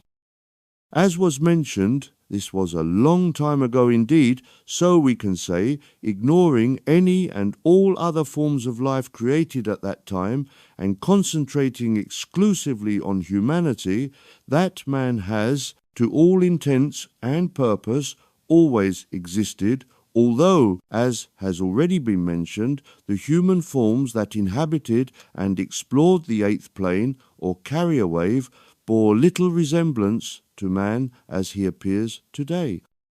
He was purely an astral entity, which implies that he was of light. This light form still exists, associated with humanity, and when we can shake off the illusional form created by ego, man will once again assume his body of light. Thus, we can state that this astral form, astral both in its connotation of dimensions and in its starlight meaning, is the basic logos of man, and this man, when he is ready, will be able to return to this known form that has always been associated with him. Let us move down from the 8th plane, which we have already described in some detail in an earlier chapter, to an area where events that are more easily comprehensible occur. Now, to repeat what we have already said, man, in his primal form, is pure light without form, although we will say that the logos of humanity is spherical, a ball of light. This light contains all the elements that go to make man, with the exception of ego. Thus, we find higher self, determination, will, imagination, and emotion amongst other attributes, with the exception of ego, which does not appear until much later in the life of a person. This light form is the concept that humanity will eventually reassume when ego diminishes enough to allow the light of God to shine forth from him. This is the point that we need to break off from describing the basic logos of man to elucidate how we create our human shape that we all have or have had at some point in our existence. It must, at all times, be remembered that we are one with God, and thus we are one logos or id, but it is that id that enables us to assume a unique identity. This is where we have to bring into the picture something that is called the oversoul. The oversoul is that which acts like a parent to us. When we start to assume a more recognizable form than just pure light, we are put in the care of something that is termed the oversoul. Actually, the oversoul is a construct that has been created by angelic forces to act rather like parents do, guiding us and nurturing our existence in whatever plane of reality we move to. The oversoul is not a person as we would know a parent, but it exists and acts as a sort of home base for us, our home while we need one. Once again, the oversoul is non-physical and does not really exist except as a concept, a place that we can call home. Thus, it is very precious, and all humans accept that they belong to an oversoul.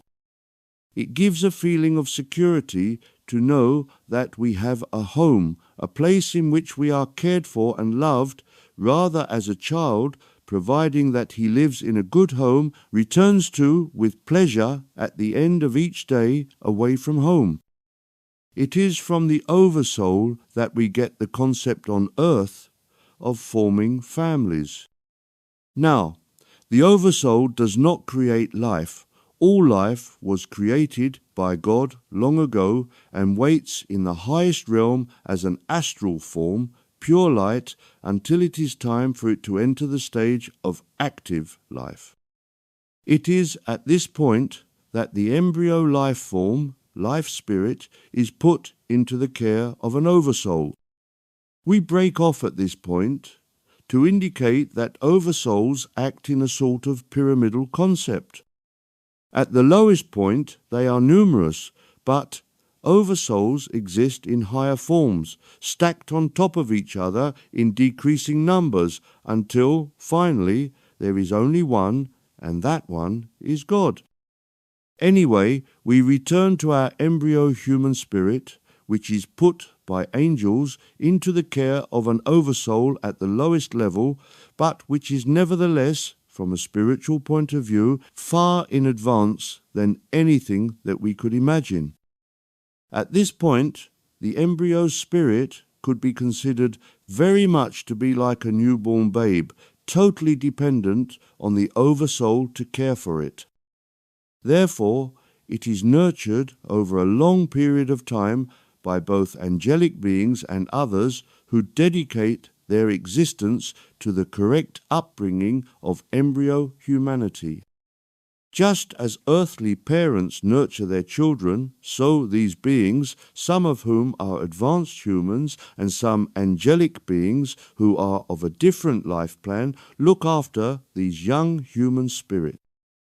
The object is to bring into the awareness of these young spirits the various concepts that will enable them to realize what it means to be a human, because although the embryo spirits have the human logos associated with them, as opposed to animal or any other life form, the spirit itself, at the beginning of its long journey through human existence, has no concept of what being a human entails.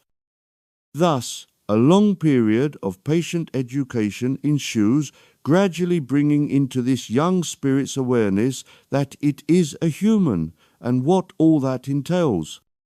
In this way, the spirit, which is still very much connected to its home base, the oversoul, gradually develops mentally, emotionally, and spiritually as much information as it feels capable of absorbing. It should be pointed out that just as all people are different, so all spirits are different, and some advance more easily in any one direction than others. As there are an almost infinite number of things to learn and an almost infinite number of directions a spirit can be drawn towards, it takes very clever and devoted educators to help the spirit control his chosen direction. Then, as was described in the previous volume in this series, The Stairway to Freedom, the spirit that wishes to have a physical incarnation gradually works his way towards earth, eventually to be born in his chosen sex and family, to start his long journey back again to the point he started. The difference, of course, the whole purpose of the voyage, being to grow in wisdom through an almost infinite number of experiences, and all that knowledge and wisdom is fed via a series of oversouls back into the Godhead, and God also grows in wisdom. It should be realized that during these various incarnations, first on earth and then on other planes of spirituality known as dimensions, the Oversoul is always monitoring the progress of his charge, the human spirit. It does not, generally speaking, interfere with the progress of that spirit, but it can, should it feel that things are going seriously astray. However, like most good parents, it allows its young charge to experiment for itself, to try its strength, and to grow through the experiences that it draws towards itself. We break off in our discussion of the Oversoul to return to the word incarnations that we mentioned. We have already explained that, for the vast majority of humanity, they have just one incarnation in physicality on planet Earth. For a long time, the concepts of multiple incarnations in human form has been put into the minds of generations. This concept is, of course, once again an archon one. The archons, being almost artificial intelligence in nature, have great difficulty in inventing original thought, and so they usually take an existing fact, turn it on its head, and present it as a negative concept in order to create fear. Incarnations are just one more such way the archons work.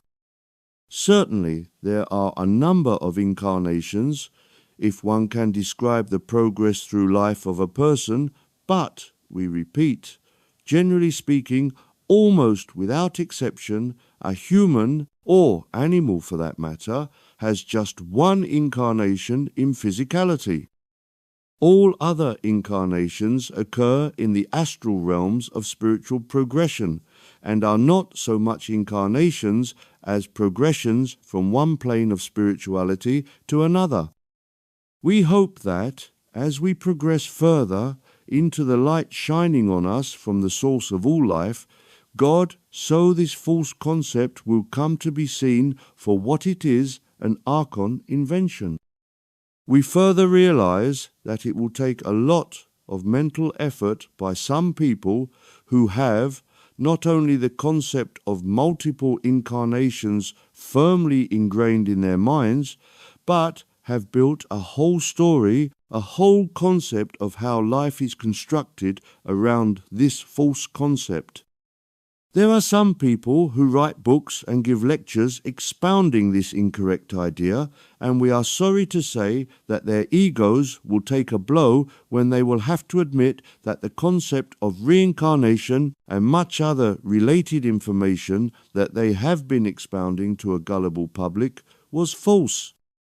One can easily imagine that, even when they realize the truth, having to face the public and admit their error would be devastating to their status as gurus of spiritual wisdom, and so we expect that many will cling to and expound this false idea for a long while into the future, hoping that the public who follow their teachings will never find the truth for themselves. Of course, the truth will out one day, and the inevitable blow to egos will occur.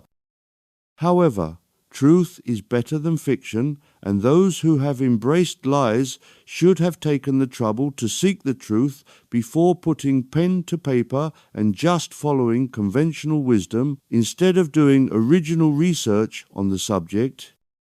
To return to the Oversoul. As was mentioned, the Oversoul, which, we explain again, is not a person but a concept, a consciousness, nevertheless has intelligence. All is one, therefore, all the attributes that humans have, Oversouls also have. Thus, we can compare an Oversoul to a loving parent, always keeping a parental eye on its offspring. It must be said that most people incarnate have never heard about Oversouls, and thus have no idea that there is always a strong bond between themselves and their Oversoul. This is unfortunate and will change. Once again, it is to the Archons that we must attribute this secrecy concerning one's Oversoul. In order to hide the spiritual aspect of humanity from people, naturally it was in their interests to keep knowledge about this parental guidance from the public. This will obviously change as we move into the bright future, and people will learn to contact their Oversoul for guidance. The Oversoul is not higher self, as was mentioned.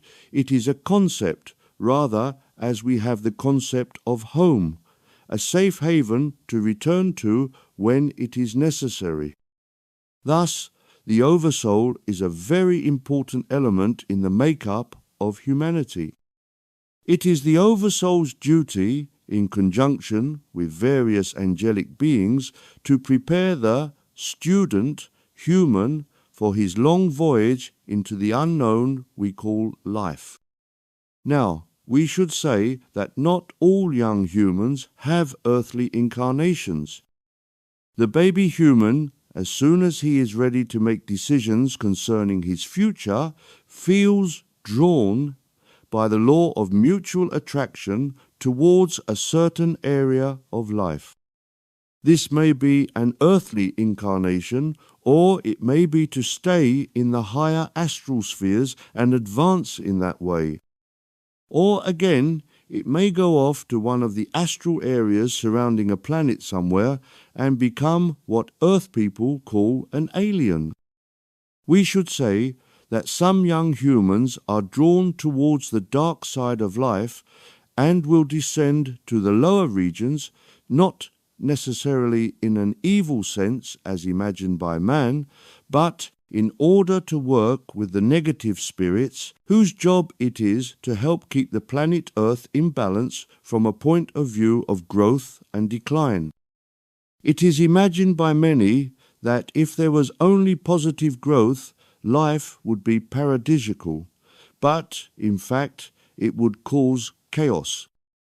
We need balance between growth and decline for order to be maintained, and so these brave souls volunteer to descend to those dark areas to assist the angels of destruction in their duties.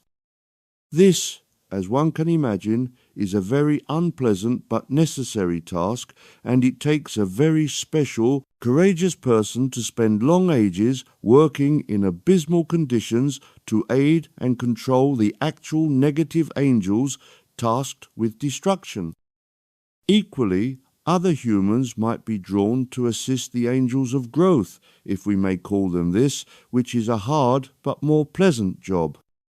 So, the student of esoteric matters can see that there are a large number of areas that a young human might be drawn to, only one of which involves an earthly incarnation.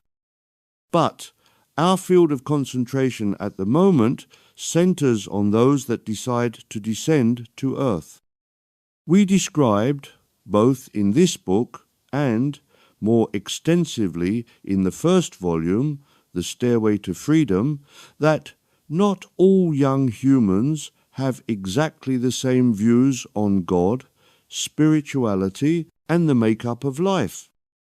Just as people on earth find mathematics or foreign languages easy or difficult to assimilate, so young spirits in the care of an oversoul find themselves more or less attracted to the spiritual concepts. Once the oversoul, in conjunction with angelic help, locate a person who cannot accept the education given to him concerning God, etc., no one tries to force him, but he will be offered the opportunity of going to earth, which is the plane of existence where the people of earth have either a twisted view of spirituality or reject the notion of God altogether. This, as we now know, is the result of Archon intervention, a sad but necessary event in the pendulum swing of life, and so, for long ages, a certain section of young humanity was attracted to earth. We break off once again to say that the aforementioned pendulum swing has been for some time moving into the light areas, and that light has been shining in the higher astral planes for quite a long while, illuminating every aspect of the higher planes, and thus, as a consequence, it has become normal for more and more young spirits to become spiritually awake. This has resulted in a lesser number of young humans coming to earth in total denial of God and more volunteering to come to earth to assist with the awakening process for those already incarnate who have themselves their spiritual awareness firmly in place. Now, this change in optics has only just started as we progress more and more into the light, so we will have a decrease in the numbers of young people who leave their oversoul in denial of God, and more who will choose to incarnate on earth fully equipped to help push all humanity incarnate forward more quickly. It has to be said that the evil ones, under the control of the Archons, are also fully aware of this change and are doing all that they can to limit the effectiveness of these young souls using injections and drugs of various kinds to damage the fragile physical bodies of these brave young souls. The body may be damaged, and communication between the spiritual aspects and the physical aspects impaired, but the evil ones cannot damage the spiritual aspects. Unfortunately, the only way these young humans have of transmitting their wisdom is through telepathy. As very few people incarnate have bothered to learn telepathy, these wise beings are trapped within their damaged bodies and are unable to fulfill the function that they incarnated to do. It is hoped that, soon, a solution to this problem will be found, and the world will be flooded with spiritual wisdom, but first, the power of the evil ones will need to be diminished, which brings us back again to the spiritual change that will assist in the removal from influence of evil people still firmly in place in so many domains. Let us now assume that a young human, whatever his level of spiritual awareness, has now left the safety of his oversoul and has taken the plunge towards earth. We have already described the different descending planes of existence that the person in astral form descends to in a previous tome, so we will not repeat it here, except to say that the person gradually descends to the point where he can be born on earth into his chosen family and future. The student of the mysteries of life will need first to read and comprehend the information contained in the first book, The Stairway to Freedom, or much of what we talk about will not be understood. So, we will assume that a baby is born and gradually grows to become a young adult. We will stop this chapter here, which dealt mainly with the birth in the spiritual realms of an embryo spirit, and its growth in the care of its oversoul to the point that it was ready to take its next step into life. In the next chapter, we will attempt to describe what an incarnation is and its purpose so that the student can better comprehend the way his life is unfolding. Chapter 8. The Hard Life. This chapter, which will describe an earthly incarnation with all its trials and tribulations, is, in a way, a continuation of the previous one, as the descent into physicality and the experiences, whilst in physicality, are part of the same long process from leaving the safety of the oversoul to the moment of release from physicality and the return home.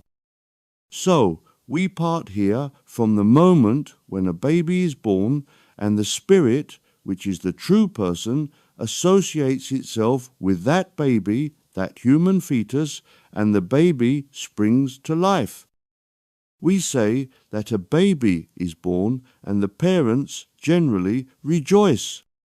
It must be said that for long ages, while the pendulum swing was in the negative part of God's kingdom, those who had nurtured that astral spirit for so long were sad, knowing the suffering that their charge would go through as he progressed through life until the moment of his release and return to the heavenly spheres. So, we have the parents of a newborn babe rejoicing, but we have its spiritual parents sad.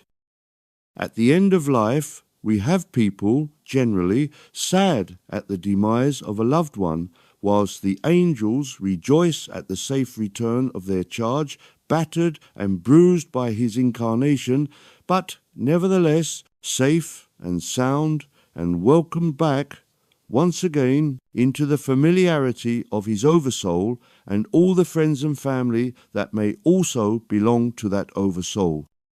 Then the angels, who have closely watched over the spirit during its earthly incarnation, sing for joy at the safe return home of their charge. Events that can occur when a person returns home will be discussed in a later chapter, but for the moment we are concerned with the earthly incarnation, its purpose and its objective. So, we have a newborn babe born into its chosen family with its chosen sex orientation, born into the country of its choice, the language of that country and the family's social standing, rich or poor, highly educated or ignorant of such knowledge. All this was carefully chosen by the Spirit in conjunction with guides and angels long before the baby was thought of, when it was just a twinkle in the parent's eye, as the saying goes, because it is at this point that decisions are being taken by the angels as to who will be incarnate in that family. And so we have a baby that is going to be lovingly nurtured, one hopes, by its parents. This is not always the case, of course, but this would already have been known to the incarnating spirit, who purposely chose to be born to gain experience, unpleasant as it will be, to further the knowledge fed via his oversoul into the God force.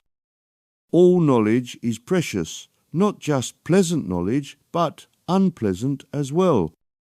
Now, we break off completely in our description of incarnation, which incidentally means in the flesh, to question why a human is born with the form that he has. After all, the incarnating spirit is pure light, so it might seem logical that the human form would follow that shape, and a baby born as a round ball, a sphere, like its incarnating spirit. It will be quickly realized that such a shape would be ridiculous.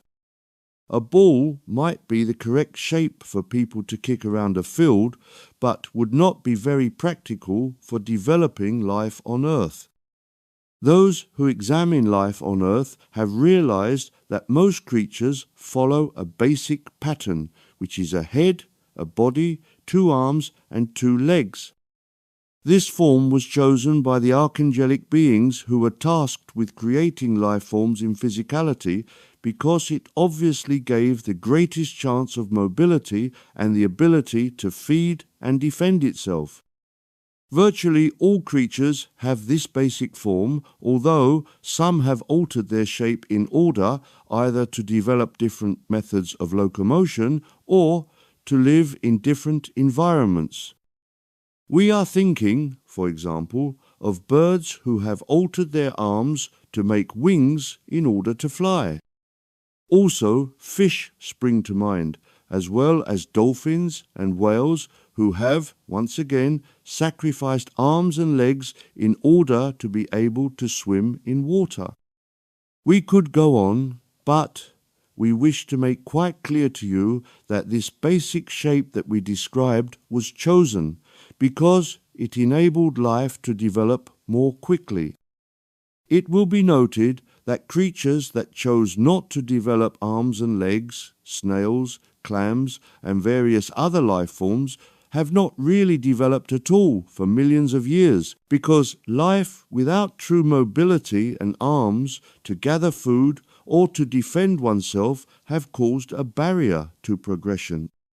We wish the readers of this book also to accept that when alien life creates robotic life forms to visit Earth, almost invariably they choose some form of this basic pattern previously described, as they have noticed that it gives their created life forms the greatest chance to operate on Earth and occasionally to pass unnoticed by real humans on Earth.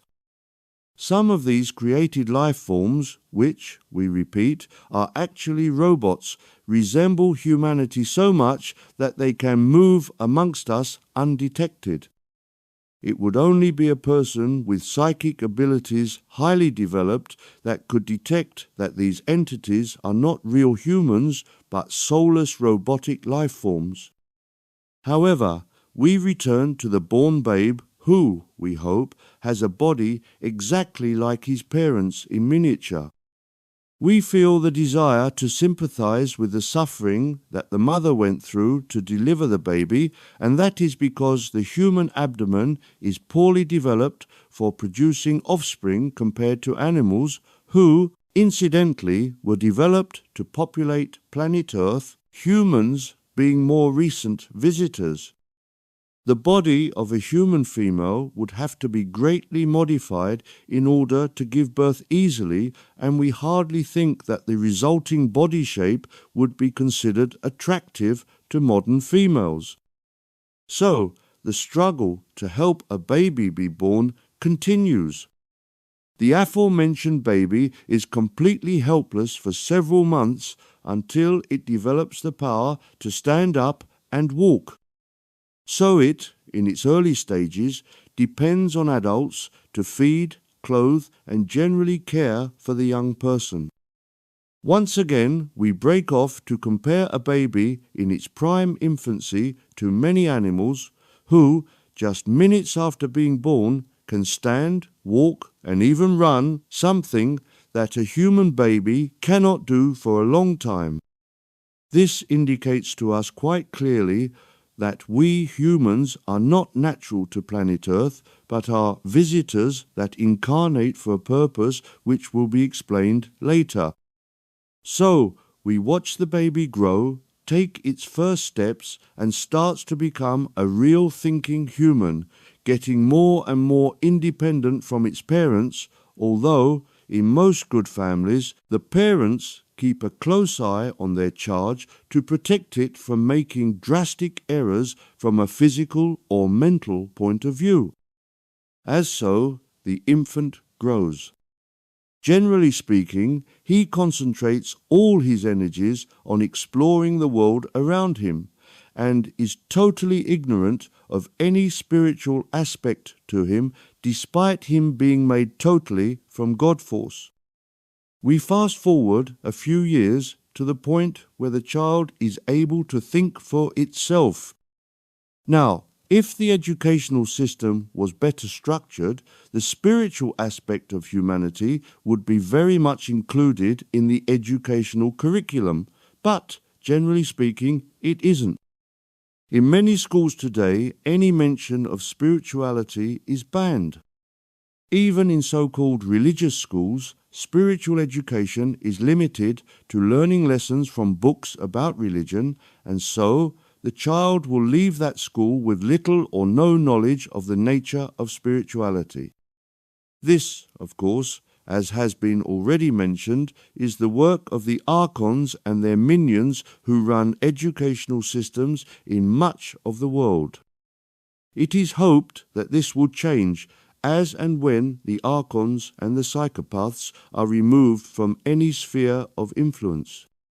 But at the moment we must accept life as it is with all its faults, and it is our task to produce information that will provide some level of education to seekers after truth. So the child grows following a curriculum of education strictly controlled by evil forces that ensure that when that child leaves school, he might have some degree, if extremely limited, of knowledge of basic education, but that curriculum has totally ignored any mention of spirituality as opposed to religion. It will be noticed by older generations that even the knowledge imparted concerning basic skill patterns, reading, writing, maths, geography, and so on, is extremely limited compared with education implanted in the minds of the young years ago, and so many leave school with no real ability to communicate by the written or spoken word, no ability or very little to calculate, and virtually no knowledge of geography of the world. The excuse given is that in a modern world, where computer devices can do so much for us, there is no need to learn basic skills. A moment's thought should indicate that this is a blatant attempt by the evil ones to stifle the brain's ability to think, because the brain is a tool that can expand or contract, not physically, but intellectually, according to how much use one makes of it. One can compare the brain to a muscle which, through exercise, can grow stronger and can serve the body more effectively, whereas if use is not made of those same muscles, they atrophy and are unable to be used by the person in an effective manner. The brain is much the same. Intellectual stimulus causes it to grow stronger, and lack of stimulus causes it to diminish. Learning to operate a computer is an important part of modern life, but in no way can it replace studying and manipulating language or mathematics. One wonders if the day will ever come when there will be no one left to create the language or mathematical programs. Then, if that sad day should ever occur, there would be nothing left to appear on the computer screen. We should, perhaps, reveal that this scenario has already been considered by the evil ones, and they are developing artificial intelligence to take over when and if the human brain should stop. However, we fully expect this unhappy event will never be brought to fruition because of the timely move of the galaxy into the light of God, which will chase the evil ones and their horrible plans from ever becoming reality. We expect that the more traditional forms of education will return, and we will have a happy blend of fully active brains working alongside artificial intelligence, the computers reducing the chores of communication and calculation, but nevertheless, children being taught to think and communicate fully as was intended by God when He created life. In the meantime, all over the world we have generations of people unable to think for themselves and are thus easy to manipulate by the evil ones. Let us now move on to the moment when the young person leaves school. But Instead of being armed to assume his place and his role in adult environment, is really only able to do manual labor or join the countless unemployed masses. All this was planned long ago. We have intelligent young men and women totally incapable of assuming any real role in society and forced to accept low-paid employment if they can find a place, or forced to spend long years barely surviving on unemployment handouts. Unemployment is not a natural way for humans to live. We should all be in a position to contribute to society instead of taking from it. Also, there is an old but true expression, the devil finds work for idle hands. This, once again, is the plan of the evil ones who provide drugs in unlimited quantities to further cause atrophy of what little brain is left for many. Then, the entertainment media provides endless violence in the form of news and films, once again carefully planned so that people grow considering that violence is a normal part of life. So, people pass their time in a confused state, unable to understand why they are here on earth and what purpose life holds. This lack of information concerning the function of humanity and its relation to God and to all of God's creation is, as has been already explained, deliberately planned and carefully put into operation.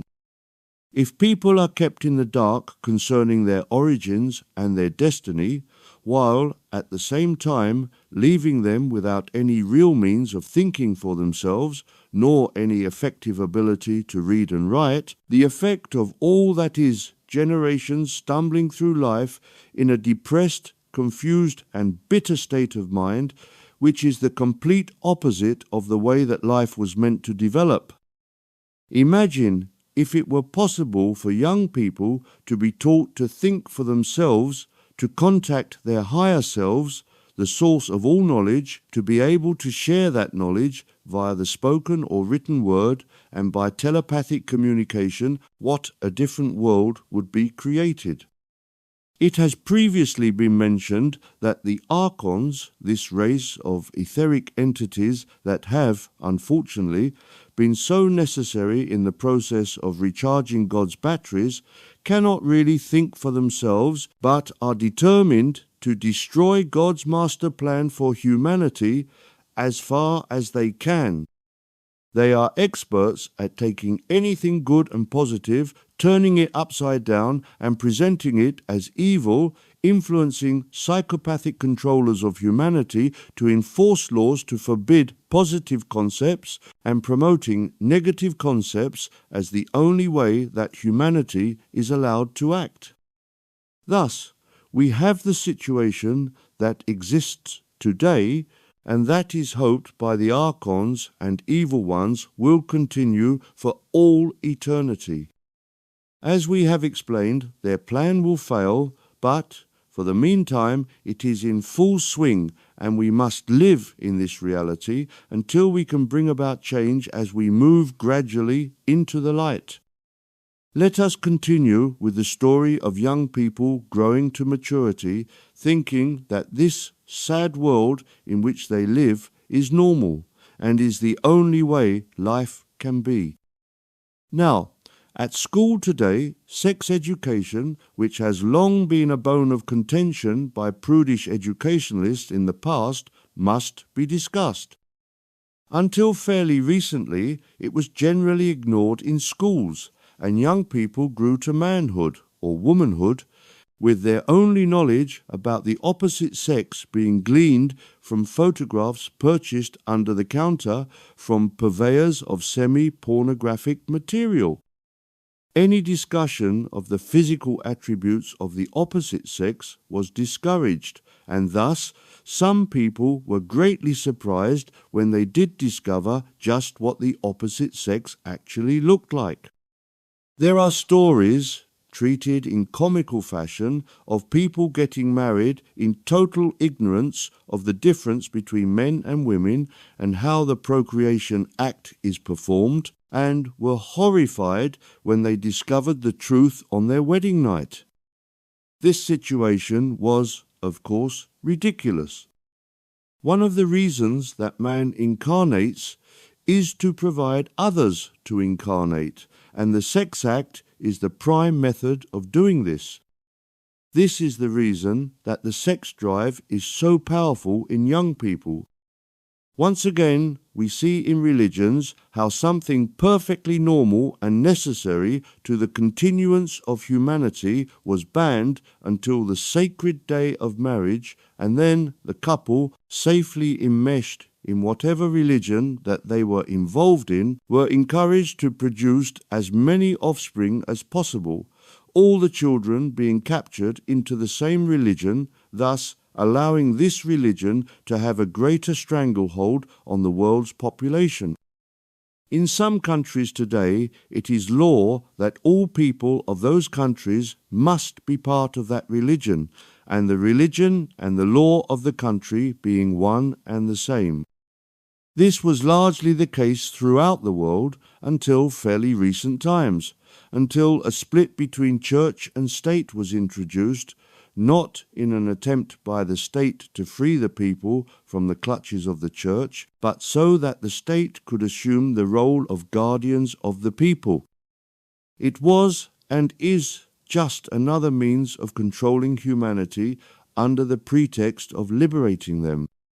So, once again, we were in a situation where the young were kept in the dark about such a simple and necessary process, the sex act. Eventually, in some countries, it was decided that sex education should be introduced.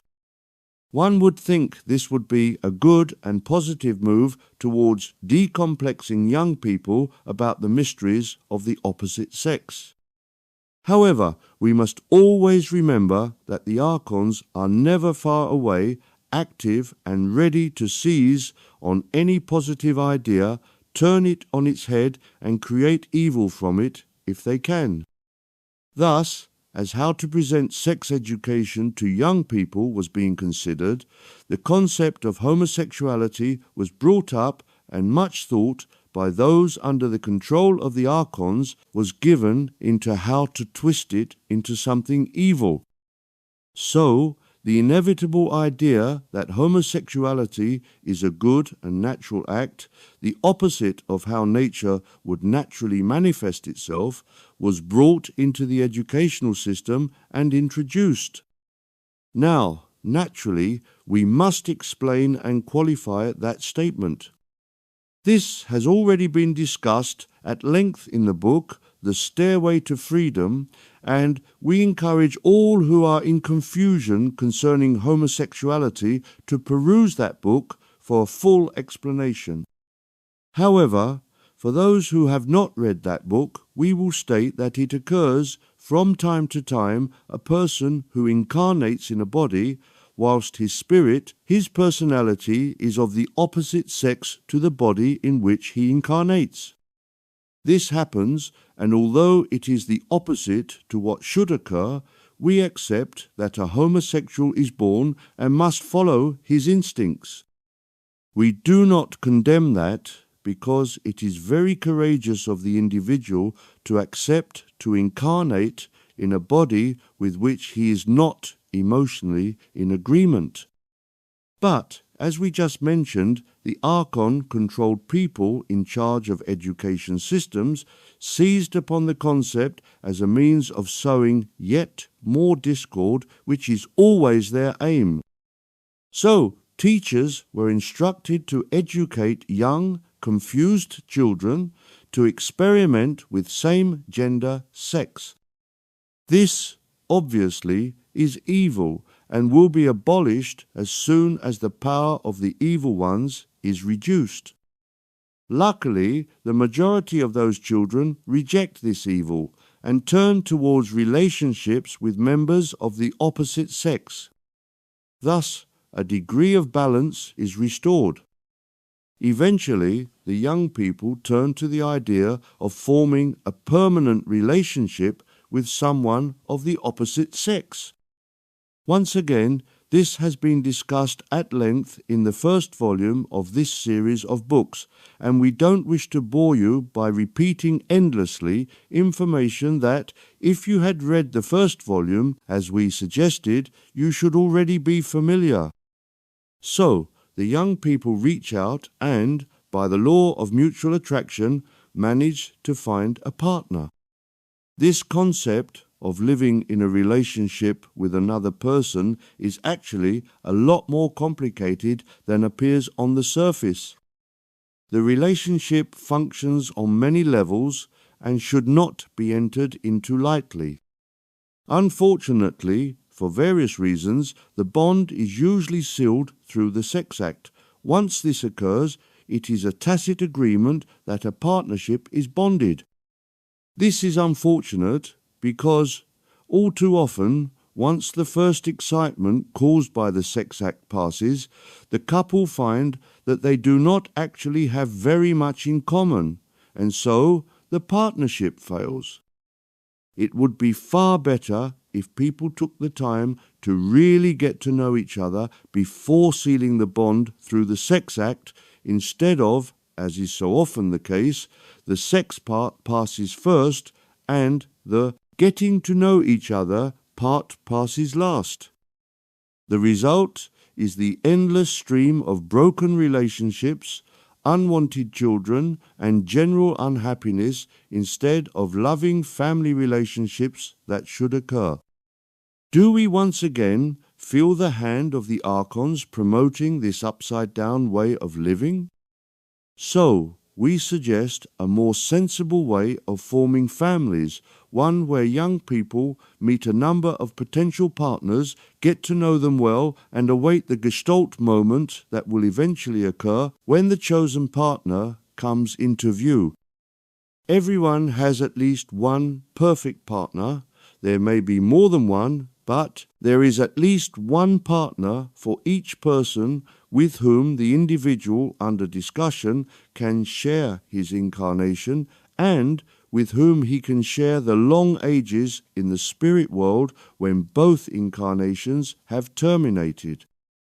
Then will love last throughout the lives of the couple, and then will children be raised in a loving relationship, and broken marriages, with all the stress, trauma, and unhappiness that the ending of a relationship entails, become a thing of the past instead of practically the norm as it is at the moment. The archons gain great power through the unhappiness caused by having chosen the wrong partner, and we should all do what we can to lessen their stranglehold on us instead of feeding them, as is the case now.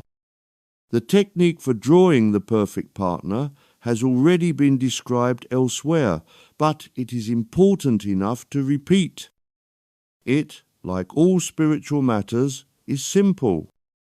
One sits on one's own in a room with any doors and windows shut. One quite simply asks God to send the perfect partner, and then one thanks God that the message is being sent on the wings of angels to the person. Then, also, by the law of mutual attraction, those two people will eventually meet. Patience and discernment will be required, as the perfect partner may live far away, but rest assured that the couple will meet. Both will feel the gestalt formed when that magic event occurs. This gestalt is the result of the birth of love, not passion, not desire, but love. This feeling of love will instantly fill the hearts of both people and will create a feeling of joy. This gestalt is unmistakable, and all people desiring to meet their perfect partner should wait with faith and expectancy that glorious moment.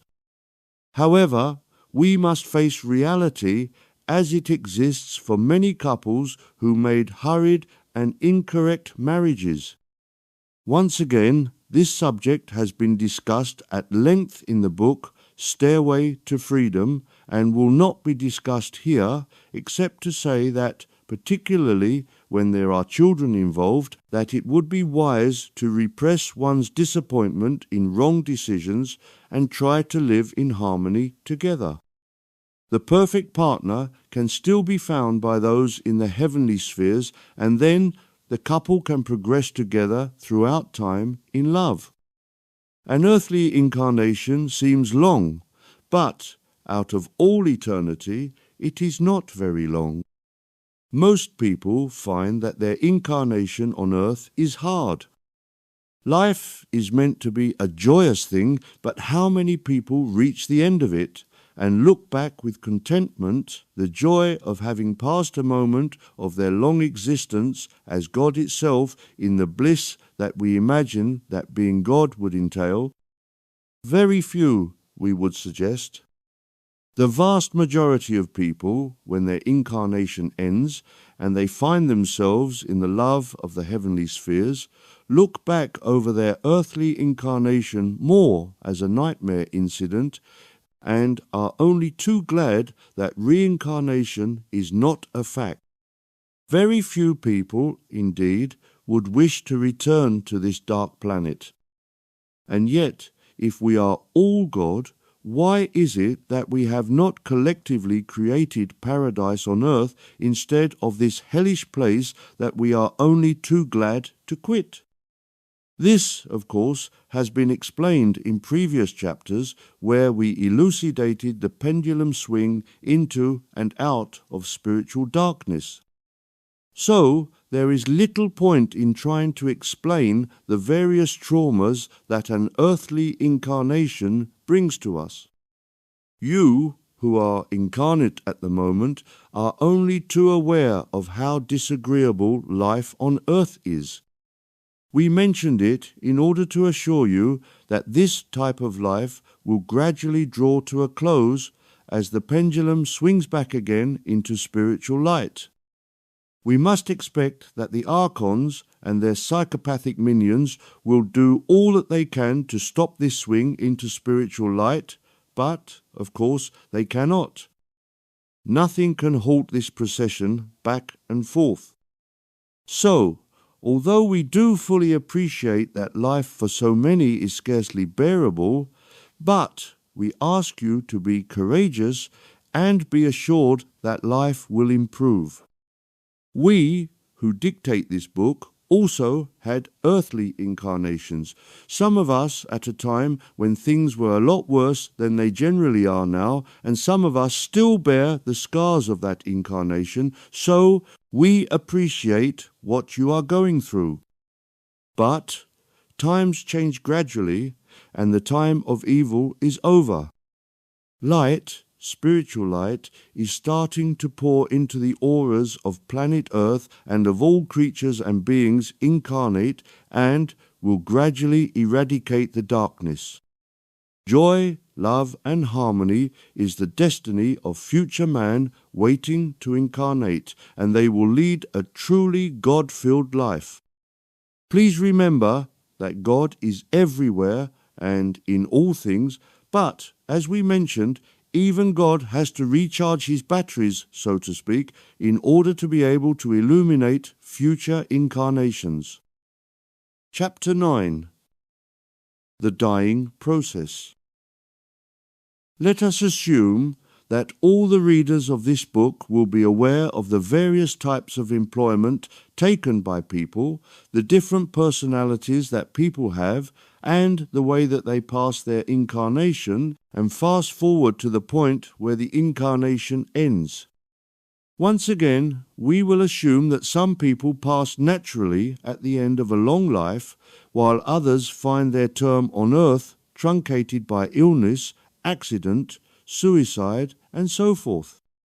No matter what the cause and what the duration of that life, in one way or another, most people will go to what are termed the heavenly spheres, although, as we have mentioned in various talks, there are no domains, but only levels of consciousness. However, To avoid confusion, we will refer to heaven as a domain, a vast and many-layered area that all souls go to at the end of their incarnation on earth. Before proceeding with details of how the transition from one plane to another occurs, we should point out that planet Earth and all the so-called physical galaxy fits into the description concerning the fact that it all only exists as a figment of our imagination. All that may be observed is not real as people imagine it to be, and exists by what is referred to as collective consciousness, otherwise known as cosmic consciousness, the id. A better term would be cosmic illusion, but as people reading this book can attest to, it appears real and solid. In a similar fashion, the various levels of heaven appear just as real as the world in which you currently live in does. Illusion can be very persuasive.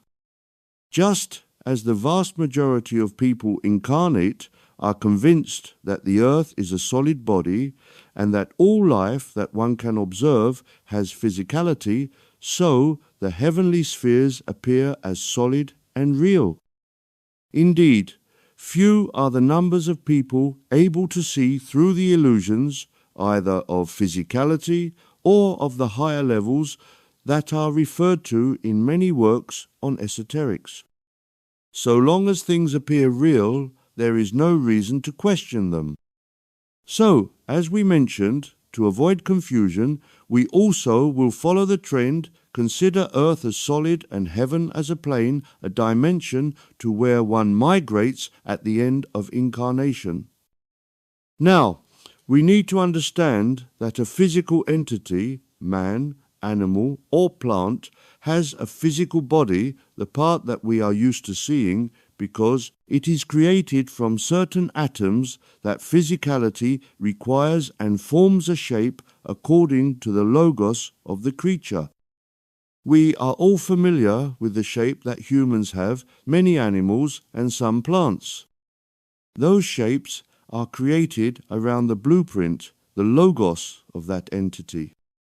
However, the logos is not a physical force, it is an invisible spiritual force, and yet it can influence so-called reality to create that which is observed by people and animals, physicality.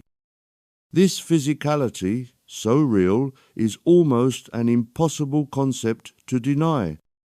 What we see, what we feel, what we experience cannot be an illusion, even if people like us who live in another dimension say that it is unreal. Can this problem be solved? We search for truth, not illusion, as we need to try to resolve this apparent dichotomy. Either physical life is as we experience it, or it is not. Let us try to give some sort of explanation that, we hope, will enable some people at least to comprehend. The God Force has created a number of bands of different frequencies, as we have previously explained. Each frequency or carrier wave is a basic structure, invisible of course, that enables life in its various configurations to exist. We have previously compared these frequencies to the carrier waves that supply you with television or radio programs. You change the carrier wave and you change the program. This is an excellent way of explaining the various dimensions that exist, sometimes referred to as auras. However, there is one major flaw in this analogy. Television and radio channels bring us illusion. Even if the original information captured on cameras or on a microphone was of real events, that which is broadcast to us is a sort of copy of the original event.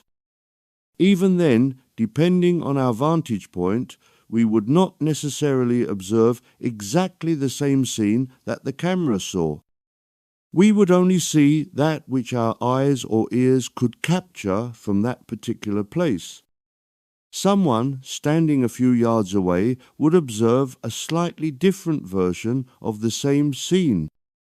This would go on as people more and more remote from you watched the same scene but got different impressions than your version.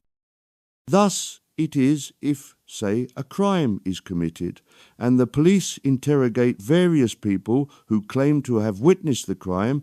They give slightly or startlingly different versions of what happened. Then, of course, we have the vagueness of memory. People describe the same person as wearing a black coat, a green coat, a red coat, of having blonde hair, brown hair, black hair, and so on. The point we are trying to make is that no two people have exactly the same concept of an event. This being so, how can we be sure of what physicality is? Now, if we carry this thought on, we ask ourselves, what is the truth about life? We accept that some people are male, some female, some with white skin, others with black, brown, yellow, and so on. Some people live in big houses, some in small. We could go on endlessly describing the differences between any two people and any two situations, and yet we all say that we live in a physical world. A moment's thought will show that there is a problem. How can physicality be real if no two people experience the same thing? So, we need to search deeper to reveal just what physicality is. Clearly, it cannot be as solid as we imagine, or we would all have some degree of common acceptance, some common denominator that would give us a basis for comprehension. So, where does the idea of solidity, of physicality, come from? This is where this great illusion concept is born. The archangelic beings that helped construct physicality, the directors of life, needed to find a method of persuading us that planet Earth is solid and all life that is on it has solidity also. So they implanted in our minds a concept that is difficult to describe and difficult to comprehend. They created in our collective logos not only that we are alive and that we are God, but also the concept that for the duration of an incarnation, the conviction that we are physical. This is a very weak reply to the question, so we will try to expand. The directors of life put, in association with our logos, a concept that we could identify with the carrier wave that corresponds to physicality. This concept allows us, from the moment of our incarnation until its termination, a belief that what we see and experience is real in terms of physicality. The closest that we can get to explaining it is to ask you to imagine that you are watching a performance on television, but that you are not merely an observer, but that you are actually one of the performers, that you are taking part in the program being revealed on the screen. We have mentioned this before in other talks on the subject of reality, but we have mentioned it again in an attempt to enable you to realize that physical reality is but an illusion. However, you have no option but to accept this illusion as it is put into association with your logos, and thus is as important to you as the fact that you are alive and are God. Thus, people incarnate have little or no choice but to accept that physicality is real, at least for the duration of their incarnation, and then we can move on to other forms of apparent physicality, but in astral form, with different rules to the game. We will say, as a last part of this explanation, that it is possible to break through this illusion mentally and see life as an illusion, but even then that very advanced person would still be bound by the fact that whilst in physicality he is bound, to a certain extent, by the rules of physicality. That part of his logos that ties him to physicality cannot be broken until his incarnation ends. Thus, all humans and all life on planet Earth have this lock that binds him to physicality. To return to what we were discussing previously, the move from physicality to astral at the end of our incarnation is possible because the lock mentioned above opens and frees us from being tied to physicality. Once this happens, the person that is you is freed from the shackles of physicality, and the person can move away from physicality and into the astral realms permanently. Some people, through meditation, are able to move into their astral form for a while, but are compelled always to return to the physical world. This chain that binds us to physicality is seen by some mystics as a silver cord. It is the tie that binds us to our physical body during our incarnation. Other people watching a dying person say that they see the light leave the eyes of that person at the moment of their demise. Once again, this is the animating spirit, the real person, leaving the body when the tie is broken. Either way, the fact of the matter is that once the cord is broken, once the lock is opened, the spirit of that person leaves its connection with its physical body and is liberated. Before going on, let us spend a few moments in examining who you are, so that we may better understand which parts of you are freed and which parts remain with this corpse. Now, we can't tell you every part of your spiritual body because it is far too complicated and complex for most people to understand, and although we wish to be open and honest with you, there is no point in confusing you. Indeed, there are many people who have spent long years in the heavenly realms who are still not advanced enough to understand what constitutes a human. We are all familiar with a physical body that, by some miraculous means, has a heart that beats without us needing to pump it, except by those who have what is called an artificial heart, causing blood to circulate around the body and through the brain, the blood absorbing nutrients and particularly oxygen via the lungs that, in some way that people seldom question, enables the brain to send electrical signals to the various parts of our body to keep it alive. Do people question what force causes the heart to beat, supplying the brain with what it needs to produce electrical signals that cause the heart to beat? This almost equates to the chicken and egg situation that was mentioned a few chapters ago. The difference being that we know what keeps the whole system working. The magic that keeps the system functioning is that which we refer to as the spirit. Whilst this is so, the spirit, which is actually the God force that we have mentioned many times, may well be the motor, as in the motor of an automobile. It is not the whole story by any means. If you are familiar at all with the workings of an automobile, you will realize that to make that mechanical contraption take you anywhere, much more is required. So, the spirit, being the power source of any living object, required many more things to make it function. In the case of a human, there are a large number of invisible spiritual parts that must work together to enable a person to be alive. We have already mentioned some of these: higher self or higher mind, closely associated with physical brain, imagination, will, auras, chakras, and so on. As we said, there are a number of other parts that we cannot, for the moment, describe, because we do not wish to stray from the subject, all of which must work silently in the background in order for the physical body to operate.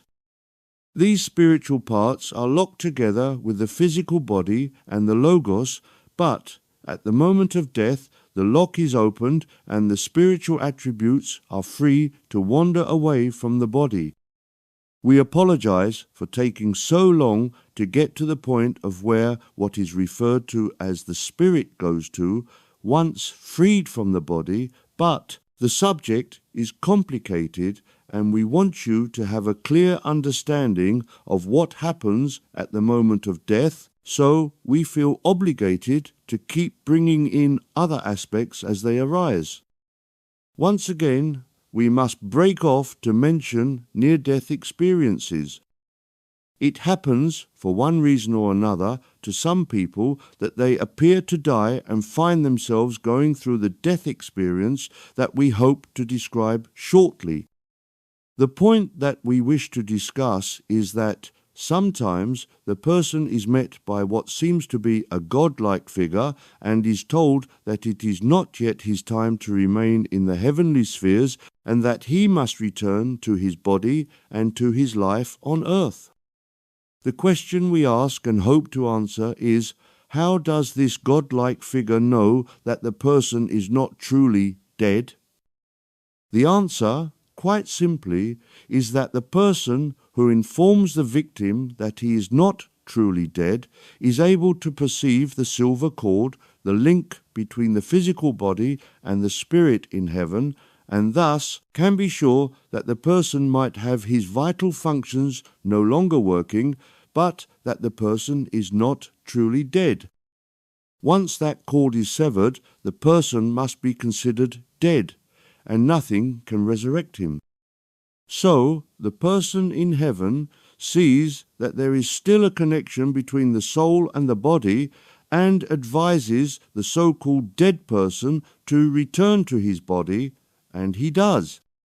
So, at long last, let us examine what happens when we get to the sad or happy moment when this tie to physicality is broken and the spirit is, at last, free to reassume its long journey back to the Godhead.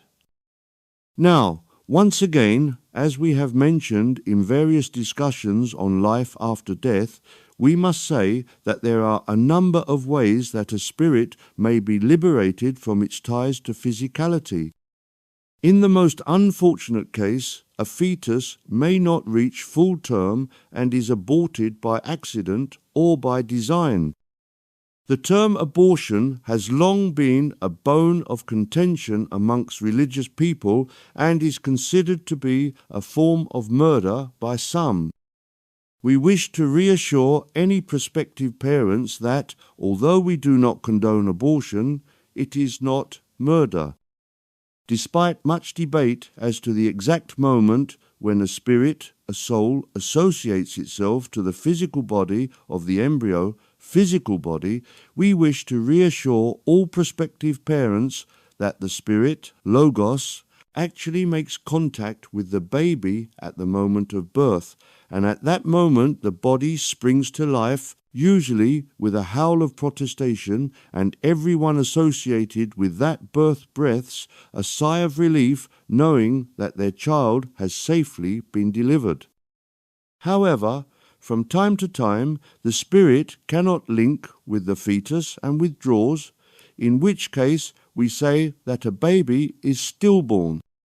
A baby's body, being very fragile, can be subject to a number of accidents which can provoke the necessity for the spirit to withdraw, and then we say that the baby has died.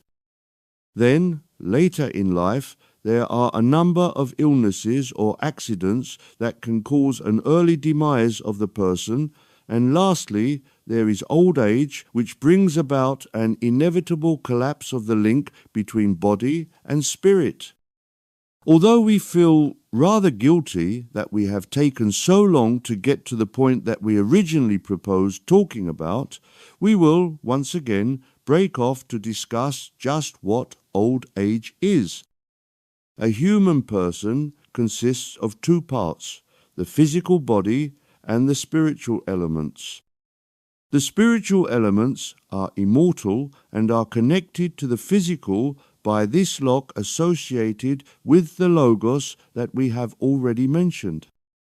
Now, the physical part grows and declines in two stages. Up until the age of almost 50 years of age, the various auras link with us one after another, typically every 7 years. As there are 7 auras, a person is not a complete human until he is approximately 50 years of age. During this first 50 years of his life, he is drawing energy into his physical body from the atoms in the atmosphere and also from the energy that is contained in what is termed dark matter. But all energy must be kept in balance, and so, from that moment onwards, the energy that was drawn into the physical body must be returned to the cosmos. Thus, as one passes the age of 50, the physical body, returning the energy used to create his body during the first part of his incarnation, starts to grow physically weaker, and we start to see signs of old age. The hair on the head turns grey and does not grow so quickly. The body is subject to illness increasingly, and the body exhibits all the signs that are observed in elderly people. This giving back process continues until the person declines to the point where the body can no longer contain the spirit, and the link between the spirit and body breaks, and the spirit is released. We wish you to comprehend that this is a hypothetical example, and, although true in principle, the effects of this giving back of energy show marked variations. No two people are the same, so the speed with which one gives up the ghost varies from person to person, as does one's resistance to illness, depending on that person, his lifestyle, and so on. But we have described why the physical body, sooner or later, becomes unable to contain the spirit, and why a person dies of old age. We would also like to mention that this chase after perpetual youth is pointless. No quantity of rejuvenating creams spread over the body, no face-lifting operations that some people feel compelled to undergo will hold on to youth. The process of the body breaking down is inevitable, and it is futile not to accept it. It would be better that one grows old gracefully, as do animals. There can be beauty in age, just as there is beauty in youth. We would also like to stress the advantage there is in having all of the auras attached, and thus has more chance of making wise decisions instead of the rash, impulsive actions that young people often take. Eventually, whether through accident, illness, or age, the cord snaps and liberates the spirit. Generally speaking, the spirit, the true you, goes to heaven. But there are a number of ways in which this journey to heaven can occur. We will describe first the tunnel of light. What happens in this instance is that within a very short space of time after the lock is opened and the spirit freed, the person finds himself in a long tube of multicolored lights. He finds himself drifting slowly along this tube without having to walk. He moves automatically. He may hear music of some sort. This tunnel, this tube, is actually a portal that opens momentarily to convey the person to the next dimension. This portal is actually an aura connected to a chakra point at the top of the head and actually exists all the time. The person, when incarnate, does not normally see either the chakra nor the aura, but they are there and are part of his makeup, constantly maintaining a link between body and his higher self, higher mind, which is also heaven. So, the spirit, now freed from its physical body, is a being of light and is naturally drawn by the law of mutual attraction towards the light that it sees. This is, of course, the tunnel of light, which is the chakra and aura that will conduct him back to his home, heaven. As he progresses down this tunnel, he will see a light, bright white, the light at the end of the tunnel. When he arrives at this point, he steps into a beautiful world. Most people see this as a never-ending and most beautiful parkland. It is sometimes called Summerland. He will be greeted by a person the likes of which he will never have met before. This person will appear extremely bright and exudes total love. Many people think that this person would be God, Jesus, Buddha, or one of the great saints. It isn't.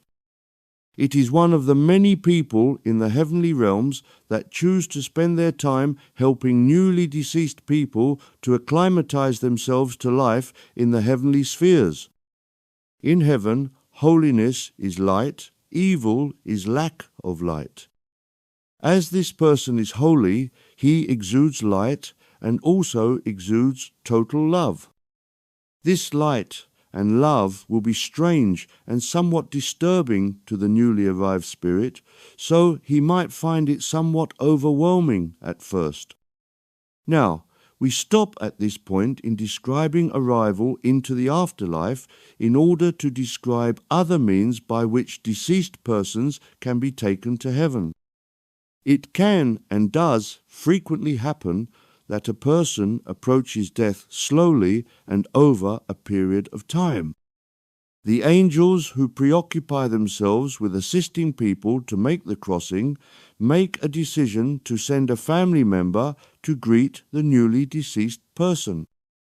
This is to help make the crossing less dramatic. In this case, the family member approaches in the astral realms the dying person, mixes with the auras of that person, and waits patiently for the moment when the chain breaks and the person is released. Then, as the person concerned leaves his body, often feeling completely bemused as to what is happening to him, he is greeted by the person who has come to help him cross over and is taken to the Summerland. One might ask why the tunnel of light does not appear.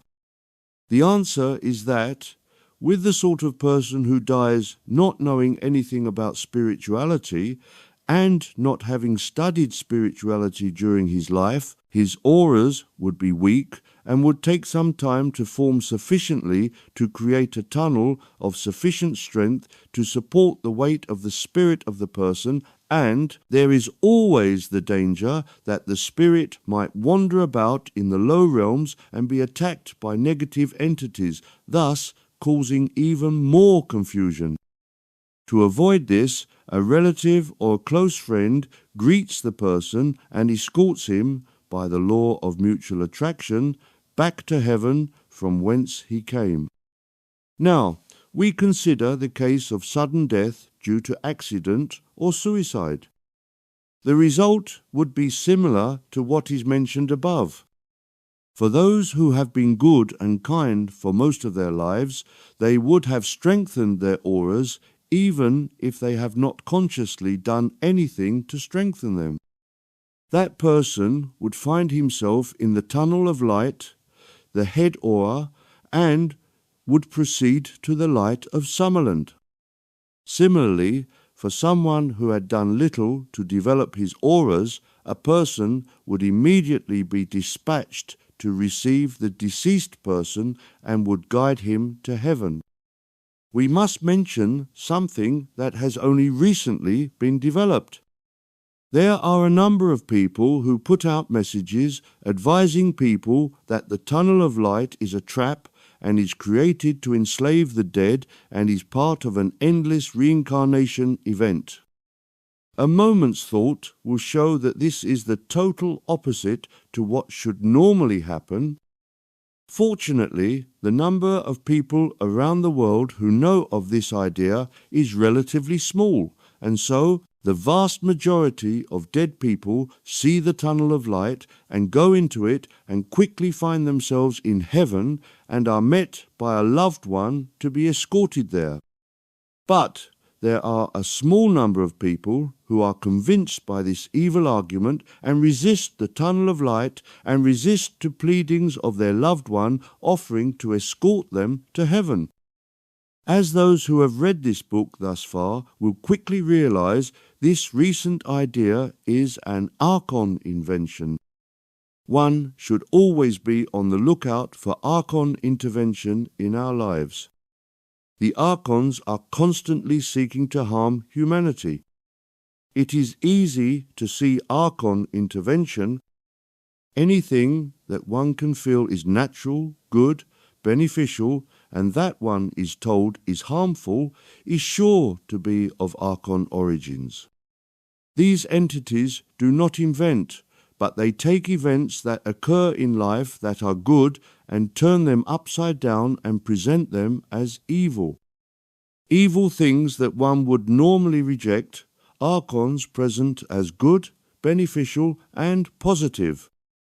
Thus, in the case of proceeding down the beautiful tunnel of light, which would normally be accepted as a pleasurable experience, people are encouraged to reject. As we all have free will, a small number of people, when they die, refuse this tunnel of light, refuse to be guided by a loved one, and so thus find themselves in limbo. Limbo is not a place so much as a state of mind. The person wanders about, close to earth, completely lost and confused. This, once again, creates fear, which is food for Archons. This state of being in limbo can last a short time until the person calls for help and an angel comes and guides him to Summerland, or it can last for long ages in the case of a person who refuses to believe he is dead. He becomes what is known as an earth-bound spirit. These earth-bound spirits are the cause of hauntings, which are quite simply people deceased who refuse to believe that they are dead and thus remain in spirit form in their old homes. Thus, when they see new people coming in to occupy what they consider to be their house, they seek to chase them away. We, who live in the heavenly realms, cannot intervene, as we have no right to interfere with free will, but it saddens us to see people suffering either through ignorance or through the evil actions of others. Once again, we are concerned that the concept that the tunnel of light is a trap might become collective wisdom that most would believe, which is the objective of the Archons and those who work to spread their evil agendas. Thus, we urge all who can to refute this imbecility and encourage all to accept that the tunnel of light is the connection between man and heaven. To round off this chapter on the dying process, we should mention the etheric double. As we have explained, all life has a physical body, 7 auras and 7 chakras. Now, the auras can contain a great deal of power, and, if they were to be directly connected to the human frame, could cause harm. Thus, the chakras, which are the connecting points, are connected to an etheric double. This appears as a grey mist surrounding a person. Its purpose is to act as a transformer, reducing the power of the auras to a level acceptable to the human body. It is not an aura, it is, in a way, part of the physical body, and when a person dies, the etheric double will dissolve back into etheric matter from which it was made. But It can wander about on its own for a while and is sometimes seen in graveyards as a misty white figure wandering near the place where someone was recently buried. It will eventually dissolve and, if seen, should not be the cause of fear, as it is not alive and will not harm anyone. Chapter 10. Into the Light. In the last chapter, we described the dying process and how, once the lock is broken that chains us to our body, we usually go to a light area called by some Summerland. This area appears very bright to most new arrivals for the simple reason that, for the first time since the person left heaven to descend into incarnation, he is able to see clearly the world that surrounds him. Planet Earth is a dark and dismal place for the simple reason that humans are tied to a physical body that is not made to see clearly. The term used to see clearly is a French word, clairvoyance. There is no direct parallel to that word in the English language. Clair means to see clearly, voyance implies looking into the astral world, thus to see clearly into the astral realms. But we would say that if someone had the ability to see planet Earth as she really is, that person would have a totally different experience. Planet Earth, when clearly seen, is a beautiful place, but for many long ages man has been looking with eyes that are partially blindfolded and thus appears dismal. This is the result, not of genetic manipulation by the archons exactly, but by their influence on humanity in their never-ceasing attempts to create a dismal world so that they, the archons, could benefit from the unhappiness created. Fortunately, as we have stated, their domination over humanity is coming to a close, and gradually people will start to see clearly again. The reason that this was mentioned is because when a person's incarnation is finished and he moves to Summerland, he is seeing life as it should be seen on Earth, were it not for the Archon influence. He arrives, usually, in a beautiful park area. Vast expanses of well-kept lawns, miles of flower beds, of lakes, of paths and benches, and the overall effect is staggering for most people. The air is filled with the perfume from the flowers, and gentle music fills the air. It is all an illusion, of course, just as planet Earth is an illusion, but seems just as solid and real as planet Earth does. The person is met, if he exits from the tunnel of light, by a very bright and holy-looking person. This person, as we have already mentioned, is someone who devotes his time to welcoming the new arrivals. Now, we must mention a strange effect. The new arrival will find himself alone for some time with this helper, but a moment's thought should indicate that this is not logical. There must be a number of people of all nationalities, races, skin colours, etc., dying each moment from a variety of causes, and thus one might expect that there would be a number of new arrivals also being greeted by angelic hosts. But no, the new arrival finds himself alone with the person sent to greet him. Where are all the other people arriving in Summerland each moment? We have to understand that heaven works by different rules, different laws than those that apply on earth. If Summerland was on earth, we would, no doubt, see a large number of new arrivals and a large number of people greeting them.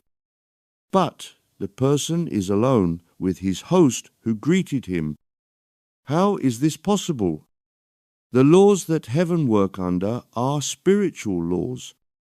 The first is, all is one and one is all. The implication of this law allows us to create our own reality, because we are one, and that one is God. Therefore, each person in heaven is able, through his imagination, to exercise his right to be the sole person in heaven. Obviously, that statement seems ridiculous and will need to be explained, but for the moment, let us accept that the host, the person who comes to greet the newly deceased person, creates with his mind the desire to be alone with the newly deceased person, and so he creates a space where no one else exists, just him and the person stepping forth into the light. Of course, all the other people preparing to greet a newly deceased person does the same, so all who have recently died are alone with his host. The host will appear radiant and shining, the result of his level of spirituality. Love, pure love, radiates from him as he waits patiently for the deceased person to approach him. The host will explain that the person has left earth forever. His cares and worries that had plagued him for all his incarnation are at an end, left behind with his body. He explains many things and will answer any questions that the new arrival might have and reassure him that all is well. This will happen to all people regardless of their lifestyle and cause of death. There is no judgment in heaven. However, another spiritual law is the law of mutual attraction, like attracting like. To use a biblical term, as ye sow, so shall ye reap. This brings us to the life review. At a certain point, when the newly arrived person is ready, he will have his life review. This life review all go through. They see their incarnation, the good and the bad that they did, the mistakes that they made, and the lessons they learned. They will see the people they made happy and the people they hurt. They will feel exactly the emotions of the people with whom they interacted, the joy they spread, and the unhappiness they caused. This life review is a chance for the deceased person to step back from his life on earth, see what his life plan was, and to see how far he followed it. This life review is important because in heaven we have no secrets. What we did while we were incarnate, we can hide from others, but not in heaven. Spiritual progress must be based on honesty and openness, and so the life review gives us the chance to appraise our level of spirituality. From that review, a process starts that automatically draws us via the law of mutual attraction to the level of heaven commensurate with our level of spirituality. So, we suddenly find that this period of isolation with the host person changes, and we find ourselves in the level of heaven that matches our spiritual level. We find ourselves in the company of like-minded people who welcome us into their midst.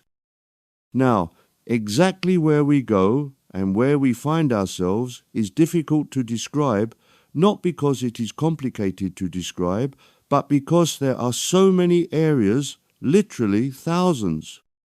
Just imagine here on earth the countless points of views. It would be an endless task.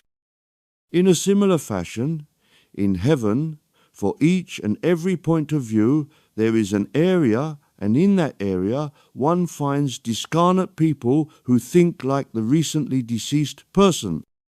The advantage of this is that it avoids conflict. If everyone that you see share the same opinion on all matters, there cannot be conflict and discussion. Further, each group lives in his own isolated bubble of created reality, so no one from an outside thought area could wander in. However, from the point of view of us wandering about, observing the different groups, let us assume that we could enter these different bubbles of created reality and observe the groups living there.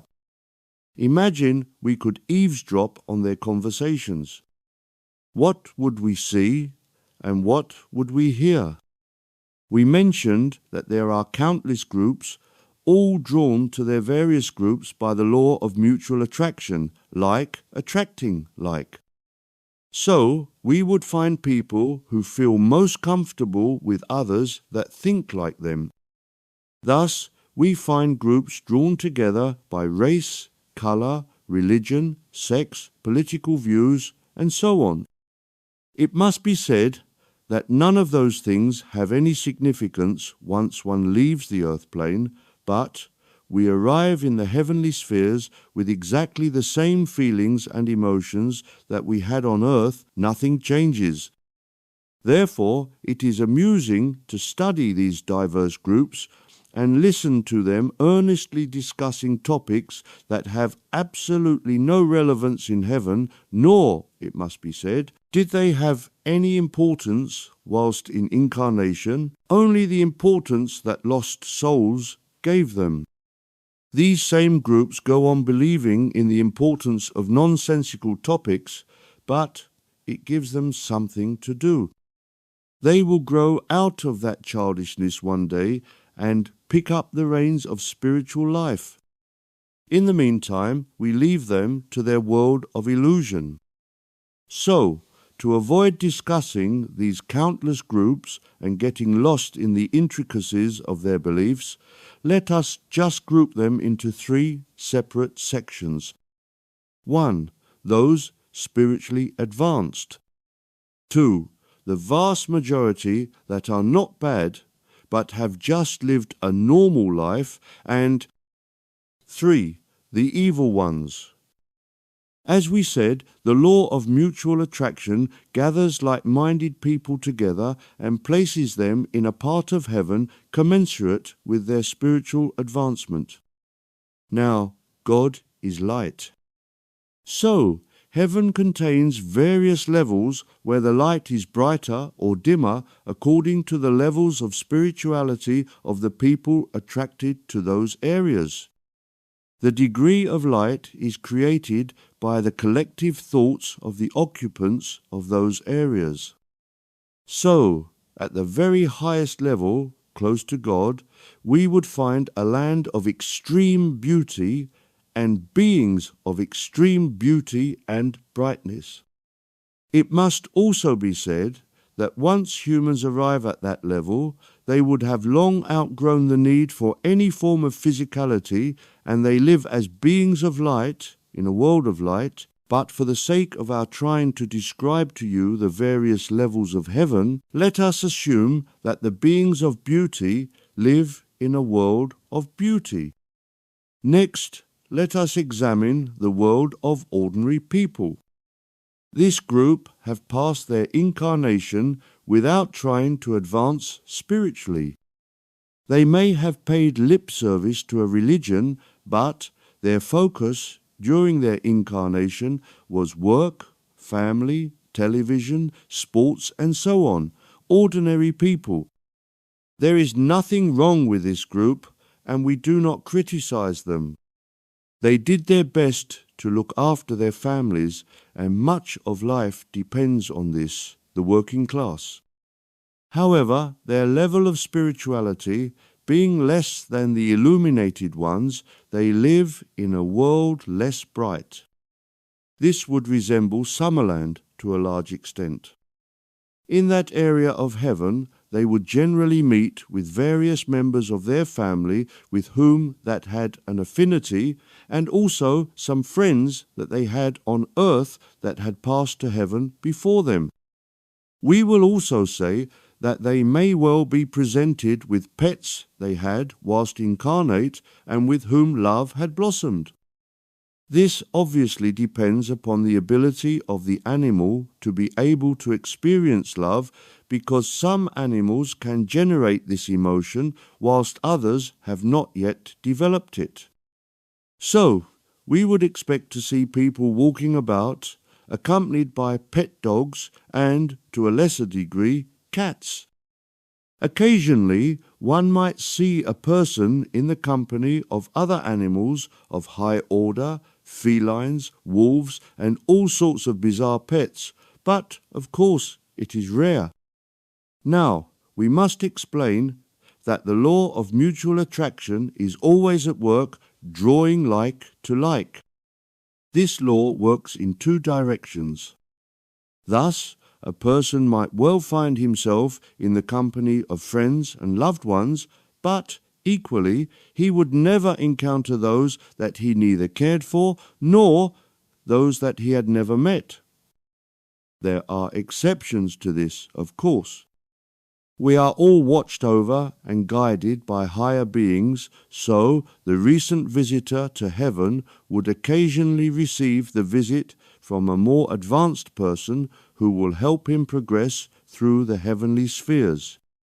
We have described much of the Summerland area in the previous volume, The Stairway to Freedom, so we do not propose to cover much about it here.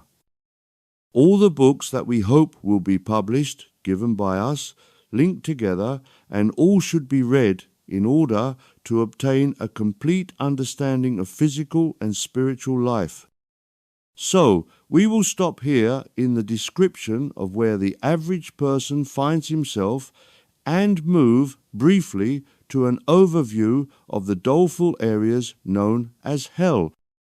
Once again, we have covered extensively that area in the above-mentioned volume and refer the student to that work.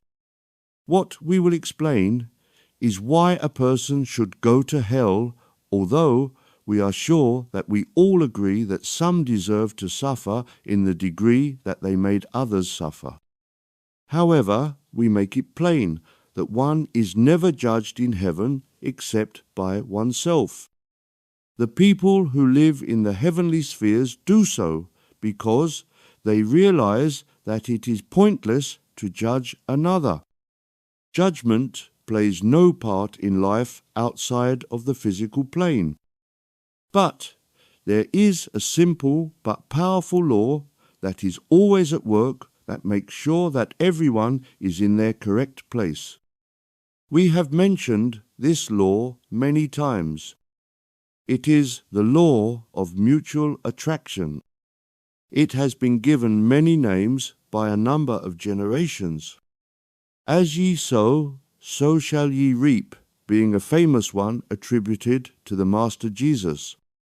What it means is that everyone, during his incarnation, decides to act in a certain fashion, thus is his personality moulded. When that person's incarnation is over, he will automatically be drawn by the law of mutual attraction to that area of the afterlife commensurate with his personality. The Life Review explains to the person why he might find himself in a high or low area of heaven. Thus, he cannot complain that he has been unfairly judged. He understands that his actions during his earthly incarnation draw him to the level that he finds himself. We have to say that some people find it easy to repent their actions, while others, filled with righteous indignation, think themselves hard done by and thus remain in the dismal spheres for long ages, refusing to repent what they saw as a law-filled life. In this group, we often find judges and other law officers, religious leaders of many denominations, and others who considered it their right and duty to judge, control, and punish others. This is the way that the law of mutual attraction works, bringing happiness to love-filled people and bringing misery to hate-filled people. But the good news is, even the most egocentric people usually realize that hate is pointless, and so, sooner or later, they repent and can then be assisted towards the light-filled areas. We wish, at this point to make a statement that may shock many people who are convinced that heaven and hell are factual places to which one gravitates. In a way, they are right, because either when one's incarnation ends, we are drawn to light or dark areas that appear just as real as Earth appears to those incarnate, but those areas are illusion. We have already mentioned that planet Earth and the incarnation experience is illusion. In a likewise manner, heaven and hell are illusionary planes created by cosmic consciousness. What actually happens is, at the end of an incarnation, a person is drawn to a level of consciousness commensurate with that person's level of spirituality. So, all the various levels of heaven and hell that exist are actually just levels of spiritual awareness. However, to realize this at the level that most people are at does not make much difference. Just as it makes little difference to realize that incarnation is an illusion, because we are all still tied to it by the silver cord whilst incarnate, to realize that the afterlife is an illusion makes no difference. The experience seems totally real and has to be experienced. We mention that the planes of heaven and hell are part of the great illusion because we are obliged to talk about it whilst we are explaining the reality of life, but we all experience the heavenly and hellish planes as reality for long ages until we have developed sufficiently to be able to see through the illusion. Chapter 11. The Way Through the Light. In previous chapters, we mentioned the path that the spirit takes once it is freed from the physical body. In this chapter, we will describe the path that is taken through the heavenly spheres as one settles into the spiritual life in the heavenly dimensions. We have intimated that what is termed heaven is a series of illusions, but as one progresses through these areas, they appear real, just as an earthly incarnation appears real. We already gave an overview of Summerland and a brief glimpse into heaven and hell. However, these areas that we looked at presumed that the people who stay in Summerland or hell are those who are not far removed, spiritually, from those that have recently finished an incarnation on earth and thus have only a limited spiritual development. We intend to investigate the higher areas of the spiritual planes, talk about what they look like, as far as it is possible to describe them, and talk about the beings that live there. So, when someone is ready to advance beyond the beautiful and peaceful Summerland, he starts to feel the desire to progress. It must be said that a normally good person can reside in Summerland as long as he desires, and some remain permanently in that area as it satisfies the yearnings of their soul, but many eventually start to feel the desire to progress. So unconsciously, they reach out with their thoughts, and their thoughts are picked up by angelic beings charged with helping and monitoring the progress of people in all the various planes of both heaven and hell. This, when they understand the desire of someone to progress, causes great delight to these angelic beings, as they know another soul is on the path to perfection.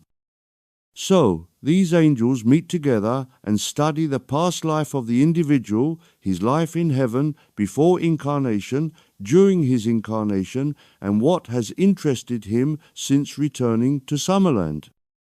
It must be noted that, upon the return of someone to Summerland, the individual is largely left to his own devices, allowing him to acclimatize, then either doing nothing but enjoying the peace and beauty of that place, Others are naturally drawn to investigate the mysteries of life, as we have tried to present to you in our various talks and the questions that we have answered.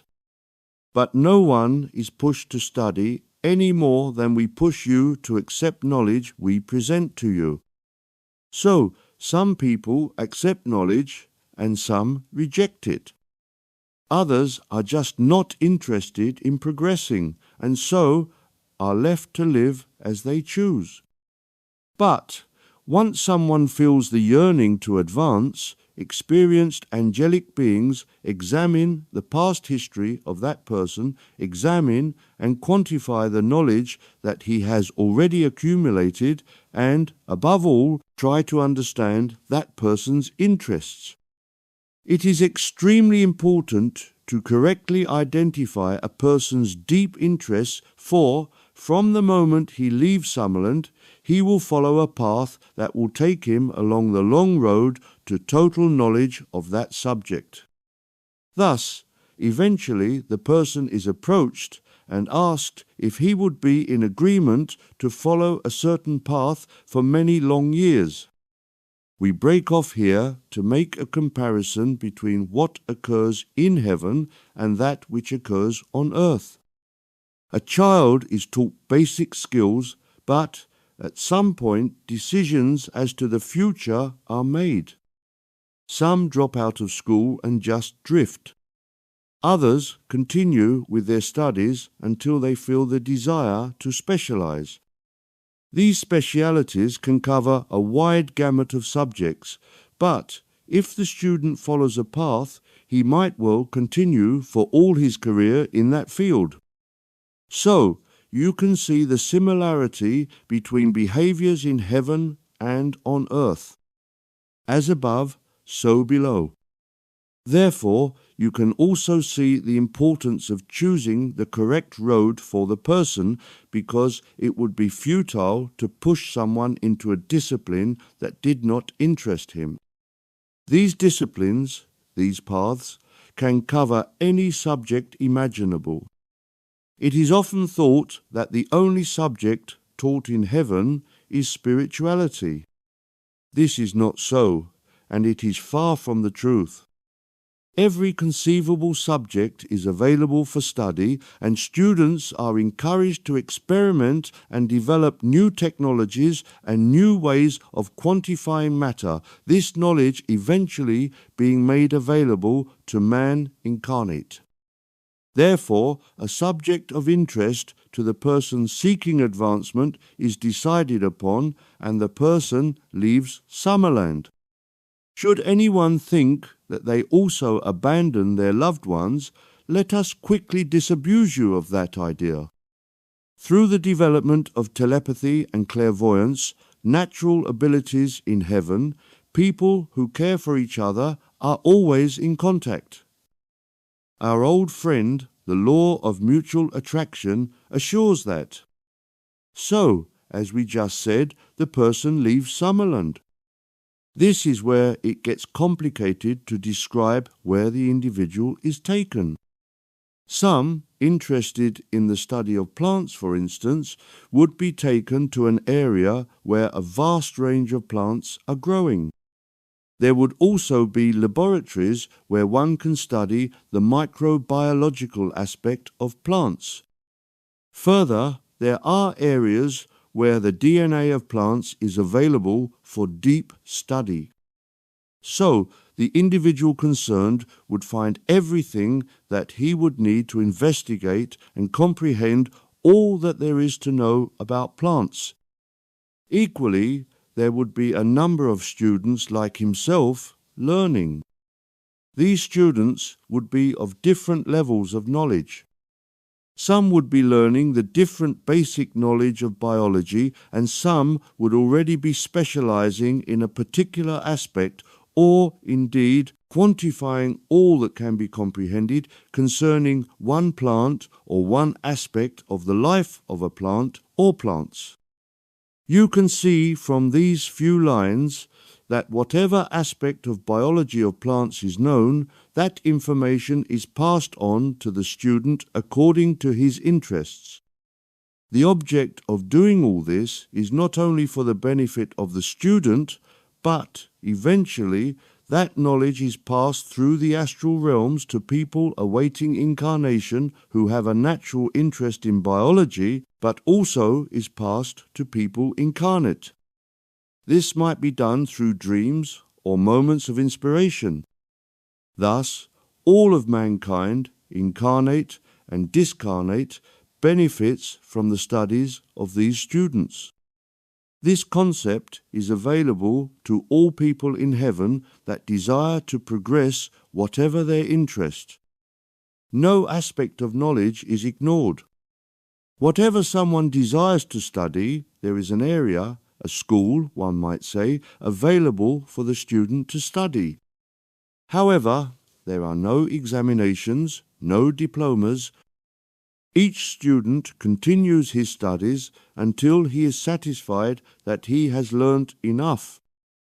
As time does not exist in heaven, a student may study for as long or short a time as he desires.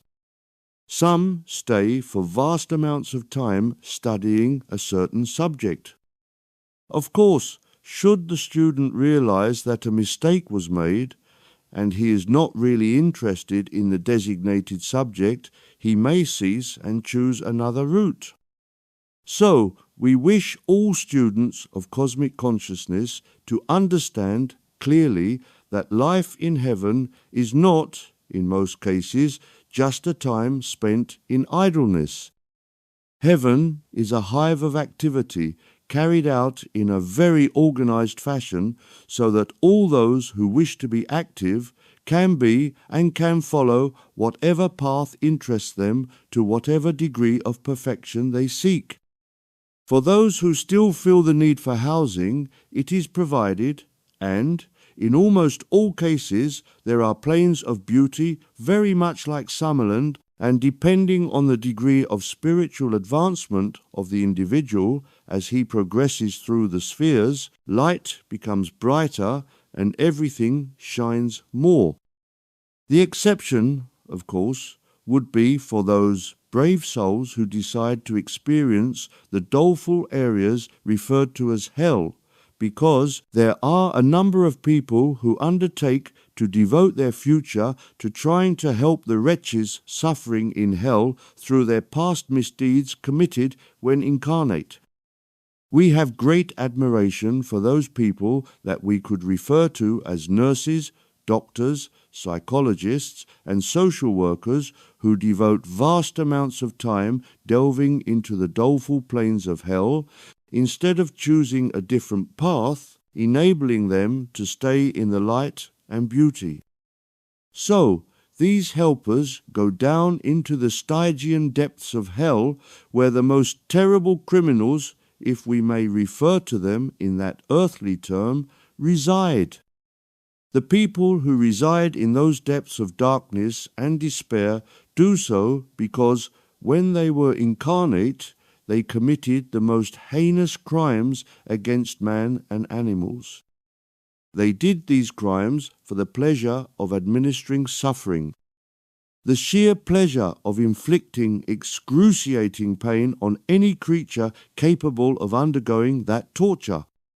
When these people had their life review, they showed no signs of remorse, and so, by the law of mutual attraction, were drawn to levels where they too could experience suffering. Not physical, but mental suffering. So, these social workers descend from time to time down to the depths in which these terrible people reside and try to persuade them to repent their crimes so that they could start the long climb back towards the light. Generally speaking, that help is refused. The people are so far removed from any human decency that they are incapable of accepting help and advice, and although most of them are deeply unhappy, they prefer to remain where they are rather than change. This may seem odd to ordinary people, that anyone would wish to live in the depths of hell rather than accept help to escape, but there are such people. many of us have met people with a similar attitude.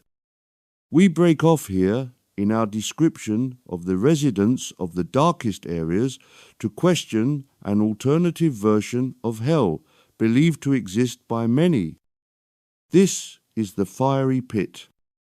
People describe in near-death experiences going down into a pit full of fire with imps torturing the victims and so on.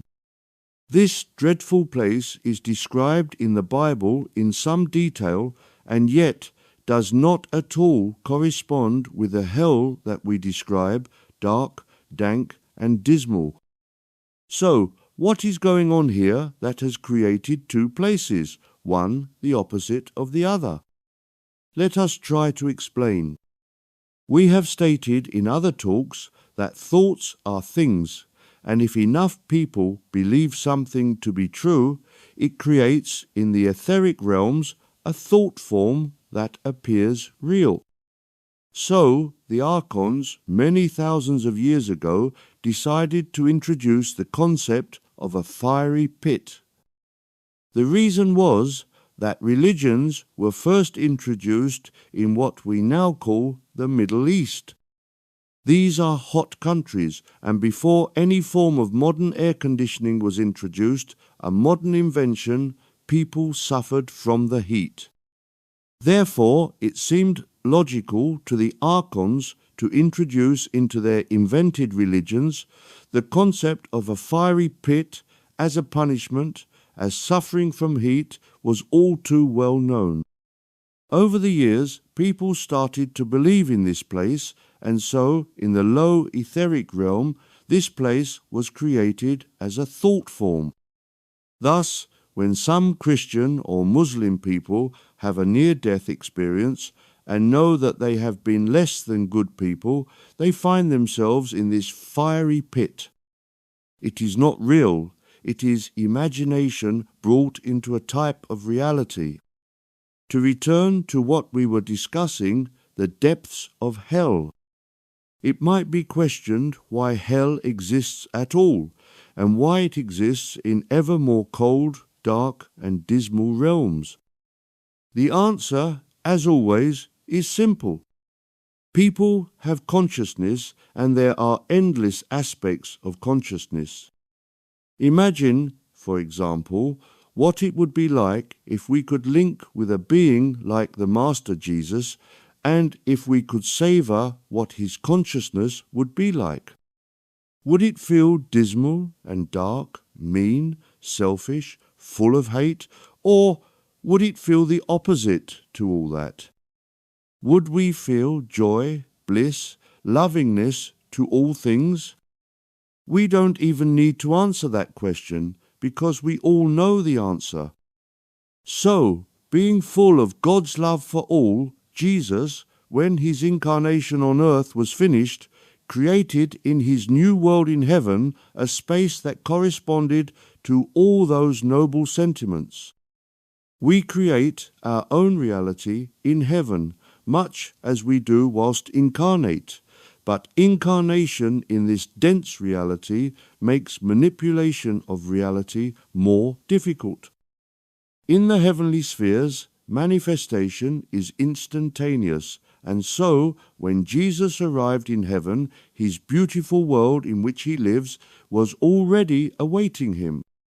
It is the same for all of us. We create the reality we are drawn to according to our level of consciousness. Thus, with regard to the various levels of hell, the consciousness of numerous people is less than holy. It ranges from just being selfish and not caring about other people at the highest end to the most cruel, psychopathic people imaginable at the extreme low end. And so, just as Jesus created a paradise due to his extremely elevated consciousness, the lesser people create a place in hell for themselves due to their negative attitudes. These areas are dark, dank, and dismal areas because if we could link with their consciousness, those would be the impressions that we would receive. The coldness and the darkness caused by shutting out the light of God. So, for every aspect of consciousness, both positive and negative, there is a level of heaven and hell. We now mention something that could not exist on earth, and it is this. We mentioned that if we choose, we can go to places where we can learn, and that in those places there is a variety of students and teachers. Each one of these people would be at a particular level of consciousness, and yet they would all be mixing together. The strange thing is that each one of these people would have associated with him his world created by his consciousness. So, many people can mix and work together, and yet each one has his individual reality, spirituality associated with him. We mentioned that this could not exist on earth, and in the obvious fashion that it manifests itself in heaven, it is so. But in fact, even on earth, people mix who are at various levels of spirituality, but it is not obvious as it is in heaven. In heaven, it manifests itself also by the degree of light emitting from the astral body of the person. We return once more into hell and follow the noble spirits that undertake that work. Those people would shine with the light of God emanating from their bodies, and we could easily see that this would create a problem. The individuals living for long years in the relative or total darkness would not welcome into their midst someone aglow with spiritual light, and so those that administer to the lost souls learn to lower their spiritual frequency so that they shine less brightly. Thus, they are able to minister to those suffering in the darkness of hell without frightening them. This ability to lessen one's level of spirituality is an extremely difficult thing to learn to do, as it flies in the face of their natural level of consciousness. In fact, it causes these helpers extreme discomfort because they actually have to learn to be cold-hearted entities like the people to whom they administer, and we must admire such people who deliberately choose to become heartless wretches in order to be at one with the people they help. Of course, when they leave hell, they can shake off their low feelings and return to the noble beings they really are. To complete this short overview of hell and why people are drawn there, we should say that it happens from time to time that a person is not only not able to progress towards the light, but he becomes more and more unlike anything that one could call an aspect of God, and that his God spirit becomes extinct. The light of God is snuffed out, and the individual ceases to exist. Fortunately, this is rare, but is something that we have to mention. The next part that we have to mention is how one progresses up through the spheres, the dimensions within the dimensions, on the long progression towards perfection. This is surprisingly simple in principle, but, like so much to do with spirituality, is the opposite to what one might imagine to be the case. Logic would suggest that it would be a case of learning endless subjects, each one more difficult than the previous, whereas, in fact, it is the relatively simple task of letting go of ego. Ego, as we have often said, is both part of the fight-flight protective aspect, which, of course, we take into heaven with us, but is no longer needed in those peaceful, loving spheres, as there is nothing to fight or to fear in the light-filled domains. But ego is also that aspect of personality that gives us individuality, makes us feel separate one from another. At the risk of repeating that which we have already explained, the sense of individuality is actually our God aspect, pushing us to be the unique recipient of God. It is given to us by God, and is a vitally necessary part of us, particularly when in incarnation. We have mentioned that we see it clearly in the vegetable and floral community, where a plant or a tree, for instance, does all that it can to be the dominant life force where it grows, seeking to get all the nutrients, moisture, and sunlight that it requires to allow it to grow and be the best possible example of God in incarnation at the expense of any and all other plants in its immediate area. This is understandable, of course, otherwise the God force could not be the ultimate power that it is.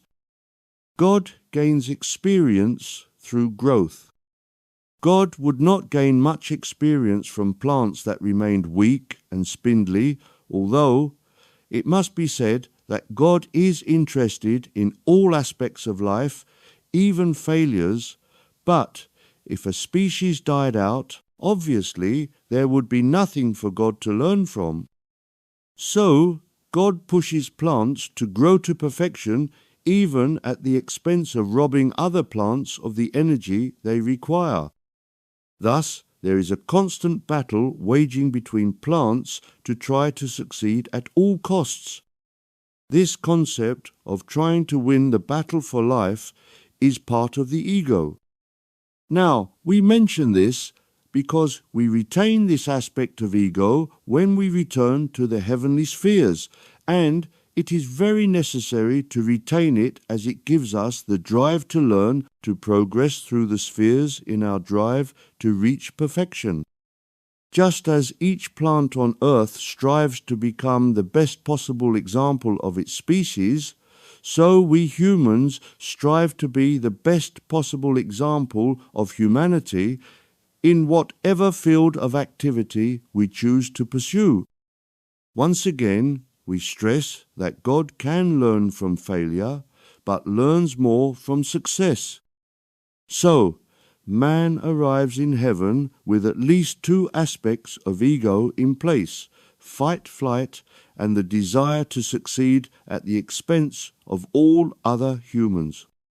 It is obvious that the fight-flight aspect is quickly eliminated because it is not required outside of physicality, and thus that aspect of ego dies from lack of nourishment. But the drive to succeed remains, and, we repeat, is placed within us by God itself to enable us to succeed in whatever domain we choose to explore, both during our incarnation and on into the endless non-physical spheres.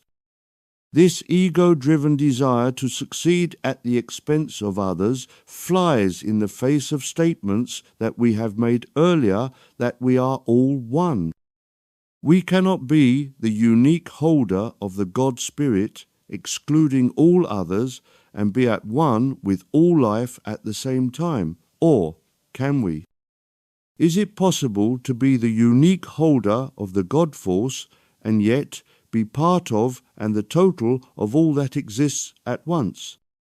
We need to resolve this dilemma, this dichotomy of apparently being two opposing forces at the same time. This is what we were referring to in this section of this chapter, exploring how we progress towards perfection by letting go of ego. It occurs to us as we mull this problem over in our mind that we need to start by resolving one part first, and then, hopefully, the second part will resolve itself. Most of us find it easier to grasp the concept that we are all one. As we fill our lives with peace, and as we develop love for all things, we develop this ability to feel love and togetherness for all life. So, we breathe a sigh of relief, that is, the first part resolved. Then, we turn our attention to the second part, getting rid of the feeling that we are the unique representation of the God force. Suddenly, God, our higher self, kicks in and protests. God itself, which is manifest in our higher self, refuses to take a back seat because it reasons that God is all that exists, and God has chosen me to be its unique, important person as regards humanity at least. So we sit down and try to resolve this problem. We can concede that all humanity, indeed all life, has the right to live, but we are not willing to let that kindness to others extend to the point that they are all that matters and I do not count at all. In other words, I demand the right to exist because God told me via my higher self that I was specially chosen by God to represent Him. Now, this is the great blockage to progress that we mentioned earlier and that all must resolve if they wish to progress towards the higher spheres. It is not only rejecting ego, but entails possibly rejecting God itself. But can we do this? Rejecting ego is difficult enough for many people, and it must be said that a lot of people stumble at this hurdle and turn back, remaining permanently in the lower spheres of light, unable to reject ego completely. But for those that do manage to pass this barrier, a yet much higher, more difficult barrier remains to be confronted. What do we do about being the sole aspect of God in existence? At this point, once again, many turn back, because to go on will take the person into uncharted waters. This is understandable. Not everyone has sufficient blind faith to take the next step. This step is to cut our connection with God, our higher self. We might think that we only have had our higher self for a relatively short period of time, but, in fact, we have had the God Spirit attached to us, constantly guiding and advising us for an enormous period of time, and it is unthinkable for many to break that connection. Thus, progress halts at that point. For those courageous enough to continue, they make the decision to reject their higher self, not knowing where they might go and what might happen. We can describe the process of excluding God from our lives, and we can describe the destiny of those who take the plunge and see the process through to the end.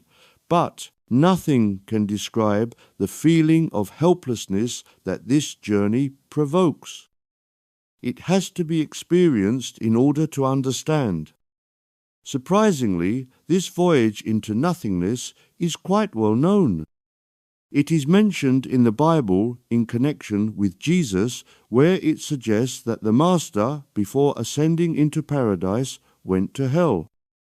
It has been mentioned by people who have had a difficult problem to resolve and think that they have wandered through the wilderness, but, of course, it was not so. So, let us describe, as best we can, how this process unfolds. Once the decision has been taken to reject the God aspect, a specially trained guide appears. Indeed, there might be more than one guide, but this voyage into the unknown is not something that a person enters into lightly, and so much explanation, much study is required to prepare the student for the experience. If someone attempted to start the journey without sufficient preparation, it would end in failure. Already, no one is permitted to attempt this journey unless they have been in the spirit world for sufficient length of time as to be in the possession of much spiritual education. Equally, the person has to have sufficient strength of character to be permitted to face this ultimate test, and has to have risen to sufficient heights to have the courage and faith to confront this challenge. But if it is decided that this person has sufficient attributes to face this test, he undergoes long and detailed training. This test, if the person passes, is the ultimate one that will open the door to someone becoming an angel, so you can see the importance of preparation in all aspects for passing. Once the person passes this test, which we repeat, is challenging beyond anything that we can imagine, a sudden change occurs. It is like a death and rebirth into a dimension that is excluded from all who have not passed this test. This individual loses all sense of his individuality and becomes filled with the feeling of oneness for all life. In effect, he becomes filled with God power and becomes what is termed an archangel. His life is not finished at this point by any means, but his progress through the spheres in effect ceases as there are no more steps for him to take. He becomes, in effect, a universe-wide consciousness, and he is able to send love to all people in all dimensions. He becomes supremely happy, filled with God's power. So, in effect, the story of man's progression from creation to ultimate God manifestation is complete.